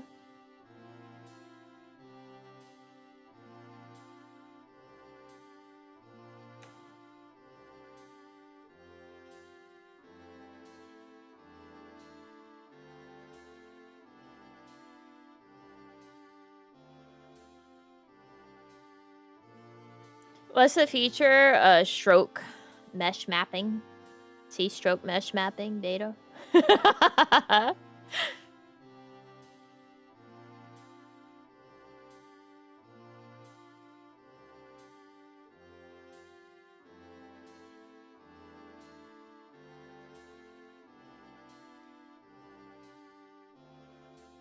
think this is too curved.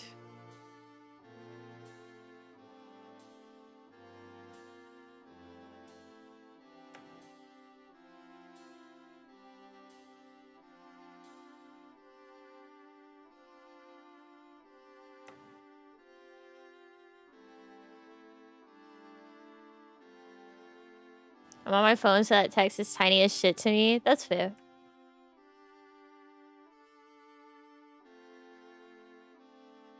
But like... Have you thought about opening your eyes? Have you thought about reading it?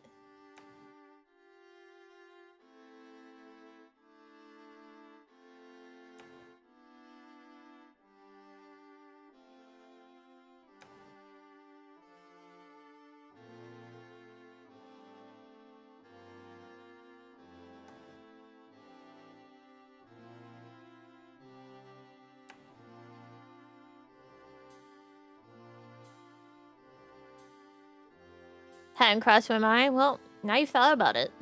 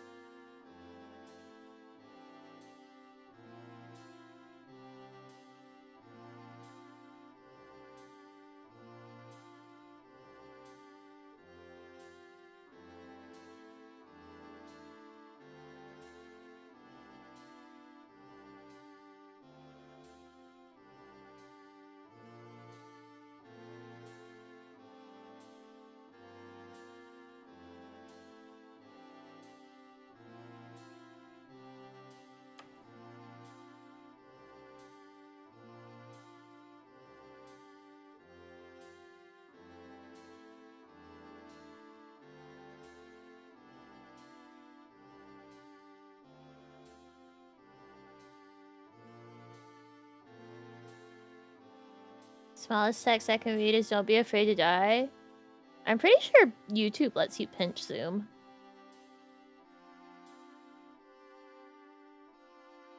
I could be a liar.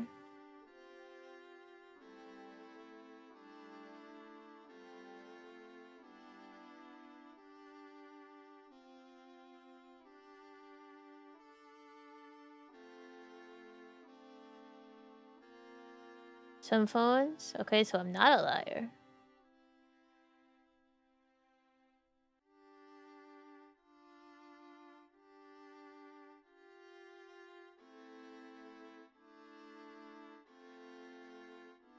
Holy shit, it does. Yippee!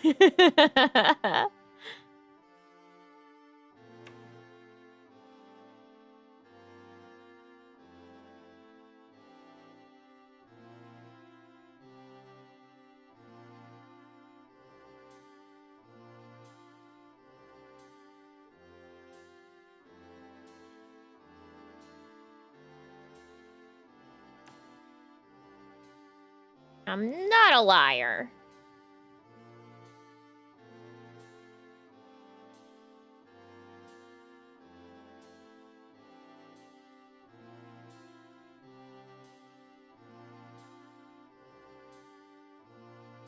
Now someone can use that knowledge to, like, just only zoom in on models when they watch streams.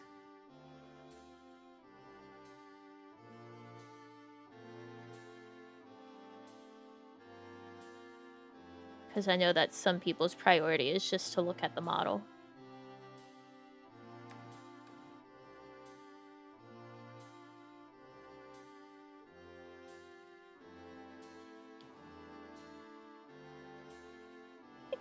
I zoomed in on you, yeah, see? I knew it.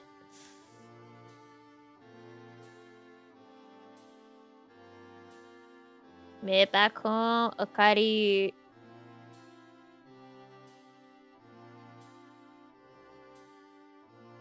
We're learning about pinch zoom on YouTube. On your phone.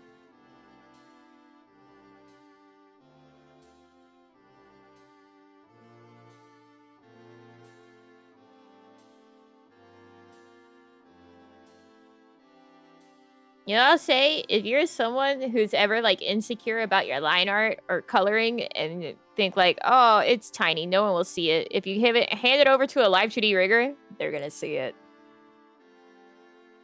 Because from far away, this looks so clean, right? But as a rigger, I'm like, ah. Look at that. Look at that little bit.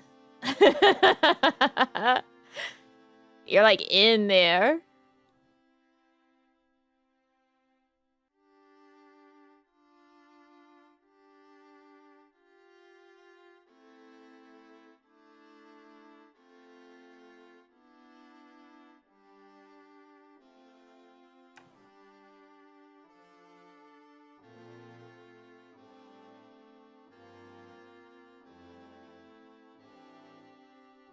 It's alright. No one will ever see it, like, normal style.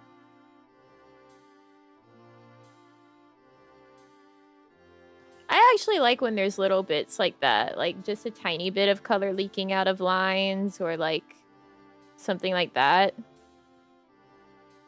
Because it really emphasizes the fact that you're drawn.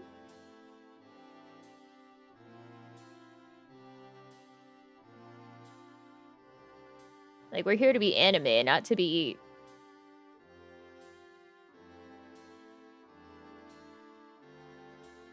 real guys.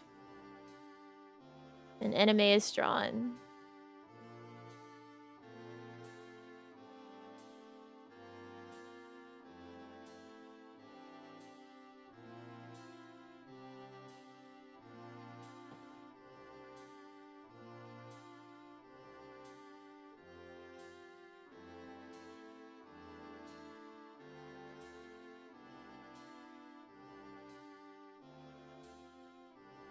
Does your brain ever tune into, like, an ad-lib in the background of a song that you never noticed before, and now it's the only thing that you can notice?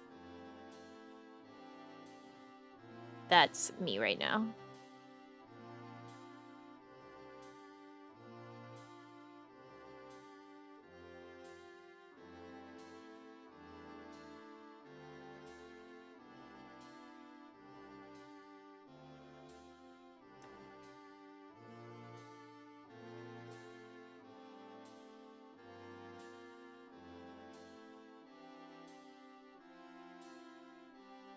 Like, I still have Orpheus playing, and now I'm very, very much aware of the fact that when she says stuff up on every padded wall and floor, that there's an ad-lib in the background going, floor. Like, I only just tuned into it today, and now I'm like, okay.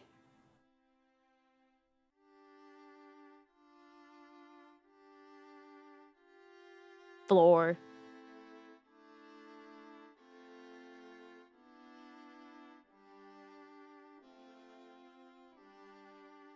It's such a good song. Show me what you really want to do.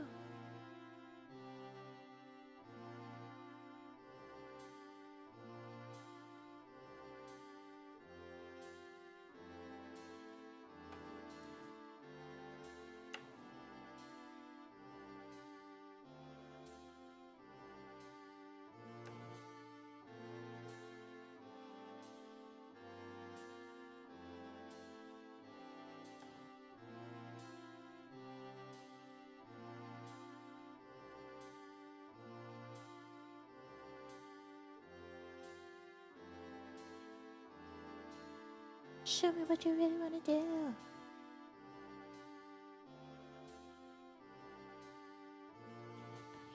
Die for me and only me. I'm just gonna encase this.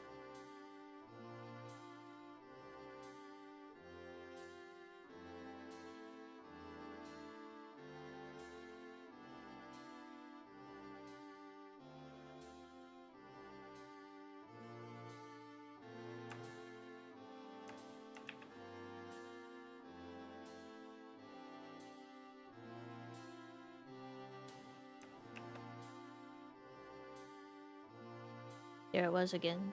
Floor.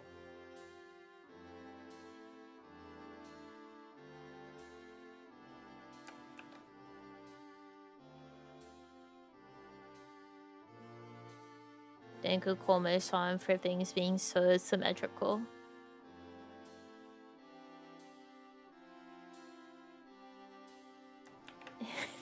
It makes my job so much easier. Because, like, sometimes you'll look at hair and be like, that looks symmetrical, and then the more you look at it, you're like, it's not. It's not. The casual model, a lot of parts aren't actually symmetrical.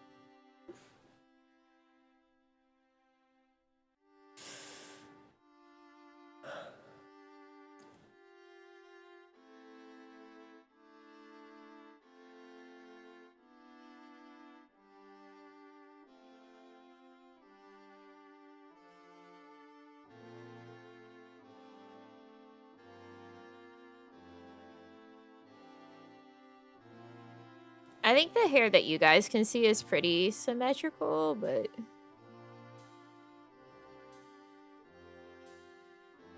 some of it's not. Like, if you look at the bangs,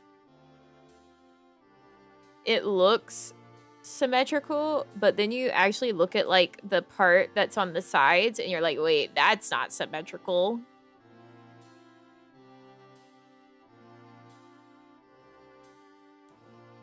Like, the side bang, like, long pieces, they look kind of symmetrical at first, and then you look at it and you're like, wait, no. Some of the other parts are, to some degree. But then sometimes they have, like, these little extra, like, strands that aren't symmetrical.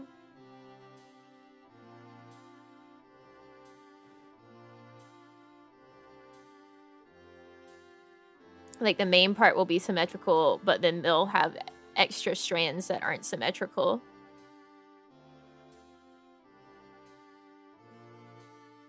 Yeah.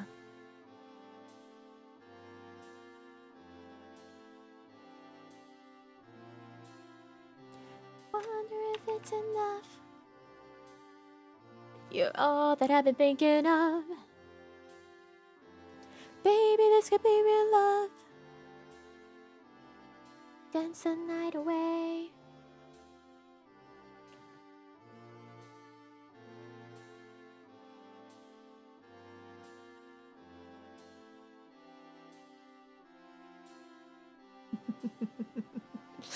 I'm cursed with floor now.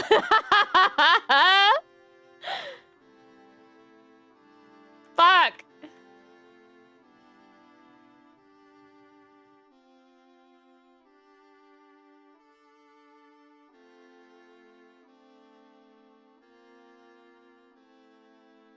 Floor.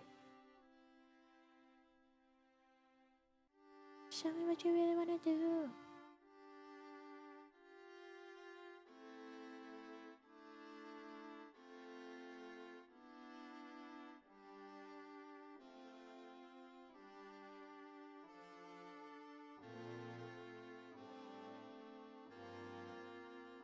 It's like when I curse you guys with knowledge.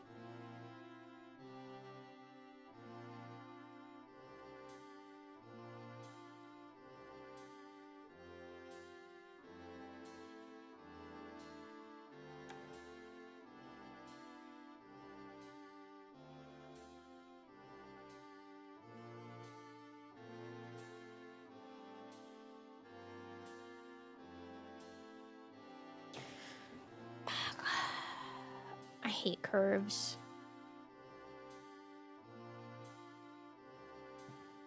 They're beautiful. Make my job a pain in the ass.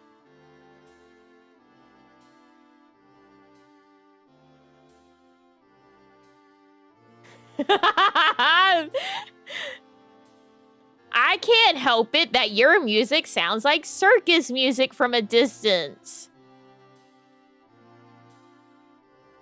That's not my fault.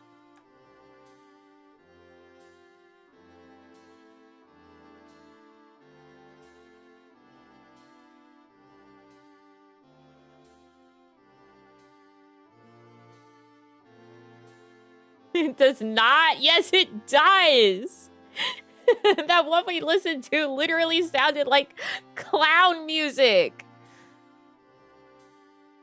The one that we were listening to before I brought it up.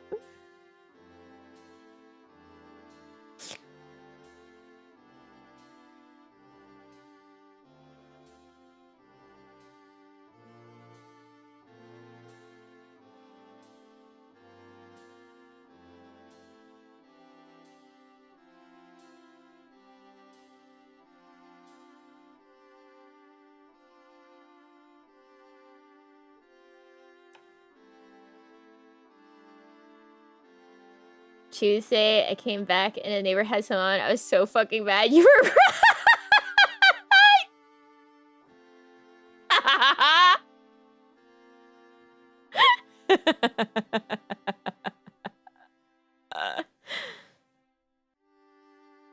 Oh, it's not my fault.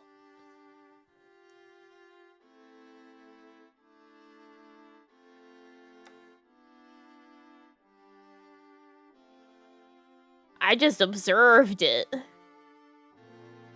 I didn't make it that way.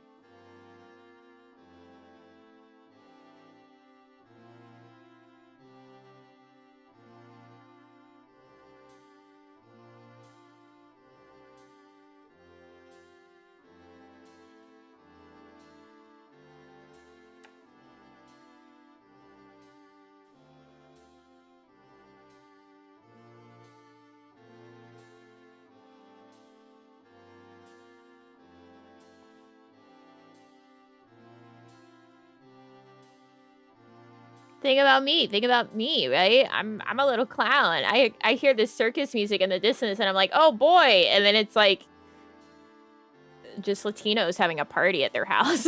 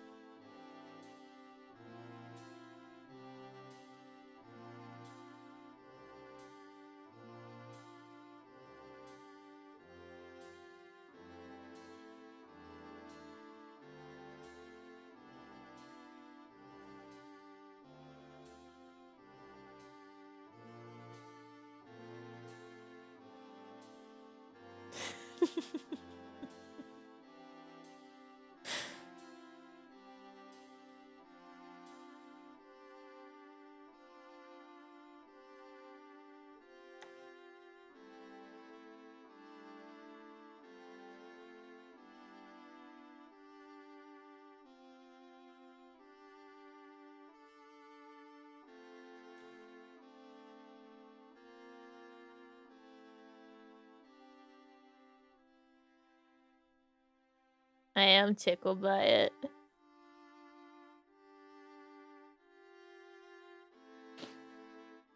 Your reactions are really funny.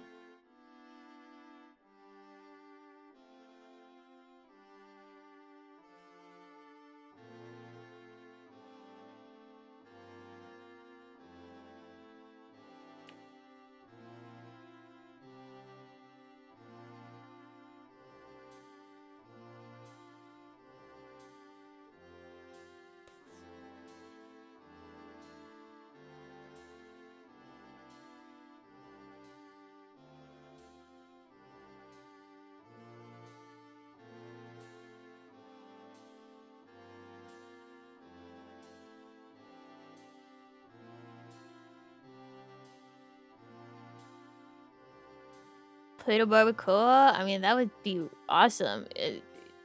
Instead, the circumstances has been like, God damn, when will they turn the music down? It's 2 a.m.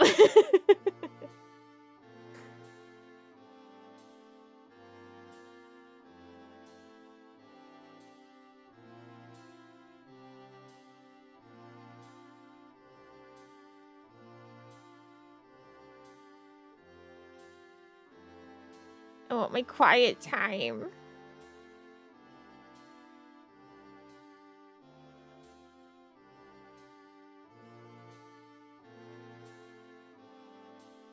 Wow. There you go.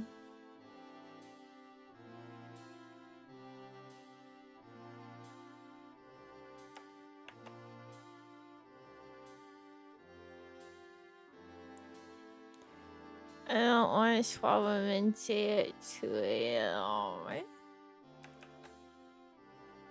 I want quiet. 2 a.m.'s a quiet time.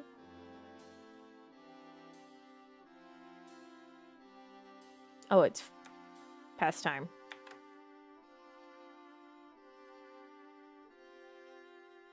Look, man, we've been at this art mesh shit for almost probably around 8 hours now of total work, just prepping the model for rigging.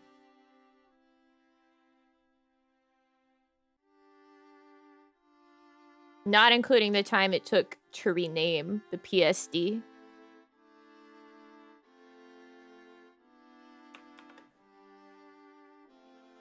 You mean there's more? Yeah, once we do all these dots, then we can make it move.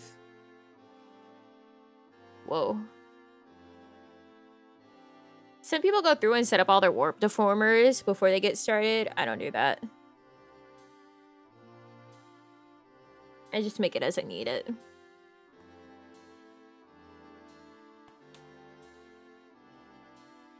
That's why sometimes on like bigger name models lately, I've seen a few people be like, this person did the Live2D prep and I did the rigging. So it's probably stuff like prepping the PSD, renaming it and according to what they like, and then also going through and art meshing it up to their specifications.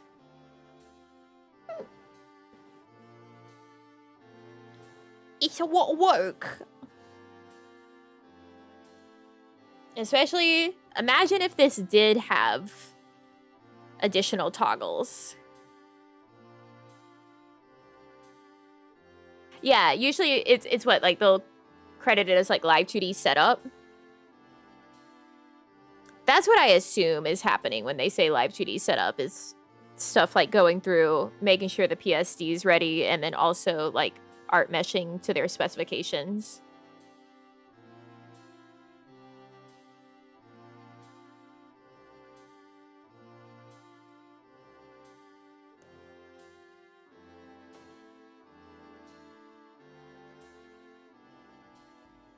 Bing.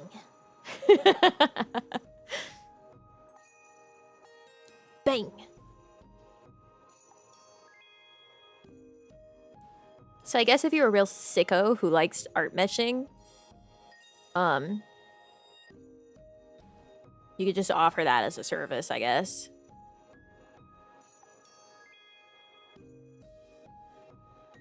But like I said, you gotta be a sicko for that. Imagine we're like a shoot. I need you to know that I have the scene transition named Bang in OBS. To me, it's Bing.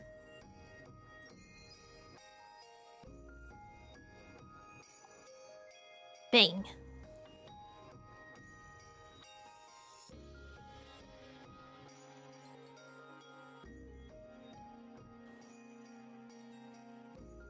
Oh my god, yay, I can go back to tatting. Who would have thought making a bunch of little knots would be so fun?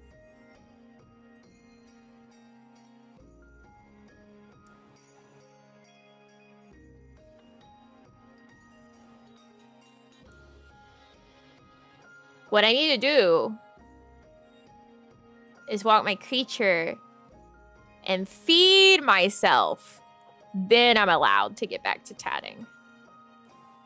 Because I need to eat dinner before my fasting window ends. Because I'm trying to get back on my windows.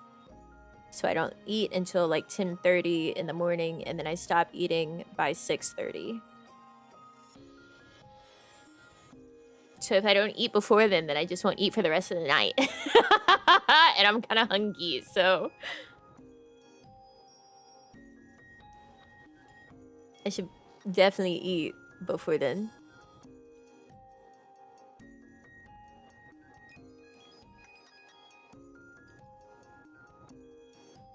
Oh. Something right with my body.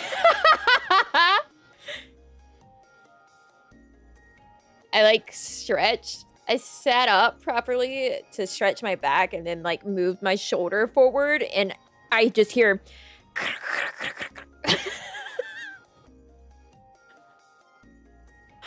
it just rapid fire pops and cracks.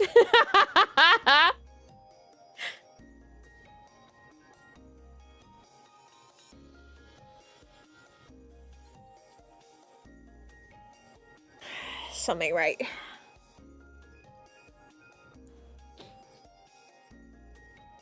4th of July.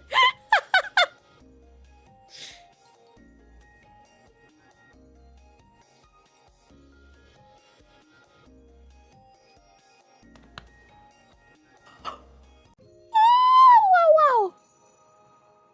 Okay. Fart. Put it back.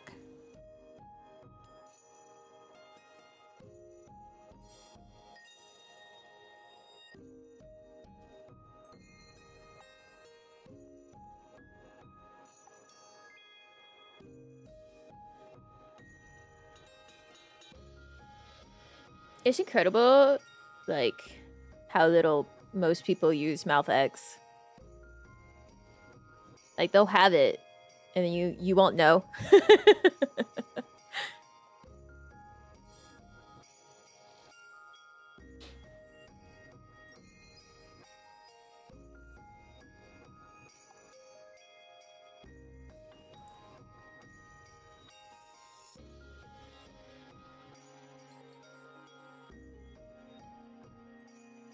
Meanwhile, I, like,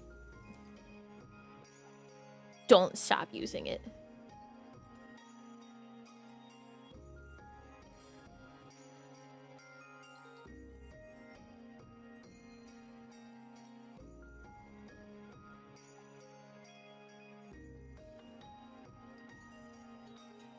I just move my mouth around a lot.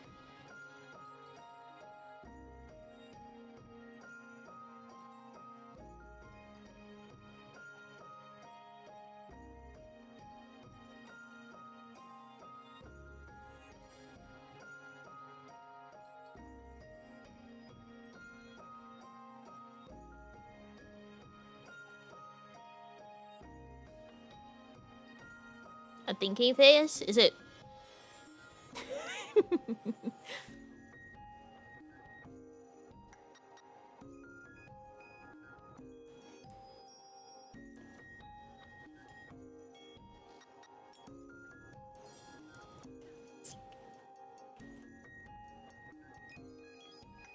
It is.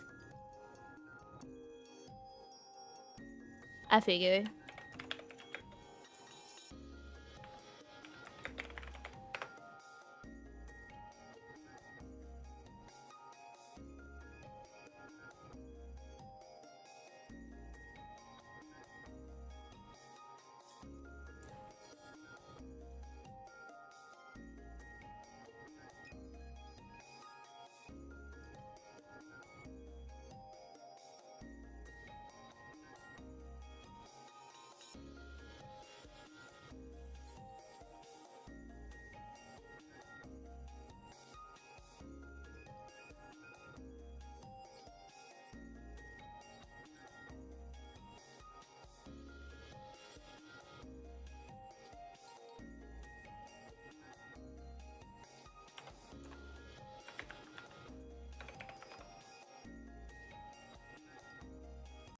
Alright, I'm leaving.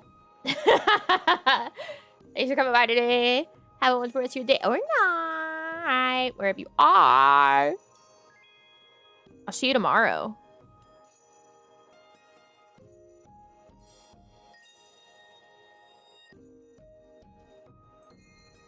But until then, I love y'all so much. I'll see you later. Bye-bye. What was that look? Tomorrow.